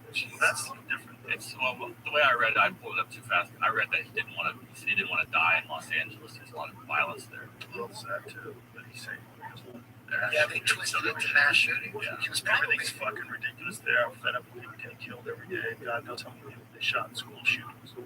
And there was that mass shooting in Vegas at the concert. It's fucking crazy. Osbourne said in an interview with The Observer. Yeah. That fucking It's Vegas, crazy. Vegas shootings. That one's nuts. That one's nuts. Yeah, that one never. They kind of just let that one go. Well, I mean, the guy's dead, so they're like, what do we do? There's all the conspiracy theories about it. But whatever happened, some guy smashed windows open and shot 60 fucking people. It's really The crazy. conspiracy theories that like he didn't do it and someone else did it. There's more. There's like shooter. There's always something. There's always something. This was he was a Manchurian candidate. They programmed him to do this. This is all about trying to enforce gun control laws. That's what really crazy. I think sometimes people fucking blow a fuse, and sometimes people have been thinking about things like that for a long The time. conspiracy theorists saying that where's all the security camera footage of him hauling all that artillery to his room? It's like, isn't that what they're saying? Something like that. I'm sure there's people saying something. I don't know if that's true. But that's There's one a lot conspiracy. of shit that guy brought up to his room. Yeah, that is one conspiracy that there's so many that I never really looked too deeply into at all. Let me ask you this one. What do you think about all this, the Pentagon saying that there's crafts that are coming from another world? That's world order. What do you think that is? Getting people to believe in the fake alien invasion. So what do you think those things are? What do you think? It's probably who knows. The Nazis were scaring their people with UFOs. They made UFOs, like scaring people. It's like look at the timeline. The Nazis timeline. were trying to develop some kind of actual flying saucer. And they were scaring their people, and they were using like, look, we're gonna save you. Look, UFOs. They were scaring them. The government's gonna save you from UFOs, right? So, 1946, World War II's over. 1946, 47, Operation Paperclip. That's when we took a bunch of Nazis, and Russia took a bunch of Nazis. And so, 1947, Roswell. Right there, Roswell was the beginning of the UFO craze. Right after Roswell, all these comic books, Mars Attacks in the 50s, all these shitty ass space movies and alien movies. Star Trek came, but Roswell kicked it off. That was the first one that kicked it off. So like, wow, that's 1947. That's right when we brought in all the Nazis. Who knows, man? Maybe the Nazis were like, dude, you guys aren't scared. You're people with UFOs. You dumb motherfuckers, just get on it. Boom. So Roswell, like, they just take some craft. They get the people that they interviewed probably think it was real. Like, was a So you crash. think it was an orchestrated crash just to freak people out? That seems like a lot of money to Oh, you know, cover it up and hide it. when is anything too They expensive? hide it. When is anything too The expensive for the answer, government? the official answer was never that it was a craft. The official answer was that it's a fucking weather balloon. Everybody believed that. They get people, yeah. They showed the wreckage. But people that believe in UFOs, like myself and you, back in the day, I no longer, I have a different view of UFOs now, but back then, we didn't care that they said, like, the fact that they said, that, oh, it's just a weather balloon, we were like, oh, dude, you guys are bullshit, you're trying to cover up your shit. So playing 3D chess. Exactly. So that's So what I I think think. it's drones. I'm of the opinion. Drones and you know how you use those little red laser pointers? You know, you fuck with your cat with that shit? It's incredible speeds. Yeah, but there's some stuff. Like the Commander David Fravor one is pretty. For sure they're seeing stuff. Like I think Bob Lazar saw some shit. I think they set him up. That's what I think. I think he's telling the truth, but they set him up. That's what they do.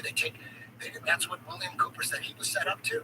He worked for the Office of Naval Intelligence, setting up meetings, like high-level meetings, and he said he thinks that he was setting up meetings and looking at documents going, oh shit, they're going to be discussing crash UFO shit and reverse engineering crash UFOs. So at first they believed it. Then eventually he realized, oh, they set him up. So they set him up so that He he'll thinks talk. they set up. Yeah, he said he thinks they set up dudes who talk a lot, big mouths, and they're drunks. That's what he thinks. He said they set them up and they fuck them, and that's what he said. Set him up. Big mouths that are drunks because they know they're going to give out the They information. talk. They want them to talk. So they let them get in there. They let them see it. They go, don't go into that room. We'll be right back. Don't go in that room. We're gonna go. And then they go in. They see like Philip Corso. Remember that guy? Yeah.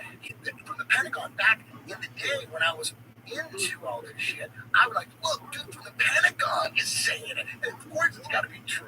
Dude, a Navy pilot is saying it. Of course, they're the most credible. You're like, but now looking back, I'm like, dude. Now, of course, it's the dude in the Pentagon. Philip Corso said he wrote a book the day after or something. He wrote a book about how he saw the bodies in the coffins.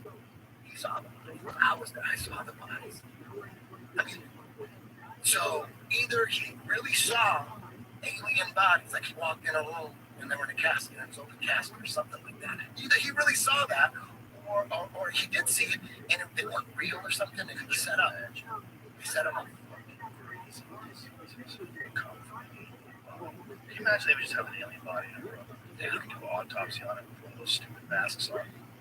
Yeah. Can you imagine? Just stop and think of that. Because think about like the Europeans that came to North America and killed 90% of the Native Americans with smallpox.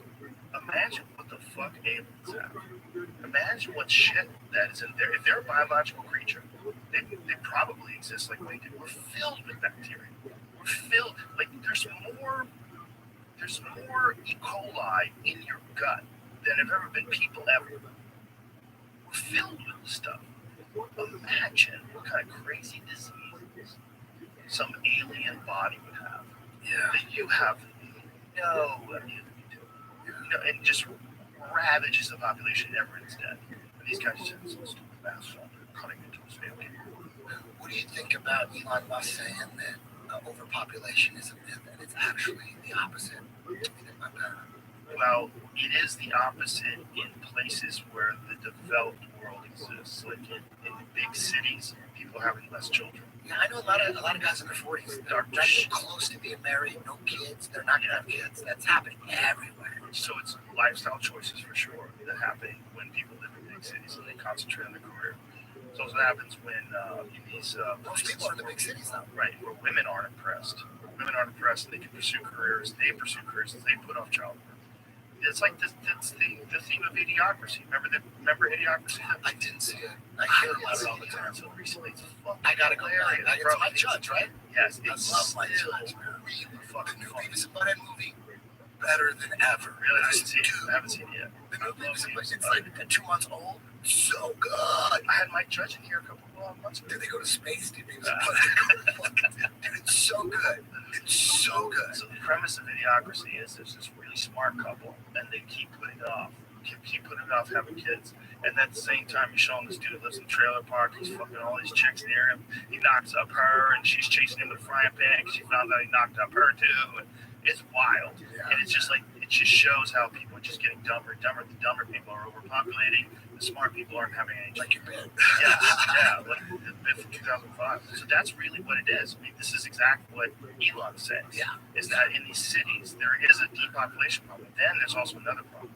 Dr. Shanna Swan, we had her on the podcast. She wrote a book called Countdown, and it's all about phthalates and how phthalates are getting into people's blood supplies from plastics and how it's directly affecting our reproductive systems. It's making men's dicks smaller and balls smaller and taints smaller.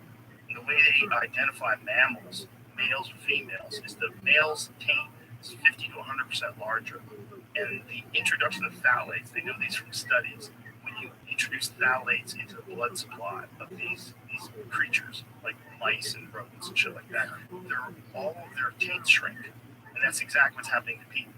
And we have phthalates in our blood. So they do these blood tests on people, and they find all these microplastics and all this residue from petrochemical products.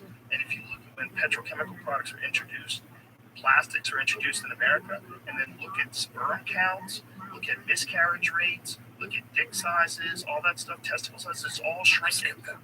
All shrinking. Hey, if a girl licks your taint, does she get credit for eating that ass? It's pretty close. She's in the neighborhood. You know, it's like your Beverly Hills adjacent. Does she get credit?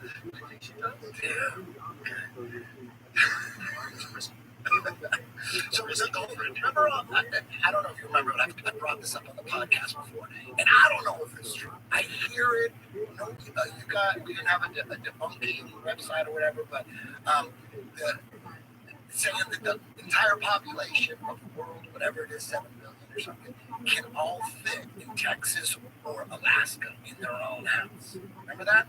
I think if you stuffed everybody together like a favela. Totally. Totally right. Yeah. It would have to be that way, right? And then the rest of it's farmland. But even if it was in Texas, it has to be the whole United States. I hear that the whole population of the world in the United States. They're saying you can fit them in Texas or Alaska. That's what they're saying. Yeah. Nobody's debunked that. And I don't know. No, you probably could fit them physically. The problem is where are you going to get all that? I'm not saying, hey, let's all move them to Alaska. This is just all. Here it is. Standing shoulder to shoulder, the entire world's population can fit within 500 square miles of Los Angeles. What? Okay, so think about that. So if that's true, so it must be true, right? If that's true, even if let's just say it's off, and that's only it's LA. The whole United States. I know it's over there, right? If that's true, okay, there ain't nobody on this motherfucker, dude. That would mean if we got everybody in Alaska or everybody in Texas and the whole world is empty, right? All of South America, Asia, Russia, to me, that means this overpopulation bullshit is a fucking minute. But wait a minute, that doesn't make any sense because what they're saying in this Los Angeles thing is people stand shoulder to shoulder. Yeah, I'm just saying if that's true, I'm not saying to live that way. I'm just saying if you can do that, if you can fit the whole population, then you think there's plenty of room for everybody. Dude, right. Back when I first started flying and teaching seminars all over the world, I would always just look out the plane and go, all I see is just nobody. I see a city way over there, I go, it's empty. I go, we should all have a plot of land. That's what I'd be thinking. I go, there's so much wasteland. When you fly across the United States, dude, there's only people in LA, New York, Miami, and San Francisco. Everything else is empty. You're on a plane, there's nobody. There's nobody here. So I don't want to. So when people talk about climate change, well, we're causing climate change or overpopulation, and then you got Elon Musk saying that's the one thing. I'm like, damn, Elon Musk is saying that. He's saying that overpopulation is it's actually the reverse. I'm like, whoa. So I don't want to hear anything about overfucking population. Oh, it seems overpopulated when you're in a city and you're living in a favela and they got you all crammed into a city, super smart cities and all that shit. Yeah, it's overpopulated, but the rest of the world's empty. It's fucking empty. Well, there's a lot of people that you have to feed. That's the problem. The problem is not just the number of people. The problem is the resource. Do you believe cow farts are melting icebergs? Cow farts are not the problem. It's actually burps. It's methane. It's methane. But it's just, but there's also ways that use regenerative farming. So it's carbon neutral. You know, there's people that have like discussed regenerative farming. The only problem is like scaling it for millions and millions of people. But it's just a natural product of animals eating grass. They do know that happens. Dude, you know how bad those farts gotta stink for them to melt icebergs? It's melting icebergs, just releasing that. That's what climate change is all about, melting icebergs. Rising sea levels, Yeah. it's all about the icebergs. But it definitely contributes to the gases.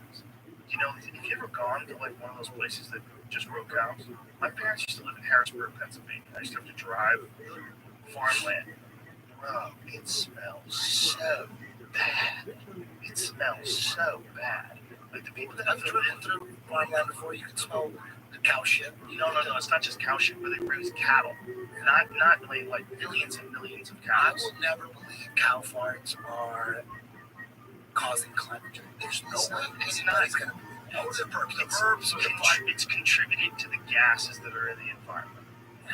You know, what Dan Pena's saying and what Steve Coonan is saying more specific is that we're talking about a negligible effect in comparison to all these other effects. I want to see a documentary on how they found out cow farts are burning a hole in the ozone. It's really burps. It's just methane, man. But I'm telling you, these carbon neutral farmers, these people that use regenerative farming, they take the manure and they put it back into the soil, and that's what they use for fertilizer, and everything is organic. And they're saying if you do it, that's the way animals and the environment are supposed to interact. What we've done that's so fucked is factory farming. And we've taken all these animals and shoved them into these places, made these toxic waste lakes of animal waste. You seen those? So they fly a drone over these factory farming setups that they have for pigs. Dude, if everybody wants sausage and everybody wants bacon, you need a lot of fucking pigs. A lot of pigs. And it's horrific. What they have to do to raise pigs in an economical way so you can get cheap bacon is pretty fucked. That's real. And that is 100% contributing to the amount of methane that gets released and gases that get released. Because if you go anywhere near those places, they're fucking terrible toxic. They smell awful, man. Like that shit's, if you live in that city and they open up like some sort of factory farming setup right outside of town, guess what? Your city's ruined. You're gonna smell that shit. You're gonna smell, and you're gonna get used to the smell, unfortunately, because olfactory senses detect changes in smells. That's why people stink. They don't smell themselves. Because otherwise, they're like, oh my god, I smell. I gotta get the fuck out of here. You detect changes in smell. So if you live in a place that stinks, like some parts of New Jersey when they were like really polluted, they have factories out there. The people that lived there didn't even know it stunk. People had to come visit them. You go, what the fuck are you living? Where are you living at? You know how bad it smells here? It smells normal because they're used to it. They get accustomed to it. That 100% is contributing to pollution. So whether it's factory farming or whether it's factories, all the different things that people do that we enjoy, if you want electricity, something's got to burn. Like, how do you do it? Do you use coal? What do you do? Unless you're going to do nuclear, you're going to have some negative effect. So even people that are getting electric cars, there's people out there thinking they're doing a great job. I have this electric car that's powered by a fucking coal plant, which is the craziest shit ever. Fire and coal is powering your super clean, super green electric car. That's the fraud right there. Well, it's completely illogical. That's for sure. That's like this thing like Gavin Newsom said that by 2035 they're not going to sell any more gas vehicles in California. That's fucking crazy. That's crazy. Like, not only that, but that's denying technology. Because what if they come up with technology that allows you to filter out all the negative effects of gas? Like, they used to have lead in gas. Do you know that? Like, gas used to have lead in it. And the reason is, like, engines would knock, okay? And so they would make this horrible, like, knocking pain. They would run like shit. So they added lead to gasoline. And they poisoned the whole world. Do you know that the IQ levels of people who were born between a specific time when they were using leaded gas are lower, like statistically lower than people who weren't fucking lead poisoned? Did you know that? That's why you have unleaded gas. When you go to you're like, why do they have to tell me it's unleaded? What the fuck does that mean?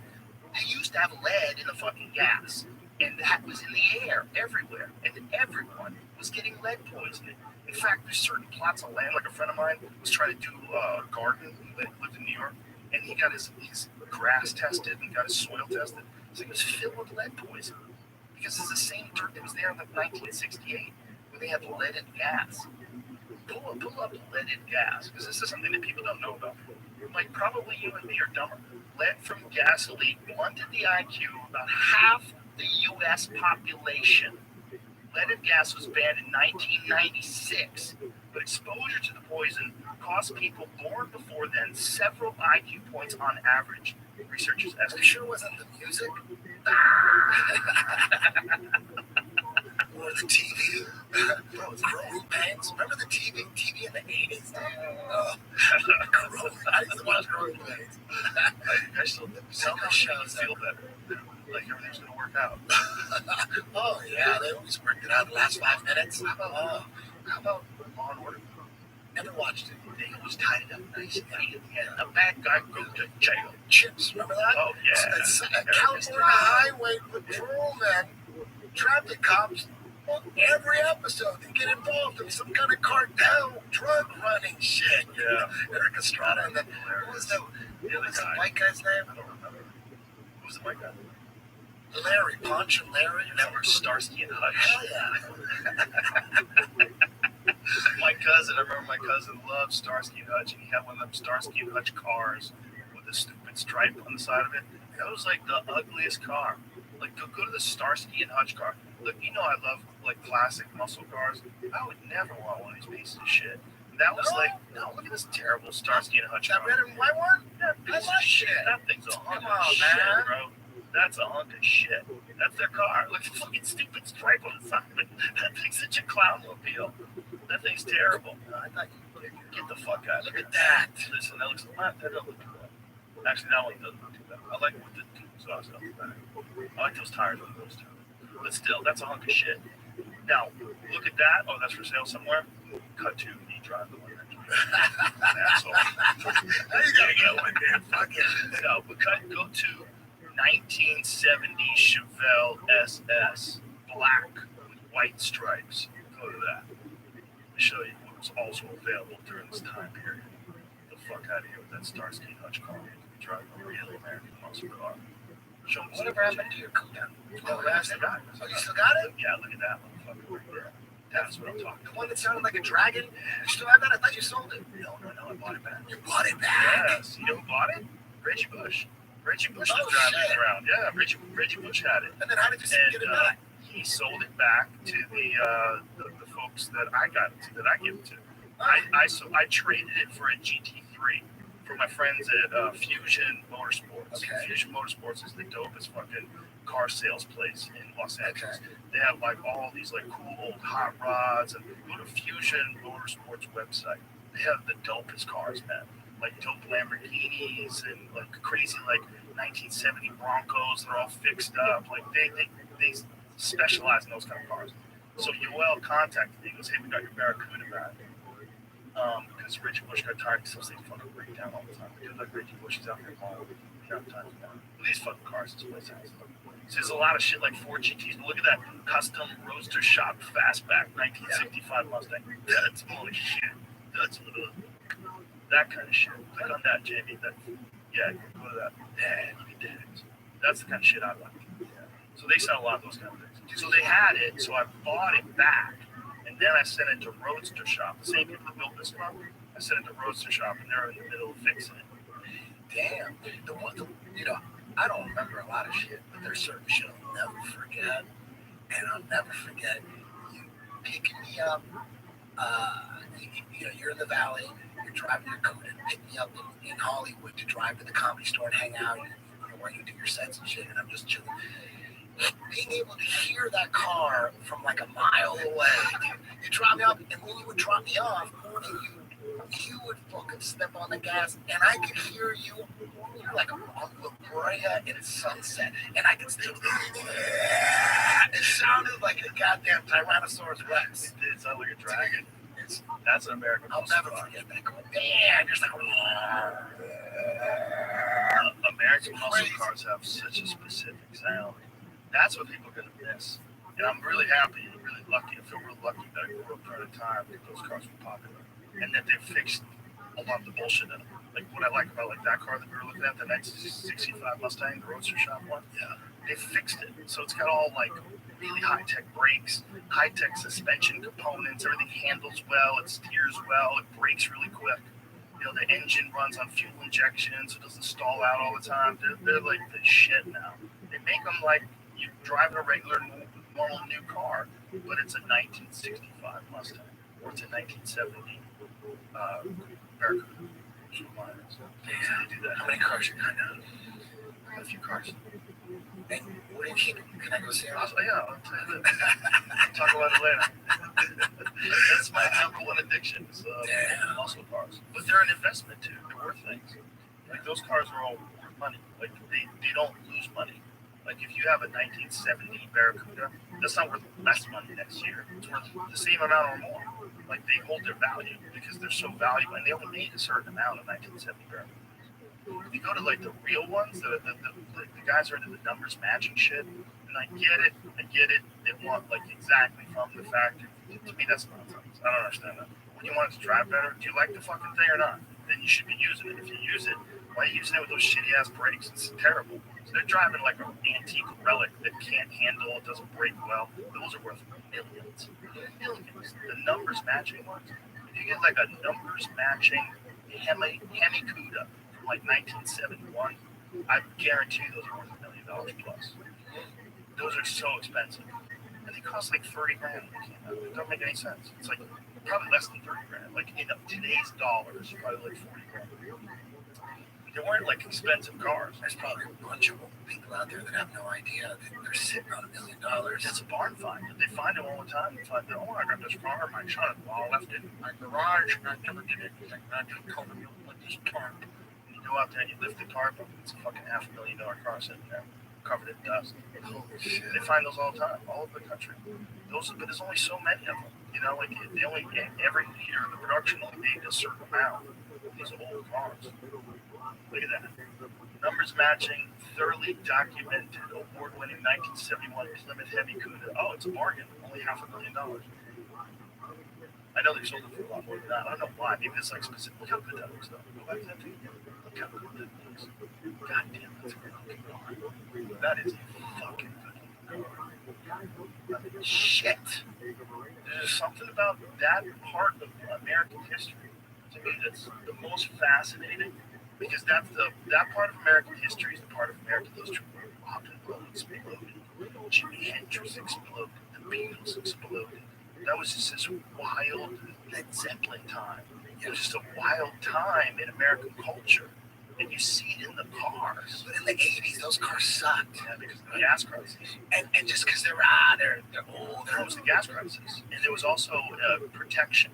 Like those things are terrible accidents. No, but I just mean because they weren't that old. You know, just like a decade old. They represented like, oh, those are poor people have those cars. Yeah. Those are shitty cars. But then after 30 years, like, holy shit. Yeah, I thought you meant the cars. Yeah. Do you think like cars from the 2000s will ever be like that in like 40 years? I don't think we're making cars that are going to be the same. They don't, like, if you get a 1973 Porsche, you get into it, like, that motherfucker built good. You shut the door, it's solid as fuck, everything feels like really well put together and made. You know, if you could, in 1999 Camaro, driving around today, it's fucking, the doors falling off, the seats are all eroded, they're all falling apart, the fucking shifter sticks. There's all sorts of things wrong with them. They don't make them to last. Those old cars, they made those motherfuckers to last. They didn't have the sense, like, now they do what's called planned obsolescence. Right, so they make something, and they figure you're going to use it for a couple of years. Like if you buy like a new Android phone, Samsung was only going to say, we'll update it for like 3 years. That's it. So you got a new phone 3 years, or you got to be running some old software and the apps won't work on it right. They plan for it. Yeah. They plan to have to get it. Back then they didn't plan for that shit. They made Toyota Land Cruisers in 1970. They're still in the road. Those motherfuckers, they just run forever. They have like 400,000 miles on them. They just run forever. Keep changing the oil. Keep fucking changing the spark plugs, do the right thing. That shit will last forever. They made stuff that lasted forever. Yeah, there's a lot of buildings like that too. Oh yeah. Do you know who? Have you ever heard of John Levi? Yes. Whoever heard that name. He's got a YouTube channel, and you know, you got a bit. You were talking about earlier where I think people used to be really smart. And And then dumb people just have fun. yeah. Well, this guy, John Levi, he's just got amazing videos of like a bunch of structures all over the world, in the United States included, where we can't even build it today. There's a lot of crazy shit. Have you heard the Tartarian? Yeah, Sam Tripoli brought that up. Yeah, there's many levels to it. There's one of them is there's evidence that there was a great mud flood.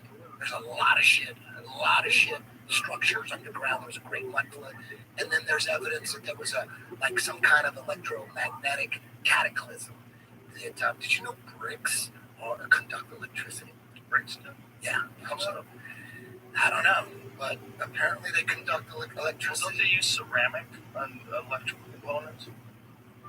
I don't know. Use ceramic and I some, could- don't they? Yeah, I could be wrong about that. Spark This is just all this stuff that, and Here it is. Bricks can be charged up to 10,000 times, says scientists. yeah, isn't that crazy? It's crazy. Red pigment of bricks converted into a plastic compound to be used to conduct and store electricity. A study published by Nature Communications found. Whoa, so your fucking house can be a battery? Yeah, so that's what this conspiracy theory is. There's a mud flood side. There's the electromagnetic. Dude, it's what I'm into the most. John Levi videos. I'm into that. You get addicted. Everybody that I get into, they go, dude, I can't stop watching. Curtis from 10 Planet Austin, he goes, I can't stop watching. You just look, he makes so many of them. This guy is, he doesn't say he knows anything. He gets on Google Maps and goes to places like, look at Utah, look at this. What the hell is that? And you know that city, Turkmenistan? There's a city, Turkmenistan. Okay, Have you heard of this one? I think so.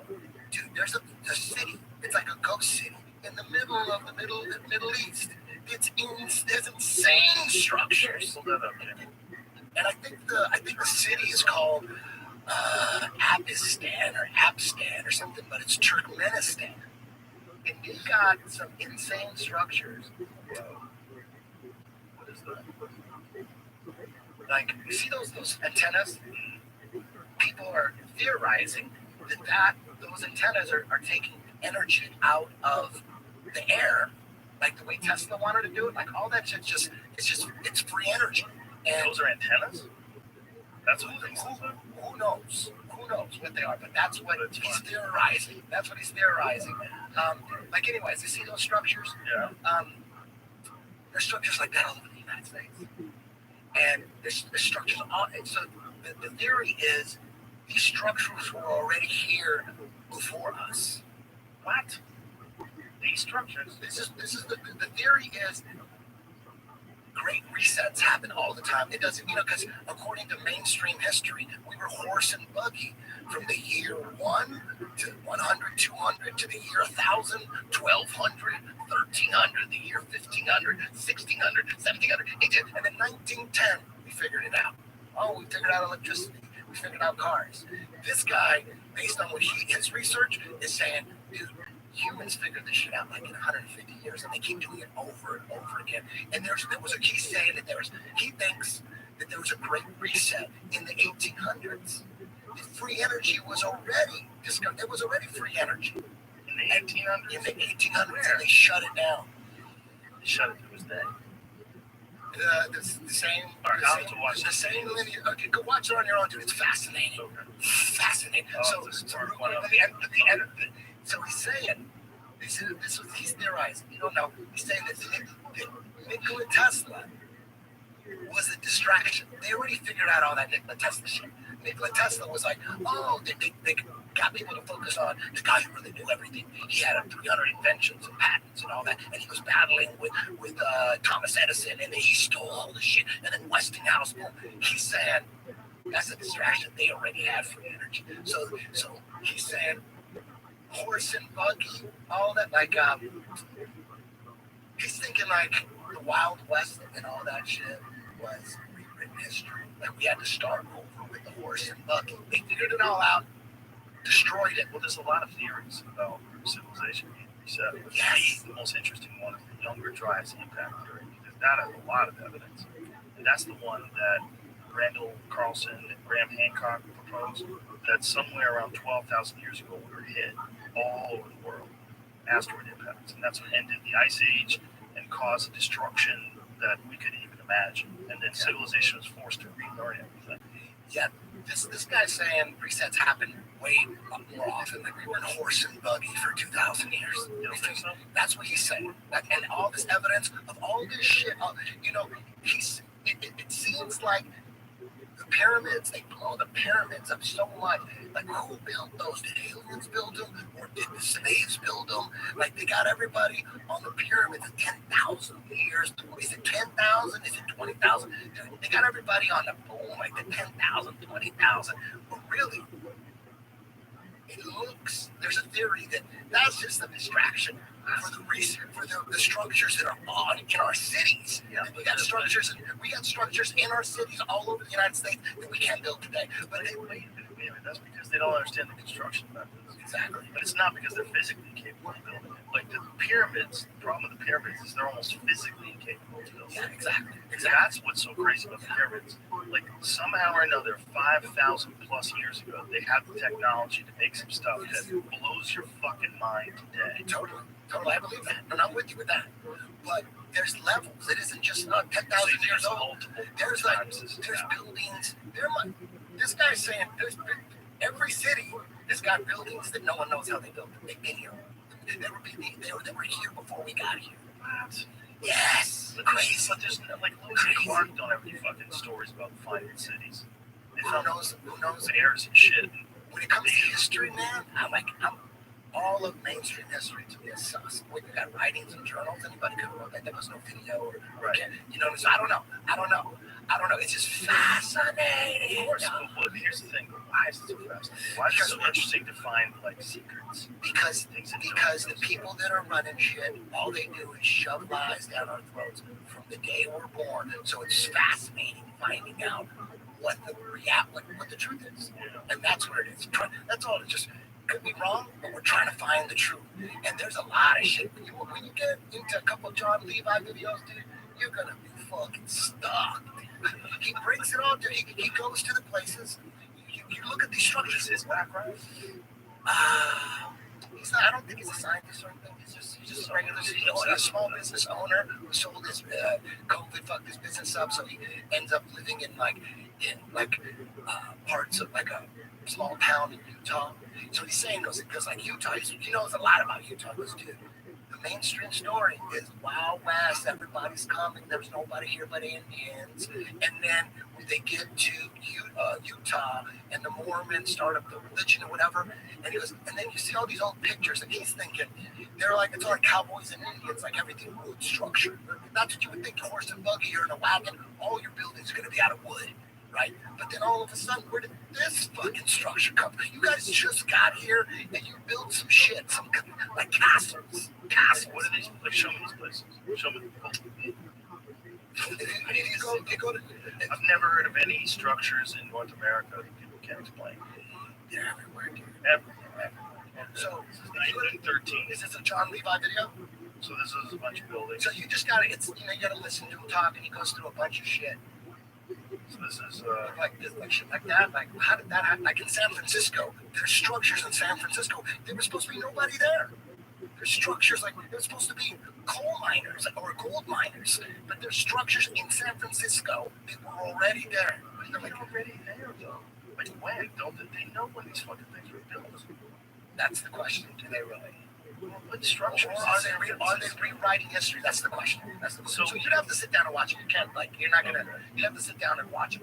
But what he found is like there's all these old castles all over the United States that they turn into insane asylums. Castles, yes, insane asylums. Old castles turn into insane asylums. So that was one that they built in 1893. But they didn't know how to build these buildings. There's even photos of these people making these buildings back then. Like he thinks a lot of those photos are staged. He said they're. As you bring it up, I was going to ask. Something I heard recently. It's not a conspiracy, but like, you know how fast the Empire State Building was made? No, how fast? 1 year and 45 days, 20 months. So make a 102-story building. Oh, that. Downtown Austin. You know, I mean, they're doing one at a time, but it's not that fast. Yeah, why do you think that is? desire, honestly, is probably it. They probably paid people and they were breaking rules, and They probably didn't have rules. Like those dudes that are walking on those beams, eating lunch, just sitting up there. Yeah. You see those photos? Those photos freak me. Dudes fall all the time. Even with the safety shit they got going on now, my cousin builds skyscrapers in downtown LA. He's up. He loves it. Listen, he loves getting up at 5:30 in the morning and hanging out on welding skyscrapers. He says, oh, you hear someone fell off? Well, every now and then people fall. Fuck. Can you imagine what that looks like? Fuck. Can you imagine the splattering? That guy $1 an hour. They make a lot. They make way more than 15. They're like in the $40 range an hour or something like that. And they make good money. Still, $40 an hour. Dude, if I see a video of heights, I'm scared of heights. Like just a video. Yeah. It scares the shit out of me. I've had the VR, you know, where you're all that. Yeah. Like, ah! I had Alex Honnold on a couple of times through the years. He's that guy that free solo climbs. He climbs. Oh, yeah. He's just digging his hand into cracks. They film him with drones, so they got like drones around and filming him, and he's literally. What if a drone hit him, dude? This Oh, guy that gets even paid like that fucks me up. every day, That 6 months, and earns $20,000 a time. Change a light bulb at the top of this tower. He has to change a light bulb. Oh, I'm already getting chills. Every 6 months he does this. Yeah. What? And he gets 20K? yeah, That's pretty good. each time he does it. That's not bad. But still, because nobody wants to do it. Right. Fuck that. Bro, fuck. Ah, that's hard to watch. Fuck. Is that normal? It's hard to watch for some Of people. course it's hard to watch. It's fucking hard to watch, man. This is terrifying. Look how he keeps doing it. And look how they set it up for him. They didn't even set it up good. They didn't make it where, why, if you know that someone's going to have to change that fucking light bulb, wouldn't you have, like, some sort of normal staircase up there? That makes it too easy for anyone to get up. My legs are Yes, that like is. Bro, that is chills that up is and down my body. fucking wild. Look, he's reaching to his bag and pull out a light bulb and change it. He's probably calculating right now. He's probably going to get one of those stars. Do you think the drone is fucking with them? Because they're filming it.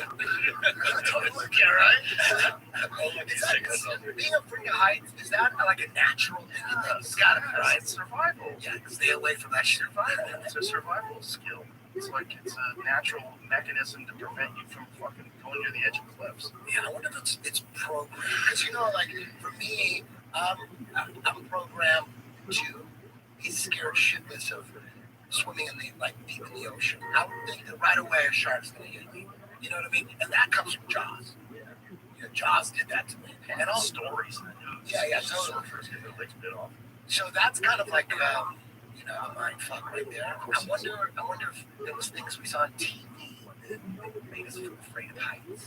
No, it's just natural. Natural. You fall, you fucking die. Everybody knows it.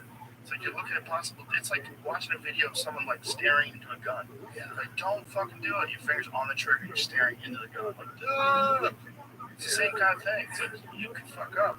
You know, it's a trip. You had Mark Zuckerberg on this podcast. That was a crazy podcast. And the fact that he was all into jiu-jitsu, that was a shocker. Loves it. That was a shocker. He trains almost every day. It's crazy, right? Loves it. He's a super smart guy. It makes sense. Yeah. Smart people get into jiu-jitsu. It's like it becomes a puzzle. And he said that when he was running all the time, he thought too much.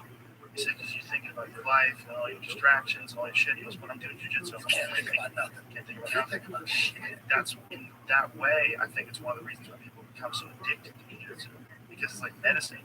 It's medicine for your brain. Yeah. And you're practicing killing. That's medicine for your brain. Yeah, that's medicine for your brain too. Yeah, but it's also like the exertion that you have is so thorough that you leave there, you're so peaceful. You're like, all my fucking aggressions are gone. You're gonna go to Abu Dhabi? Down. I'm thinking about it. Go. It's gonna be insane. Yeah, I may be able to try to move something around to see it. You know, You should go. Also, in October 23rd, we're having BBI Absolutes. So you're going to get to see. That's going to be in El Paso, Texas, at the Speaking Rock Entertainment Center. as far as El Paso. That's a good question. I don't know. You should go, Doug. We'll hook it up. It's a great place. They have concerts there. Cypress Hill is just there. What is that? September, it's a whole weekend. We're going to have Medusa, which is our all-female event, September I 20th. like that name. Yeah, it's all female. How far is El Paso? It's above Dallas. Oh, so September 24th is Medusa 3. Dude, Medusa's awesome. It's girls doing combat jiu-jitsu. What? Oh, so it's way the fuck down there. Oh, it's right near Mars. Quick private jet.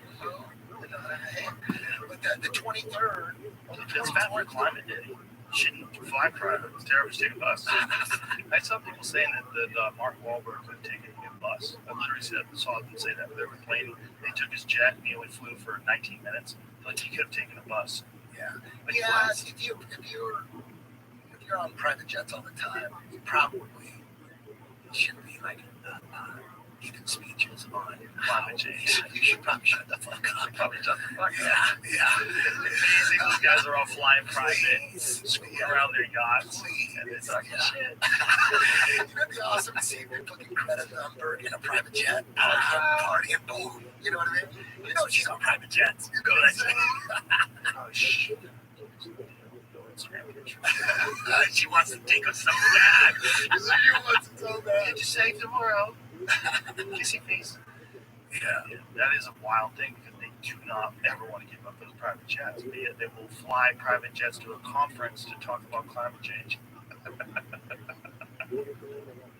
It's kind of crazy because it's the ultimate trap. Because the really rich people never want to give up private jets and yachts. No. Why would you do that? Yeah. Why would you become a billionaire if you can't get your own jet and yacht? Imagine if their guards had to give up their guns. Oh my god. They'd freak the fuck out. They would freak the fuck out. That's what's hilarious, right? Well, I was talking about this the other day about Hollywood. It's like, who is more anti-gun than Hollywood? Nobody. Who promotes guns more than Hollywood? Nobody. They're the greatest promoter of guns ever. Yeah. In every fucking good movie, the guy uses a gun and kills the bad guy. Yeah. Uses a gun and kills the monster. Yeah. If you're making movies, you need to shut the fuck up. Shut the fuck up. Control. Shut the fuck up. What the fuck are you talking You're about? causing people to want to get guns. Yeah. Also, all the movies like The Purge and shit like that. Tell me those gun sales don't jack up every time. How about what would sports look like if sports were run in a socialist way? Like everybody got paid the same. Nobody gets cut. Like you could have as many people on the team as possible. Everyone gets paid the same. And you had to have Mexicans play basketball. You had to have at least 3 Mexicans play basketball. You know what I mean? And a couple East Indians. You know, you had to mix it all in. A couple Asians. What would happen to sports if it went socialist? It would fall apart. You think so? I think if you didn't let everybody that's really the best play the most. That's not what socialism is. I know, that's what's ridiculous. Everyone gets paid the same. Well, sports is like, that's fucking where the rubber meets the road with that shit. Yeah. Because it's a meritocracy. The best players play the best. Yeah. And they're the number one people. Like, the best fighter wins. I want some Mexicans in football. We had like 2. Anthony Munoz in 1978. He was a big Mexican offensive lineman for the Bengals. And then I think Sanchez from the Jets, wasn't he a quarterback, Jamie? He's half Mexican. We need more Mexicans. I want like a little paisita Mexican fucking playing quarterback. That would be awesome. If there was, you had to have, that was the mandate. It didn't matter how good you were. We had to have a certain amount of trans people, a certain amount of lesbians, a certain amount of Asians, East Asians, girls and everything, females playing football. Mix them all in. We got female refs. Why not throw them in, as players too?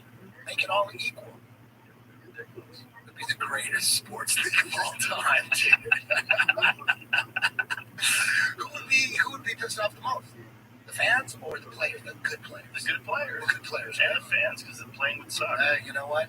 Imagine if you had LeBron James, but you couldn't use him. You had to rotate everybody in equally. Yeah. You know, LeBron James making $120,000 a year. You'd think all his money in sneakers. I wonder if it could be super entertaining to watch. It could be awesome. It could be awesome. You like bad sports? Hey. You like the folly of it. Come on, yeah. If you like the folly of it, of just like making spots available to anybody, regardless of how good they play, you can have bad sports.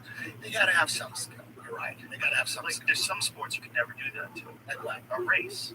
Like it's an individual enters into the race. Okay. Like you have a marathon. Okay. Like the best people who run the fastest are going to win. It's a pure meritocracy. Because How do you fix that? How do you fix that? Everybody gets to race. You know what? You know what you do? What do you do? Is you decide the winner before the race. You say you're going to win, bro. And you tell everybody, you're first, second, third, fourth, fifth, sixth, seventh, eighth. You guys ready? Boom. We want to have a quality of outcomes. We want to let old people. And they pull the number and they put the name out of the hat. Boom. Boom. And you bet on What name gets pulled out? so you kind of think it's real. That's the only way to fix the world. Equality of outcomes. Yeah. The only way to enforce equality of outcomes is violence. That's what's crazy. That's what people don't realize. If you want to enforce equality of outcome, you're going to have laws. Maybe one. You're going to have someone enforce those laws. You're going to have to one thing that I said that kind of scares me. If they really said that the way to fix America's problems is a total redistribution of all income, if they said we're going to vote on this, and the majority of people don't make much money, but the small percentage of people have most of it. The small percentage of people have most of the money. So what we're going to do is we're going to evenly distribute that to everyone. We're going to cure all poverty in this country. You just have to vote on it. People would do that. People would vote on that. They would say that this is an unjust, unequal system. They didn't give a fuck if you started your business from the bottom, you ate ramen for fucking 6 years and figured out some invention and became a millionaire. They don't give a fuck. You have too much money. It's not fair. You should give it to the greater good of the world. And then they spread it equally amongst the people. That's something that some people believe in. Yeah. And that would be terrifying. Because the only way to get those people to give up their money, so if you're a person that did, start some business and ate ramen for 5 years and did bust your ass and made a real working, sustainable business, someone comes along and says the only way you have this is because you've ripped somebody else off. That's what happened in Cuba. Yep. Oh, the people with money in Cuba, they wanted to kill Fidel Castro. They were trying to murder that dude. And then they were fleeing the country. Yeah, go to Florida and ask them Cubans how they feel about it. Those are all Republicans. Yeah, ask them. Look at them. That's what we're talking about. And that's something that people in this country would say yes to. There's a lot of people that say yes to what's proposed. That is terrifying. Because the only way to enforce that is violence. Yeah. That's how you get a dictator like Castro. That's the only way you can enforce it. It's the only way you can get people. It sounds good, though. Yeah, it sounds good. Because, dude, I was like, hey, what's Fidel? Like, what are you saying? It sounds good. We're gonna give land to the poor. We're gonna redistribute the wealth. Free education, free medical. It sounds like, oh shit, okay. It's basically a trick.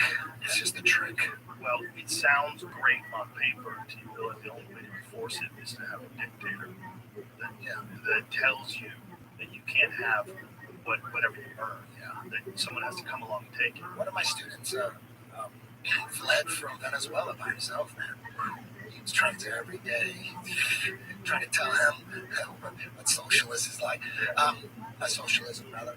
I did a seminar in Colombia, and a guy was living in Colombia. He was a doctor in Venezuela, and he said the guy sweeping up his office got the same pay as he did because it's because there's no incentive. The problem with socialism, he said, and you hear this from many people who experienced it, is the system sounds great. Everyone gets but the incentive is gone. Nobody works. Everyone just sits on their ass and they just rot. That's the problem. Nobody does shit. There's no incentive to do anything. That's the problem with human nature, right? Yeah, totally. Human nature, there's like a competitive drive that some people have to succeed, and the reward they get for that success is they get extraordinary wealth, or they get fame, or they get recognition. They get something out of it. Yeah. If you don't give them something, they don't want. Why are they working then? They're working just for the greater good of people. Some people want to do that. Some people want to work just for the greater good of people. Yeah. Most people want some sort of compensation. Yeah. And if they work extraordinary hours and they dedicate themselves to something, which we know people do, we know people throw themselves into their work and become very successful. Yeah. For sure, capitalism breeds corruption and breeds a lot of negative shit. For sure, for sure, capitalism does a lot of crazy shit.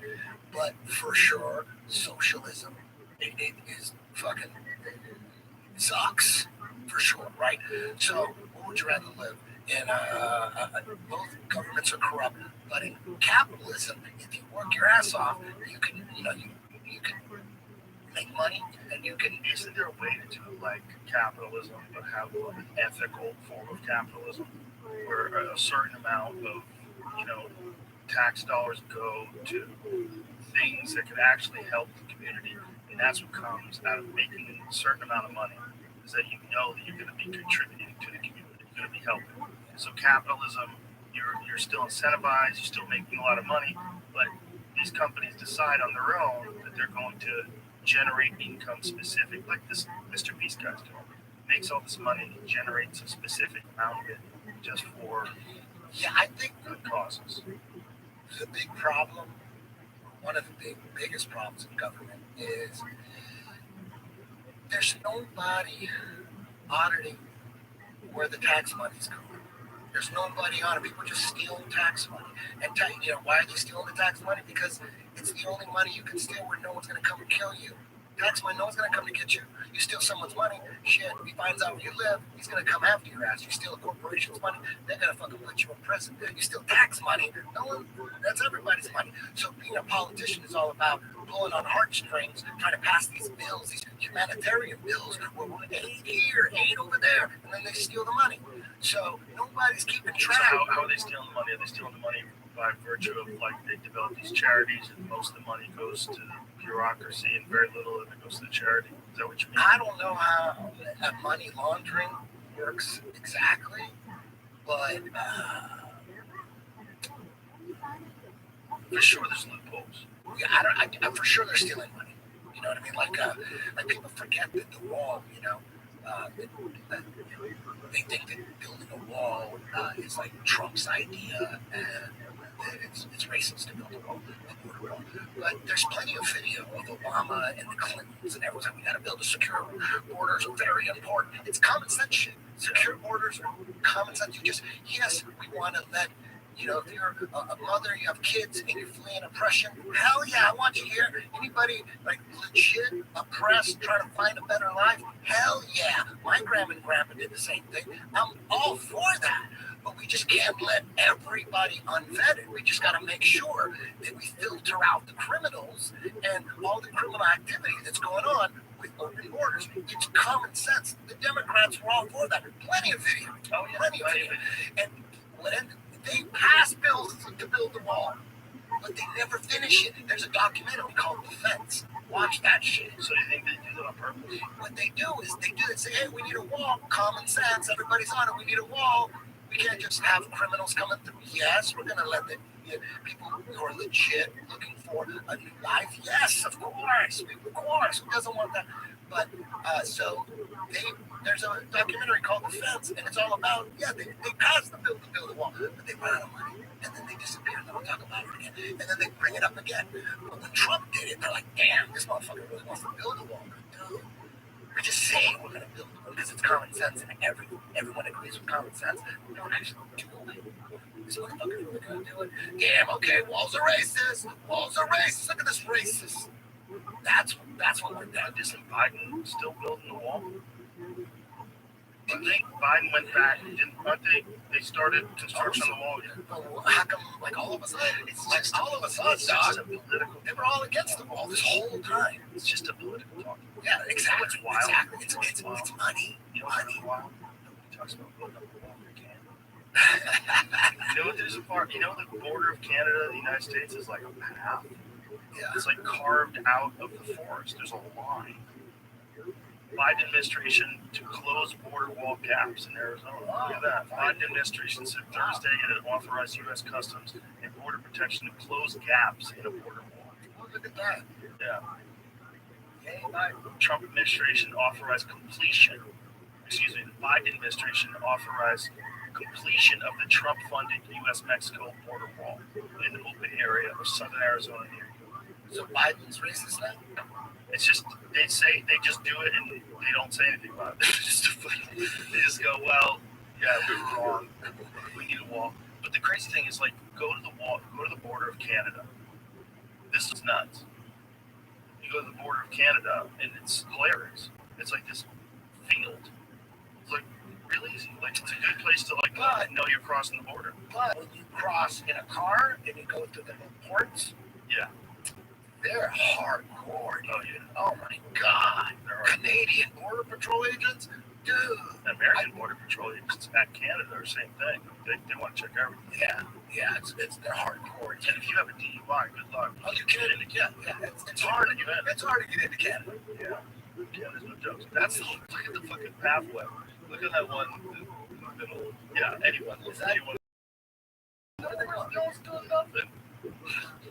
I mean, it's probably some using it that are using the woods.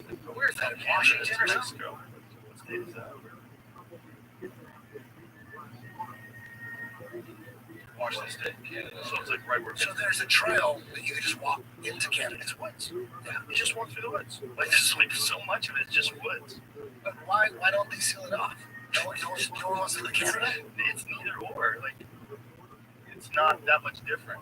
The slash 20-foot clearing stretches 5,525 miles across the world's longest border. So the thing is, it's like the quality of life in Canada is pretty high. It's a nice place to live.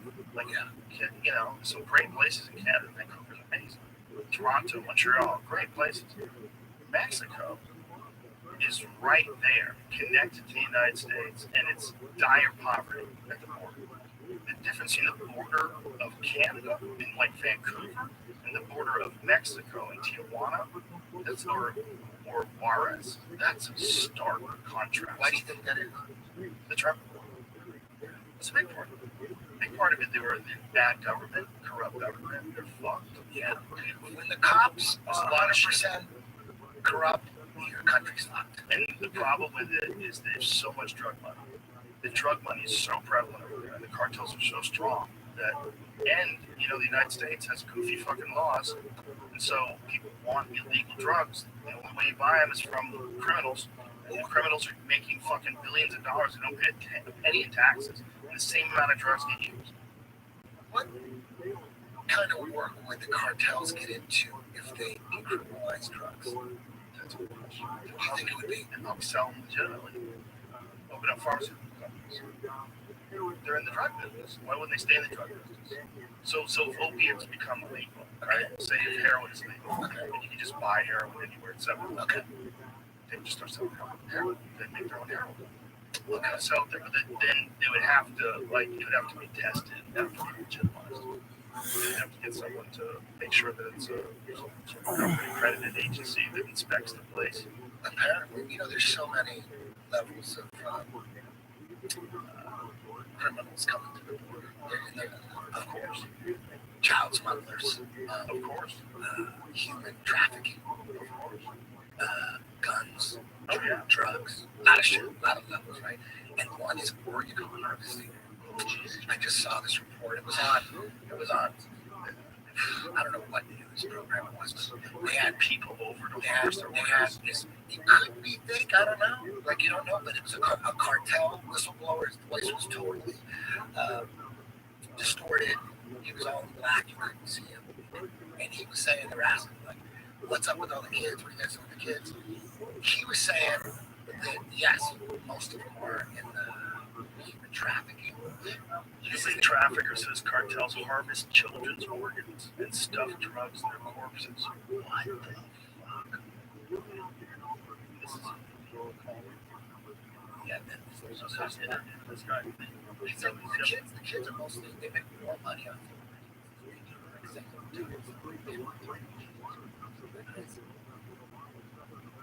They're looking for their kids. Like Turista, that would be Turista, remember that? Brazil? Yeah, he was nightmares. Isn't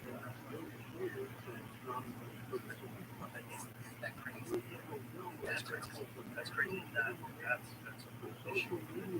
How first point, that kind of shit. Like politicians are getting paid, right? So make sure he doesn't build shit. You know what I mean? Because they made it since Trump ran in office, they made it racist. Borders now racist. That's power. The media's powerful. They were all about it. They were all about secure borders, and everybody was with it. Everybody, Mexicans were with it. Everybody, Mexicans on the border on the American side, they want to walk like they yeah, you know what I mean? A lot of criminals coming through. Not all of them. Again, the legit families coming through. Hell yeah, not a spy plane for sure. But we have that common sense. Everybody was with the common sense. But as soon as Trump says, I'm actually going to do it, they go, oh no, you can't actually build it. You got to pretend like you want to get the money. No, but you're actually do it. I'm actually going to do it. Fucking let's make it racist. They know you're racist. Everybody thinks Trump is Russian agent. They got him right away. Day one, Russian agent. Everybody believed that. Like, oh my God, Russia has infiltrated my house. I'm going to sign up on it. I have friends that think Trump is a psychopath. He's a psychopath. Trump is a psychopath. A psychopath. A Russian agent psychopath. Damn, they did a really good job. There's a lot of people that just buy narrative. They get it every narrative. They like Trump before, people like fans of Trump before, no one hated him. Yes. Yeah. You know, people, there's people waking up now. You learn like all the stuff Bill Maher saying, like, oh, you would think Bill Maher would be like on TV because he's like so famous, HBO, just automatic. You know what? He's a comic. Comics recognize bullshit. And he's a comic that's been doing those clubs and some shit for decades. You guys been doing stand-up forever. He's been a machine for so long. He knows how to work. You would think, like, exactly. You would think that even if he's smart enough to figure that out, like maybe he had like some kind of like he can't say shit because I'm gonna fire him. First of all, it's like and he's got a long-standing reputation of interesting, funny, intelligent guy. That's what he does. But he's also like an old school. He's like, I'll stand here in life and you stand. He's like, that's like Bill's point. Live and let live. It's like, where the fuck did all that go? And so he's calling it out. And I really appreciate what he's doing. I'm not liberal. I've never voted. I'm not liberal. I'm not Republican. I'm from a common sense. And that, I grew up thinking if I had to choose one, I'm like, I'm a liberal because I want to party and have sex. Like, I was growing up a while, I wanted to be a rock star. I became a Republican when I was growing up, or a conservative. I was like, oh my God, they wear suits. Like, if you see like an 18-year-old Republican, what is he going to wear? A suit? And be a businessman. He's going to be a businessman and go to church? Fuck that, right? You're like, and then also, George Bush Sr. and George Bush Jr. We're like, fuck, Republicans, are you out of your mind? Of course. I'm like on that other side. But then you find out about the Clintons. Like, damn, they're both fucked. In the 2000s, I'm like, dude, for sure, I was like, fuck Republicans. George Sr. and George W. Fuck that. There's no way I'm going to go to that side.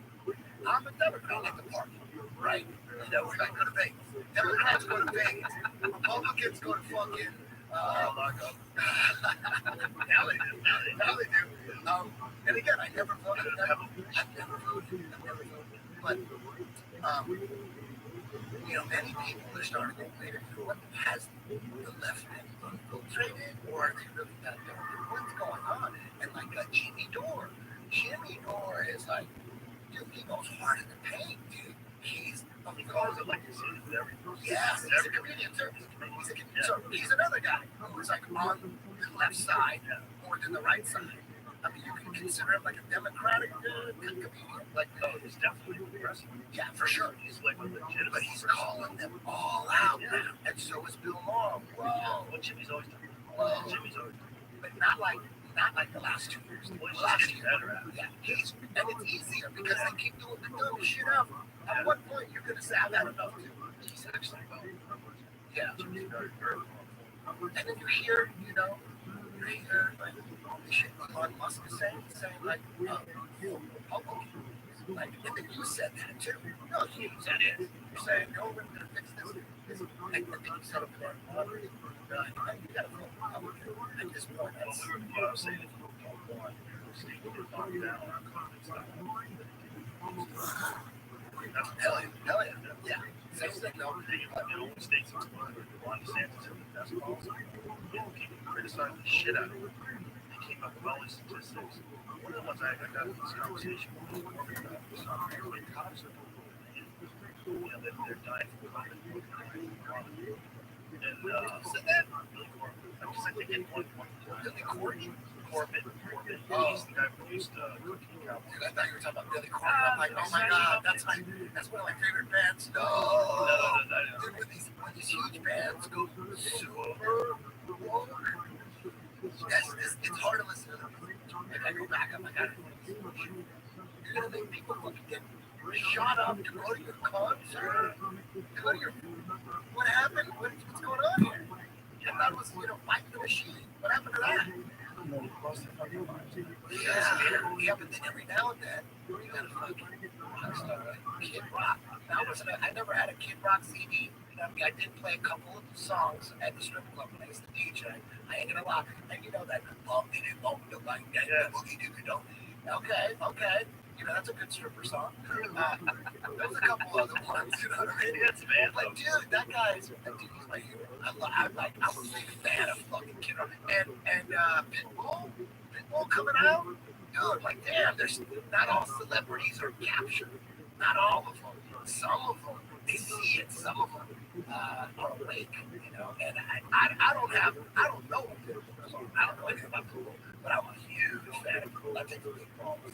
You guys don't want to have any part of that social media shit. We're in the middle of some strange fucking shit because when they finally said, okay, you don't have to wear fucking masks anymore at airports and planes, people were like, yeah, there's all these videos of the stewardess were happy as fuck. Everybody's just so happy. But then LA says, fuck that shit. Not LAX, dog. We're gonna keep the mask going, and it's still going. LAX, it's still going. You have to wear a mask at LAX? They got fucking big screens. You gotta wear your mask. Please wear your mask. Every 5 minutes, someone says, please wear your mask. And cover your face and nose. Still, to this day. But the crazy thing is, you don't have to wear a mask. Half the people don't have masks, half the people don't. We're finding out nobody's enforcing shit. TSA, you go find a good TSA guy, they still have to wear a mask, and they're all pissed off. TSA guys have their nose hanging out. TSA guys, they used to yell at us for having our nose out, and now they got some guys that can walk in, they just put it down, walk around with a bottle of water. Nobody says shit. But if you're just a customer at the airport in LAX, no matter what, everywhere you go, you gotta wear your mask, but nobody, half the